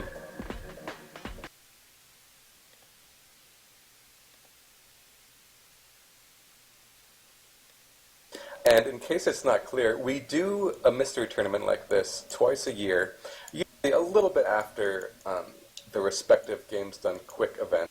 So this one started, late February, I think, 3rd week of February. So a little bit after the Games Done Quick event ends. So we do plan on doing the same thing after Summer Games Done Quick. So I would expect it, nothing's been planned, but I would expect it sometime in late August or so, somewhere around there. Yeah, that sounds about right. So, I'd start checking for news right about after SGDQ, and it looks like we're just about to get underway here. Ooh. Here we go. Oh, right, that's how this works. Alright, so Sen, I have been waiting this whole time. There's a penguin, they threw grenades. Please elaborate. No, you hit it right on the head. Just imagine if you were an animal with the ability to throw remote control grenade, and that was the only way you could move. That's amazing. So you do detonate them. So it's not timed. You time them. Yes, but don't blow yourself up. Is that by doing it like too close to yourself, or like on top of yourself? What do you mean blow yourself up? Oh man, that was loud. Oh yeah! Or do blow yourself up. It seems to work. Oh. What's your name? WWW. They're just holding W because instinctual. Yeah. How many stages is this? Do you remember? It's not long. It's like... What is this jump? 7 or 8. Oh my god! The best flight. That was amazing. So Andy seems to have a bit of a lead, maybe by like 7 or 8 seconds or something. But this game really makes me want to be a penguin soaring. Oh, never mind. Off into the sea. Oh my god. So are there checkpoints within levels? I just have so many questions. I know you do. The levels are very short. The game is very short. I guess as long as you blow up... Oh, you can really throw them far. As long as you blow up the 2 factories, you just need to... I mean, you can die and it doesn't matter, it seems. So, Andy didn't take a death there. It was like a double KO in his favor, sort of. And it also looked like... Oh, this is not going to be a death in his favor. It also looked like you could throw the grenade really, really, really, really far once he was in the sky. So you can probably get some long-distance snipes in on these faraway factories. Like, look at that! Look at that! Look at that on the screen. Off goes that bomb. There is a limit to how far you can throw, but the limit is... it's based on, you know, like ground targeting, so when you're in the air, you can throw really far because, you know, the bombs just kind of fly forward. It does look like there are checkpoints. I'm guessing when you die, it just puts you on the closest platform. It puts you somewhere nearby. Sometimes it puts you back a little while. I think occasionally it's put you forward. Nice. It doesn't matter where it puts you. The goal is to destroy the factories because you are an angry penguin. Angry about environmentalism. This is yet another game where I would give any... Oh, that was a nasty death for Andy. He goes all the way back to the beginning. And I think Drake's actually ahead now. This is one of many games where I would just love to see, or love to hear what the participants are saying. I'd love to hear what they're thinking right now. Yeah. What? So now they're both going for this Mario Kart style shortcut. But this one, I guess maybe you start getting checkpoints when you kill a factory. I'm guessing, yeah, it's that. That's what it is. You kind of need to actually take that shortcut just to hit that factory over on the left. As far as previous experience goes, I think Andy has a lot more experience with first-person shooters. I mean, let's be honest, this isn't exactly your typical third-person shooter, I suppose. But maybe that would come into play here. I feel like having met both of them in person, Andy is more experienced at being a penguin. I mean, if you put a tuxedo on him, he'd fit right in. Played his fair share of Yume Penguin, is that how it goes? Oh, yeah, I see. It says can't throw that far, so you really gotta try and snipe it. I mean, be a little closer. I'm getting reminded of Donald Land a lot, actually, watching this. Oh my god, it's Donald Land 3D! It is 3D Donald Land, you're right. Yeah. You got it. That's basically it. Like, you're throwing the apples and you use them to boost and get mega jumps. I'm waiting for the screen to over-scroll and have the full experience. But that said, looks like they give you two apple bombs at a time. Two apple bombs. Yeah, 2 apple bombs. I think probably the main way that the developers expected you to, well, the optimal way of going forward, you're going to be using basically one at a time, and then using just kind of having a steady interval between them to continually launch yourself forward. It could also be crazy, but having never played this, that's kind of what it seems like to me. Like you want to try and be laying out a steady stream of bombs rather than chucking a bunch and then hoping. Yeah, I'm trying to get a feeling on how you accelerate kind of most efficiently. Because Andy's having a bit of trouble kind of building up the speed to get up to this next factory. Yeah, it's prediction when it comes down to it, really. I mean, you could say that he could just throw, far enough in front of him and then detonate as he slides over them. But it looks like he's really trying to, optimize his bomb efficiency. And he's getting a feel for it. He knows when he's not going to make that jump. Yeah, that's a good bit of speed right there. Find whichever way gets you the most mad air. That's what all penguins want. Mad air. Oh, what a right in the hole. Yeah. This tiny little gap and he lands right into it. So now Drake is ahead, I think.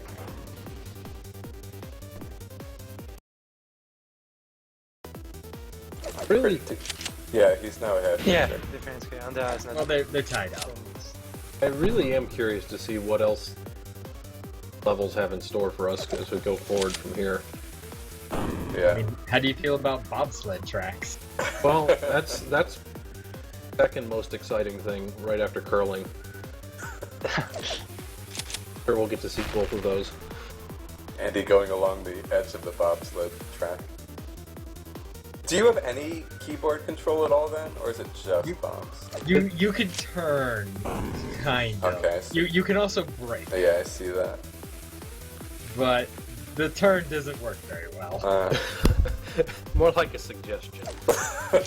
You can kind of suggest the penguin go a little to the right, but...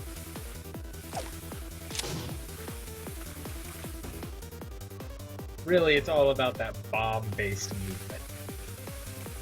Can you detonate a bomb? This is a pretty intricate question, but can you bomb? Can you detonate a bomb while it's still in the air? Or do you have to wait for it to land? It has to be on something, Okay. so no bomb jumping to it. Yeah. What if you can stick it to yourself, though? I do not believe you can, although I will admit I am not an expert at this game.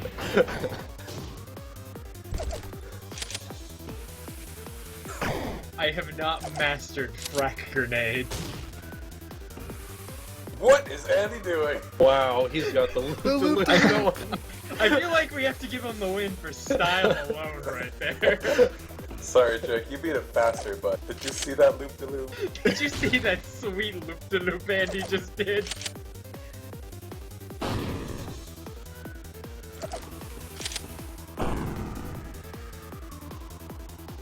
And remind me, how many levels are in this?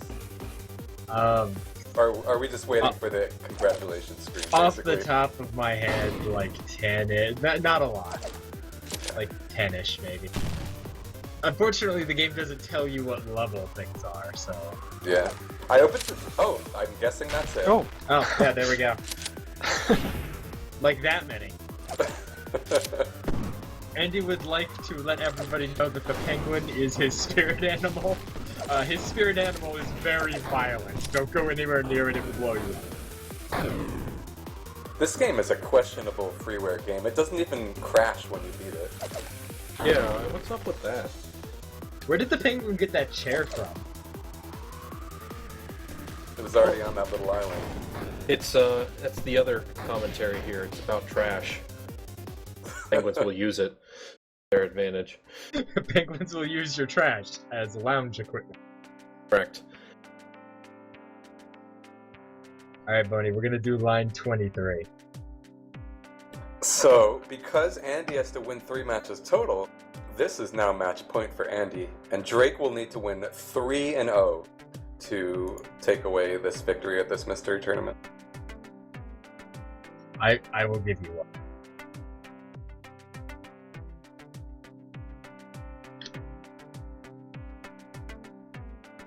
Okay, so after Frack Grenade, what is the next logical step? Because earlier we went from cat poke to dentistry, and that's an obvious theme. So I'm wondering what comes after Frack Grenade. Lawnmower the Evolution? Lawnmower. What's that? Well, I'm going to tell you exactly what comes after it.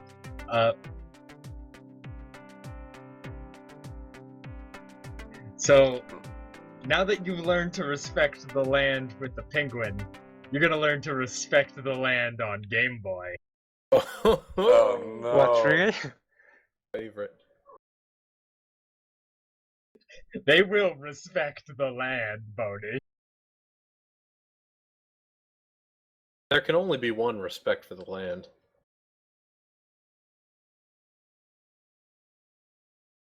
Donkey Kong 95 coming up?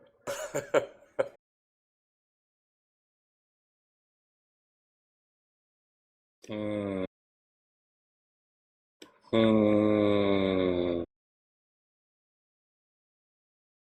just gonna wait until questionable material comes up on one of their streams. So, I am proud to say that only 3 other people in existence know this is coming.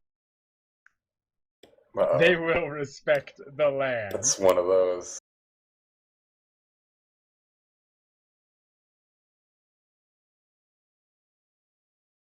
What? Is this the sequel? What is it? Oh no. He's over here crying. Do you know what it is, Boney? Well, that's what Drake just said. I don't know if that's real or not. Alright, we are good.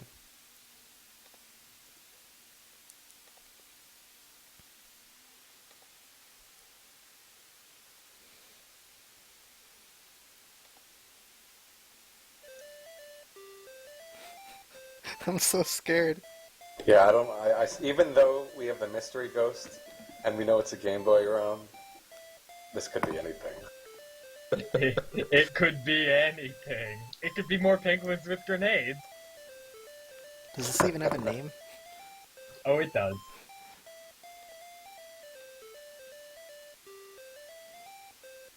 Freefall, what did you do? Oh, it's Freeball again? Responsible for this? Nice.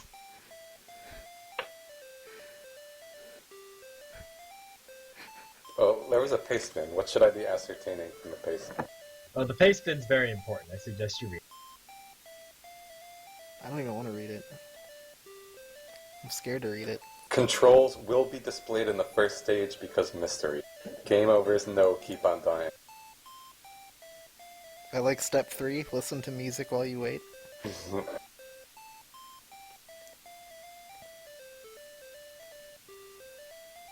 Should Freeball be in Mumble for this? I don't know. We should invite him in, yes.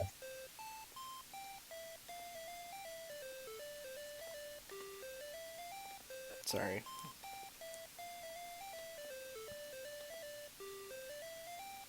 But we'll have the after party after the event. We'll get him in here to talk about it for sure. So just for the record, Freeball actually made this game specifically for MTA. He's a great guy. This is so good, and I'm so glad that he did.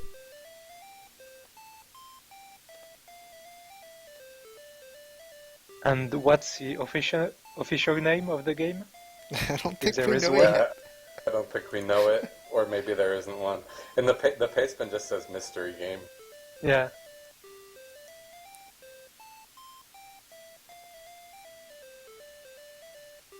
We are all in the dark except for Scent. Alright, guys.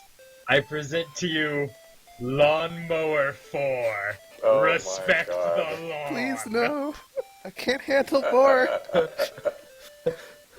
Oh my God.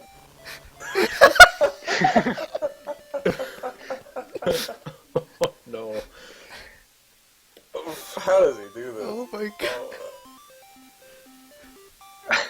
Luckily, both of these guys know how to lawn mow. They are professional lawnmowers here. They have mowed many a lawn in their time, and they'll mow through 10 more levels of lawn sanity.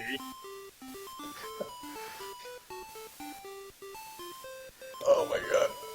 He even remixed the music. I couldn't hear it. Who do I have to ask to get a repro card of Lawnmower 4? Respect the lawn. This is my new life motto. Stage 2, cut the rock. Oh no. So if you're not familiar with Lawnmower, because this is a very in-mystery thing, but we have had in the past the Lawnmower game. It's a homebrew NES game. It was submitted for one of the mystery tournaments, and it just took off from there. We all loved it so much, and it got to the point where it was so popular that Nighty made a second game, a sequel of it, and then Freeball made a third game of it, and now here we are with the fourth incarnation. So the way Lawnmower works is you are this lawnmower, you have to go around mowing this grass, trust me, it's grass, and, but while you do, you have to mow all the grass on a given screen to go to the next level, But while you're mowing, you're slowly running out of fuel. You can see the fuel counter in the upper right. Oh no. And when you run out of fuel, you have to start the level over again. But what you can do to replenish your fuel is randomly in one of the mowed down tiles, a fuel tank will routinely spawn. And so you need to get that, obviously, to bring your fuel back to full.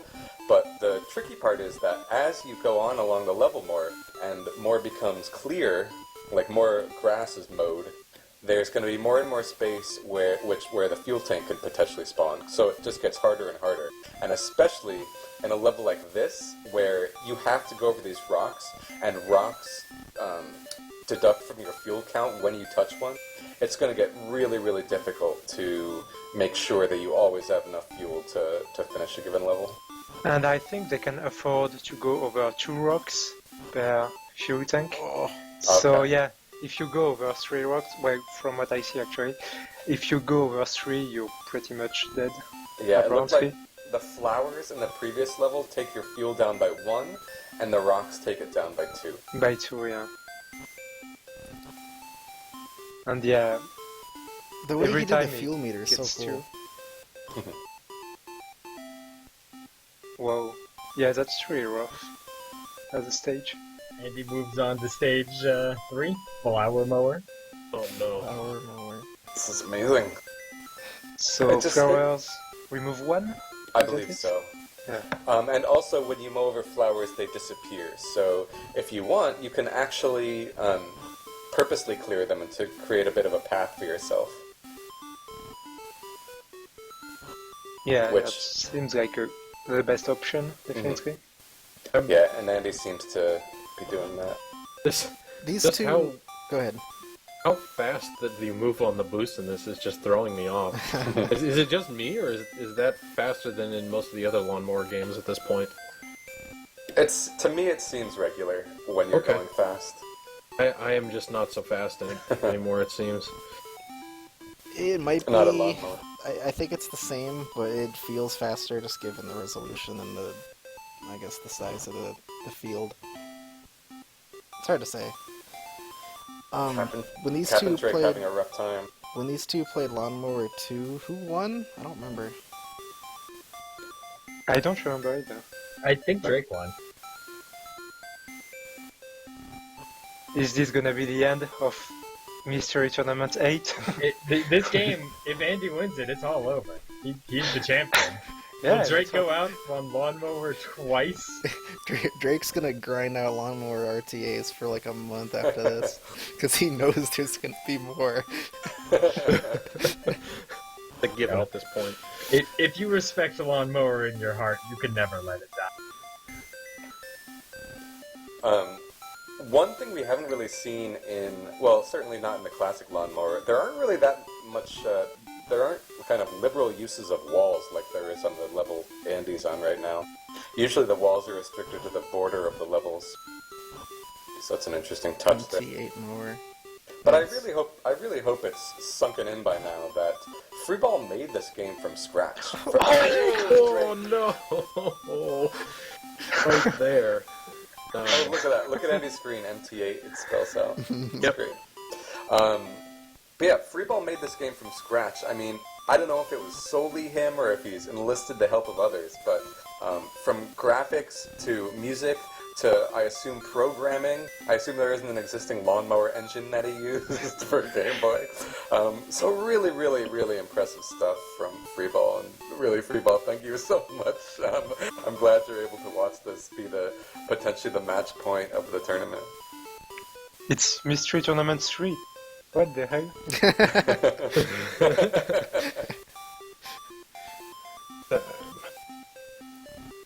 Was that the first appearance of Lawnmower as well, or is it 4? That'd be a good coincidence. I gotta remember. I want to say that it was probably 4. First one that I joined up when. Okay, it was in that one.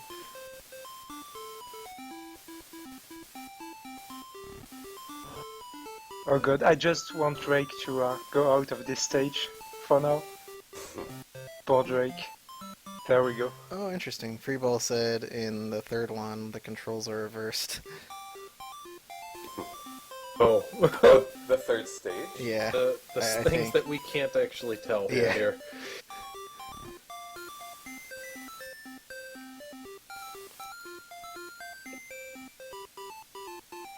So one trick you can use in Andy's stage, because you don't want to touch the rocks, but it's okay to touch the walls, you can actually aim to kind of try and turn into walls to try and make your turning a bit more easy. And that's something you're able to do in the original lawnmower, but like I said, the original lawnmower's levels didn't quite make as liberal use of walls as this game does. So you can actually use walls a bit to your advantage. This seems really annoying when you have to travel through the entire stage again to grab some fuel. If you have to maneuver. But well, he did it really nicely, so... No fuel? What? I guess this is just about optimizing. Is it about speed? Wait, no, there is no way he's doing it in 9. Is there? I guess it's just about routing your path. Whoa, you have to be really fast. Yeah. It seems like for the most part, the route is basically laid out for you. You know, like if you just go straight and then follow like Andy's doing, except minus the rocks, it should be okay. But you're going to have to hold speed the entire time, I assume, and that's going to make these turns really tight. And I mean, this is going off of like NES style controls, so I don't even know what the controls are like for this one. They're the same. It's just speed up button, slow down button. But I mean like in terms of how precise the turns are and stuff like that. I mean they feel good. Freeball did a good job with it. Oh, 6 is really cool now that I get the purpose of it. Yeah. So basically he took the lawnmower concept and made stages with like a unique gimmick to a lot of them. For example, one had reverse control, this one has no fuel. So I assume there is more ideas like that coming for the last stages, probably. But this one at high speed seems really brutal. 15 4-frame perfect inputs. Yeah, oh, have you seen the speed? How do you make turns like that? Like, this is so hard. Oh, is this gonna be the wall? Will Drake catch up? Yeah, might be, definitely. Because Andy has not been anywhere close to beat the stage so far. Maybe I'm reading too much into this, but I feel like Alone 3 is inspired by Teleport Tower. No. He had it, just turned too early. Oh, that was close, yeah. Oh, he's getting it. Oh. Yeah, he's getting closer. Oh, Drake? Whew, Drake. Stop doing that to me. My heart can't take it. Boom. There we go. Kraut and Ruben. Suddenly German. Freeball is German, so he'll have to explain what that means. Maybe it means like Boo Mystery Tournament or something. Well, maybe it's Trainwreck in German. A Reuben is a sandwich, and Kraut is sauerkraut, so maybe it's a sandwich with sauerkraut on it? Oh, I think you're right. Actually, Brony's probably right. Boney's probably right. Freeball's just screaming at us in chat.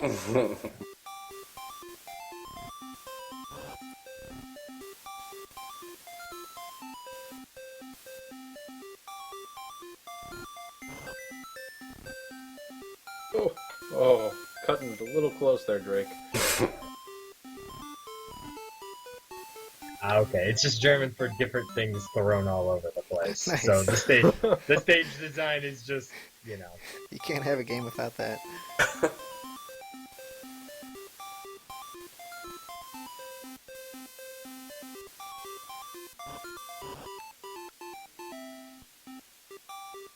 Uh-oh. Was there a question mark? Okay. That's obviously inspired by... Oh! Oh! Oh my god. Brilliant. That's a really neat idea. Oh god. How do you even do this once it gets out of control? Lawnmower's a puzzle game now. I'm pretty sure you can't. You have to reset the stage. It will Probably. be faster.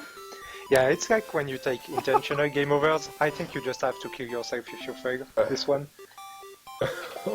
I mean, I guess you would just like slowly move the grass tiles over. I don't know. And especially once you need fuel.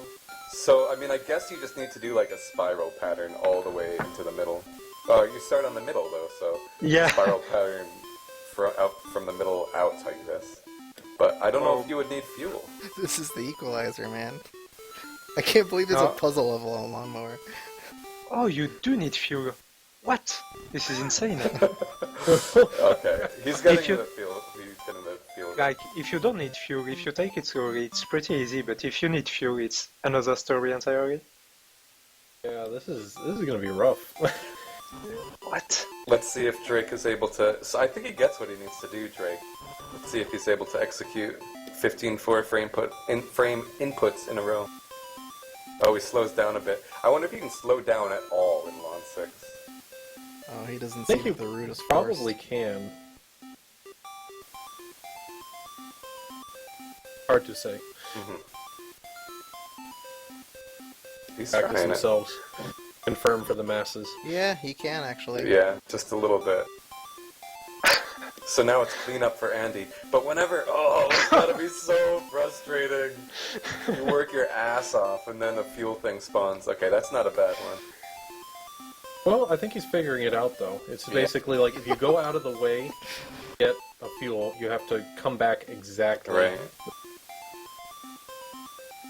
All about where that's you a good turn spawn. around. He's almost there.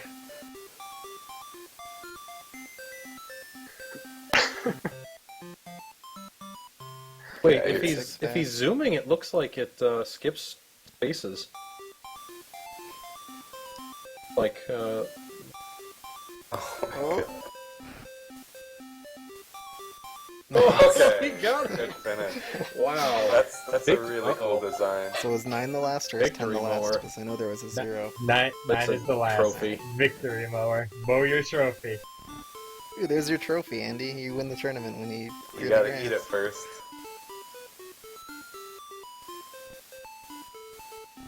Not yet. You gotta clear crap tons of flowers first.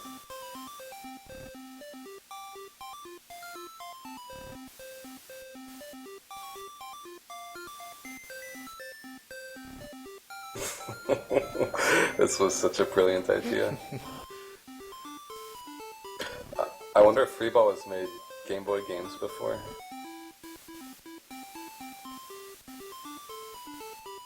Drake's heart is going to be crushed any second now.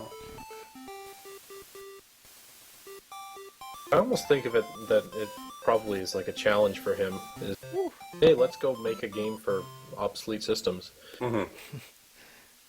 A couple weeks or months to figure it out. Didn't Andy win last time already? Or am I forgetting one mystery tournament? He won one before. Yeah, but who won mystery tournament 7? Andy.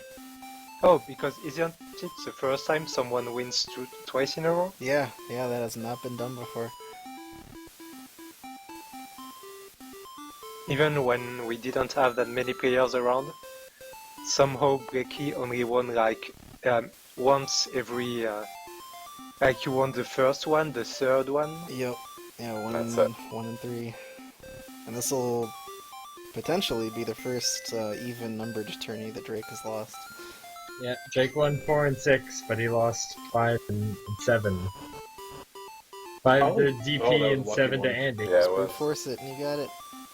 That's I was gonna say, The trophy is yours. I think probably the right strat for that stage is actually to remove the flowers as soon as you can. Yeah, true.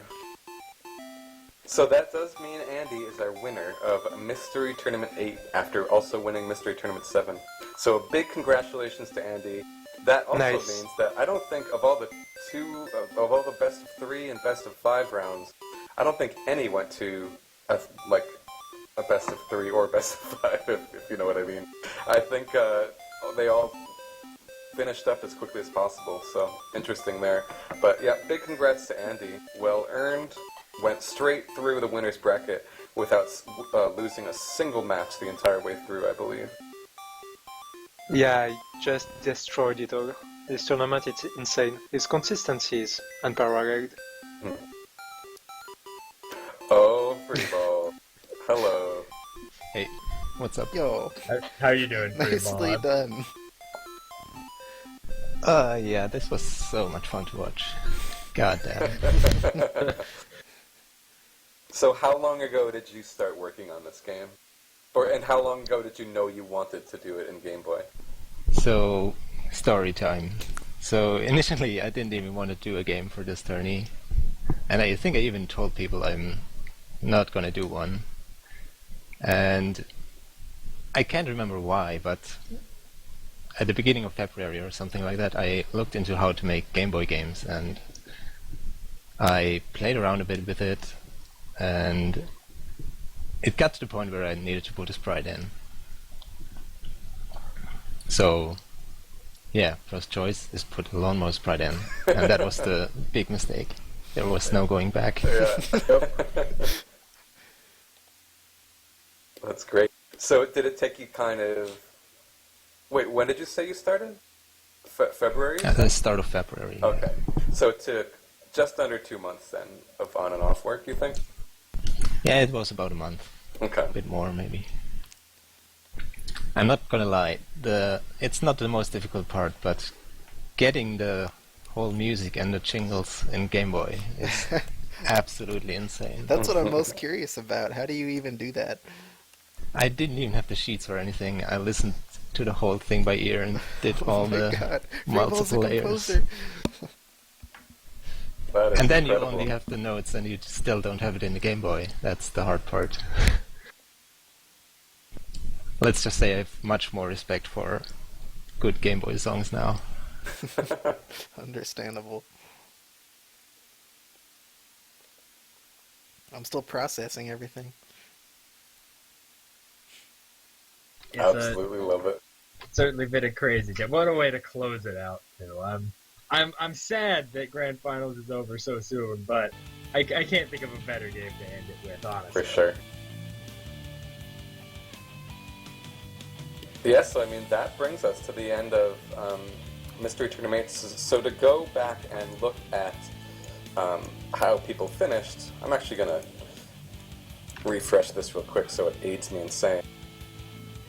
But obviously, Andy is your final winner. I'm going to hit end tournament. One moment. But yeah, Andy is your final winner. Capndrake takes number 2. Andy, and AND4H takes number 3. Ramses takes number 3. Nightmare47 takes 4th.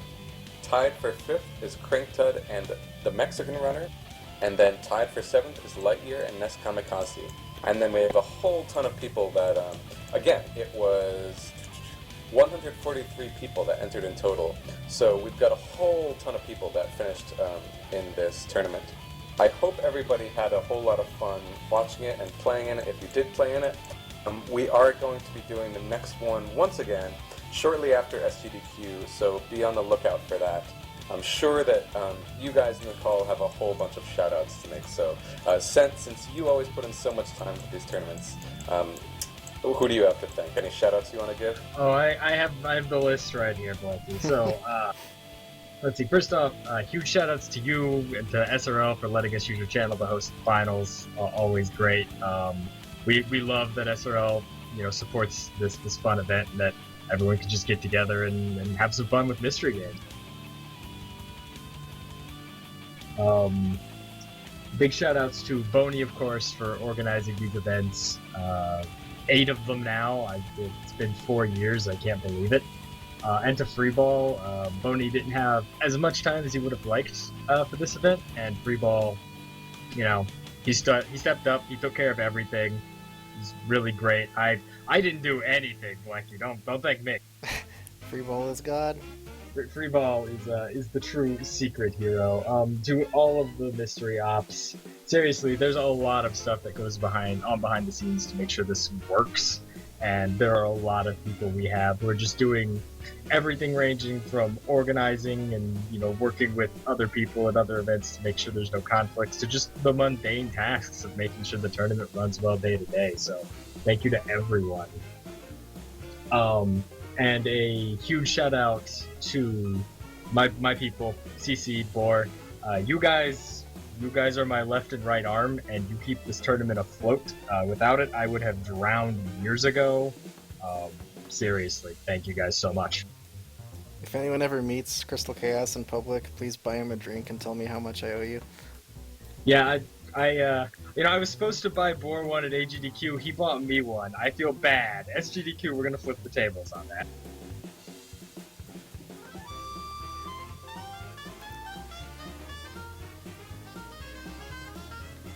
Need more shoutouts. Freeball, the man of the hour. Do you have any shoutouts to give?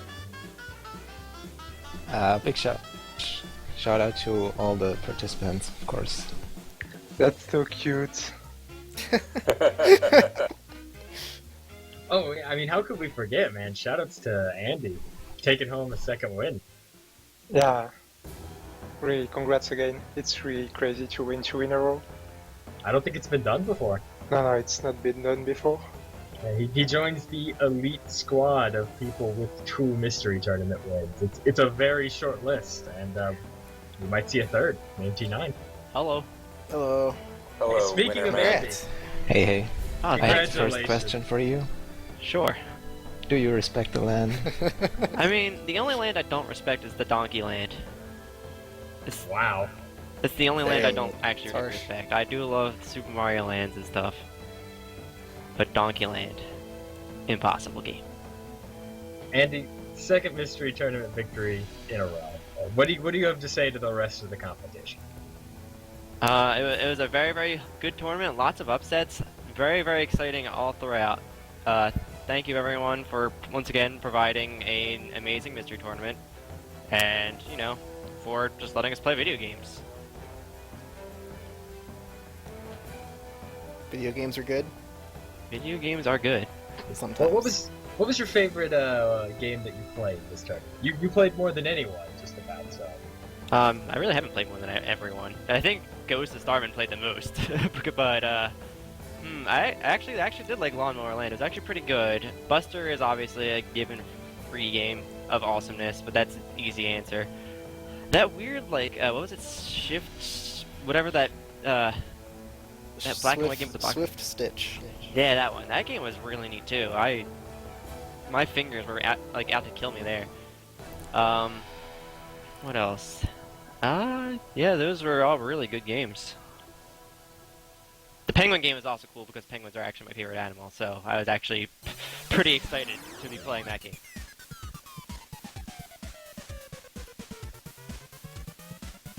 Yeah, everybody loves penguins. Everybody loves explosions. I mean, it's just a perfect fit. What do you have to say to everyone out there who's thinking this looked fun, but I don't know. Is this for me? Could I be the next Andy? Yeah, dude, join Mystery Tournament 9, dude. Play video games. Have fun. Join races. Make Blackie join. I like that last one. I That's like an all of important one. those, especially make Blackie join.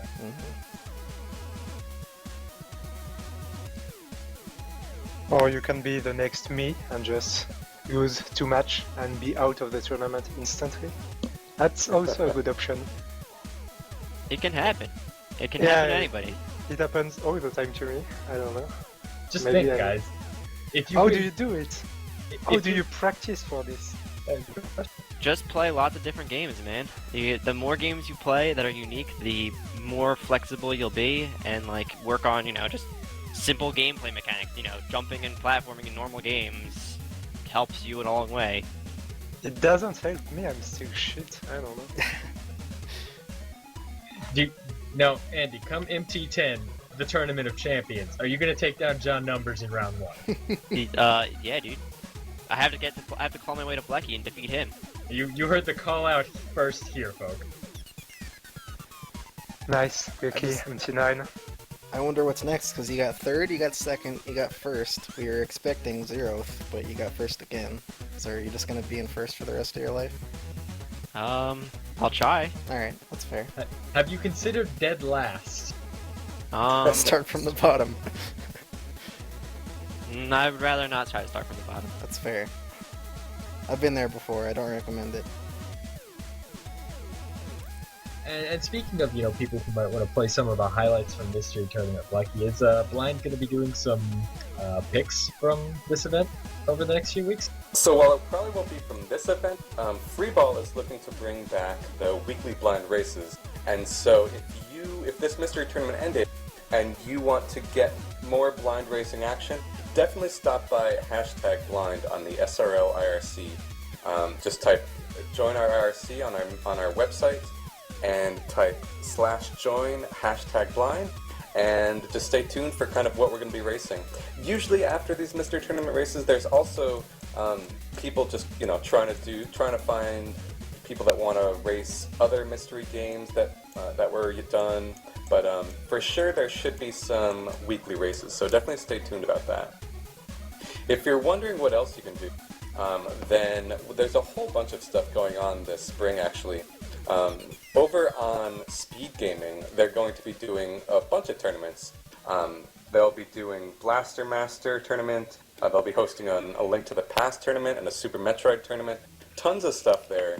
We will also be doing Mega Man X 100% tournament. Here's a link to that. So check that out. It won't be the same kind of idea of mystery, but we're hoping to get a whole bunch of people that have kind of minimal experience with Mega Man X 100%. So definitely join that tournament if you're looking for something to do this spring, because it's another really great speedrunning tournament. Again, you don't need to be an expert. There will be a ton of people who join that knowing how to run the category, but there will also be a lot of people that join it not knowing how to run the category, and it's likely that you'll be paired up with them. So if you want to check out a fun speedrunning event, click that link, go join it, it'll be a lot of fun. On that note, I do have a rate target in mind, but before we do that, are there any other shout-outs you guys wanted to give? No, I mean, Andy, you're the man of the hour. Who do you want to give a shout-out to? True. Shout-outs to every contestant in Mystery Tournament, first of all. That was a hell of a good time, as per usual. Shout-outs to my friends who were also watching and participating this time. And shout-outs to the chat for enjoying the show. I mean, you guys also bring a lot of hype. It's a good time for everyone. Glad to hear it, Andy. I'm sure you've wrecked numerous fantasy brackets, and always glad to have you here. I killed my own draft. Was it worth it? Yes. Alright. I guess I'll give my obligatory spiel about spending the next 5 months or so finding some really cool games to submit if you're going to join this thing. You have plenty of time. Don't wait until last minute. Go crazy. Find some really obscure, fun stuff that no one would ever think of submitting. Go wild with it and find some cool stuff. Or you can make your own lawnmower game. That's also an option. Just help us make top 8 and the entire tourney exciting by making the pool own.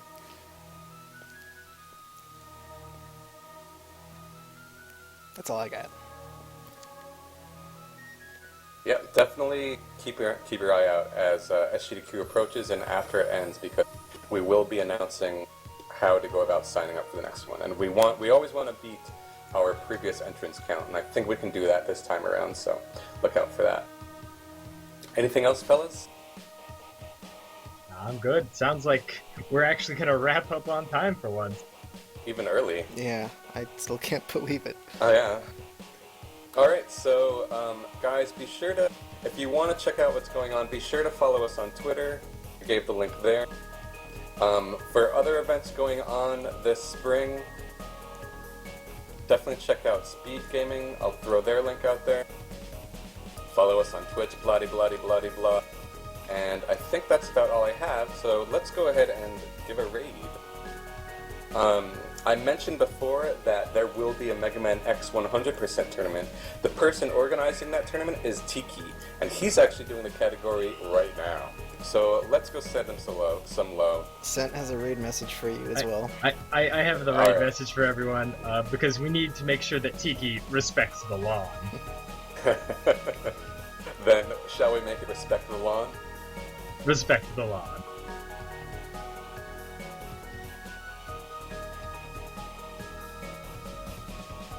Alright, there's our raid. Hope to see you guys there. Go enjoy some quality Mega Man X 100% run, and keep an eye out for events we'll be hosting in the future. Thanks so much, guys. Bye bye. See ya. Bye.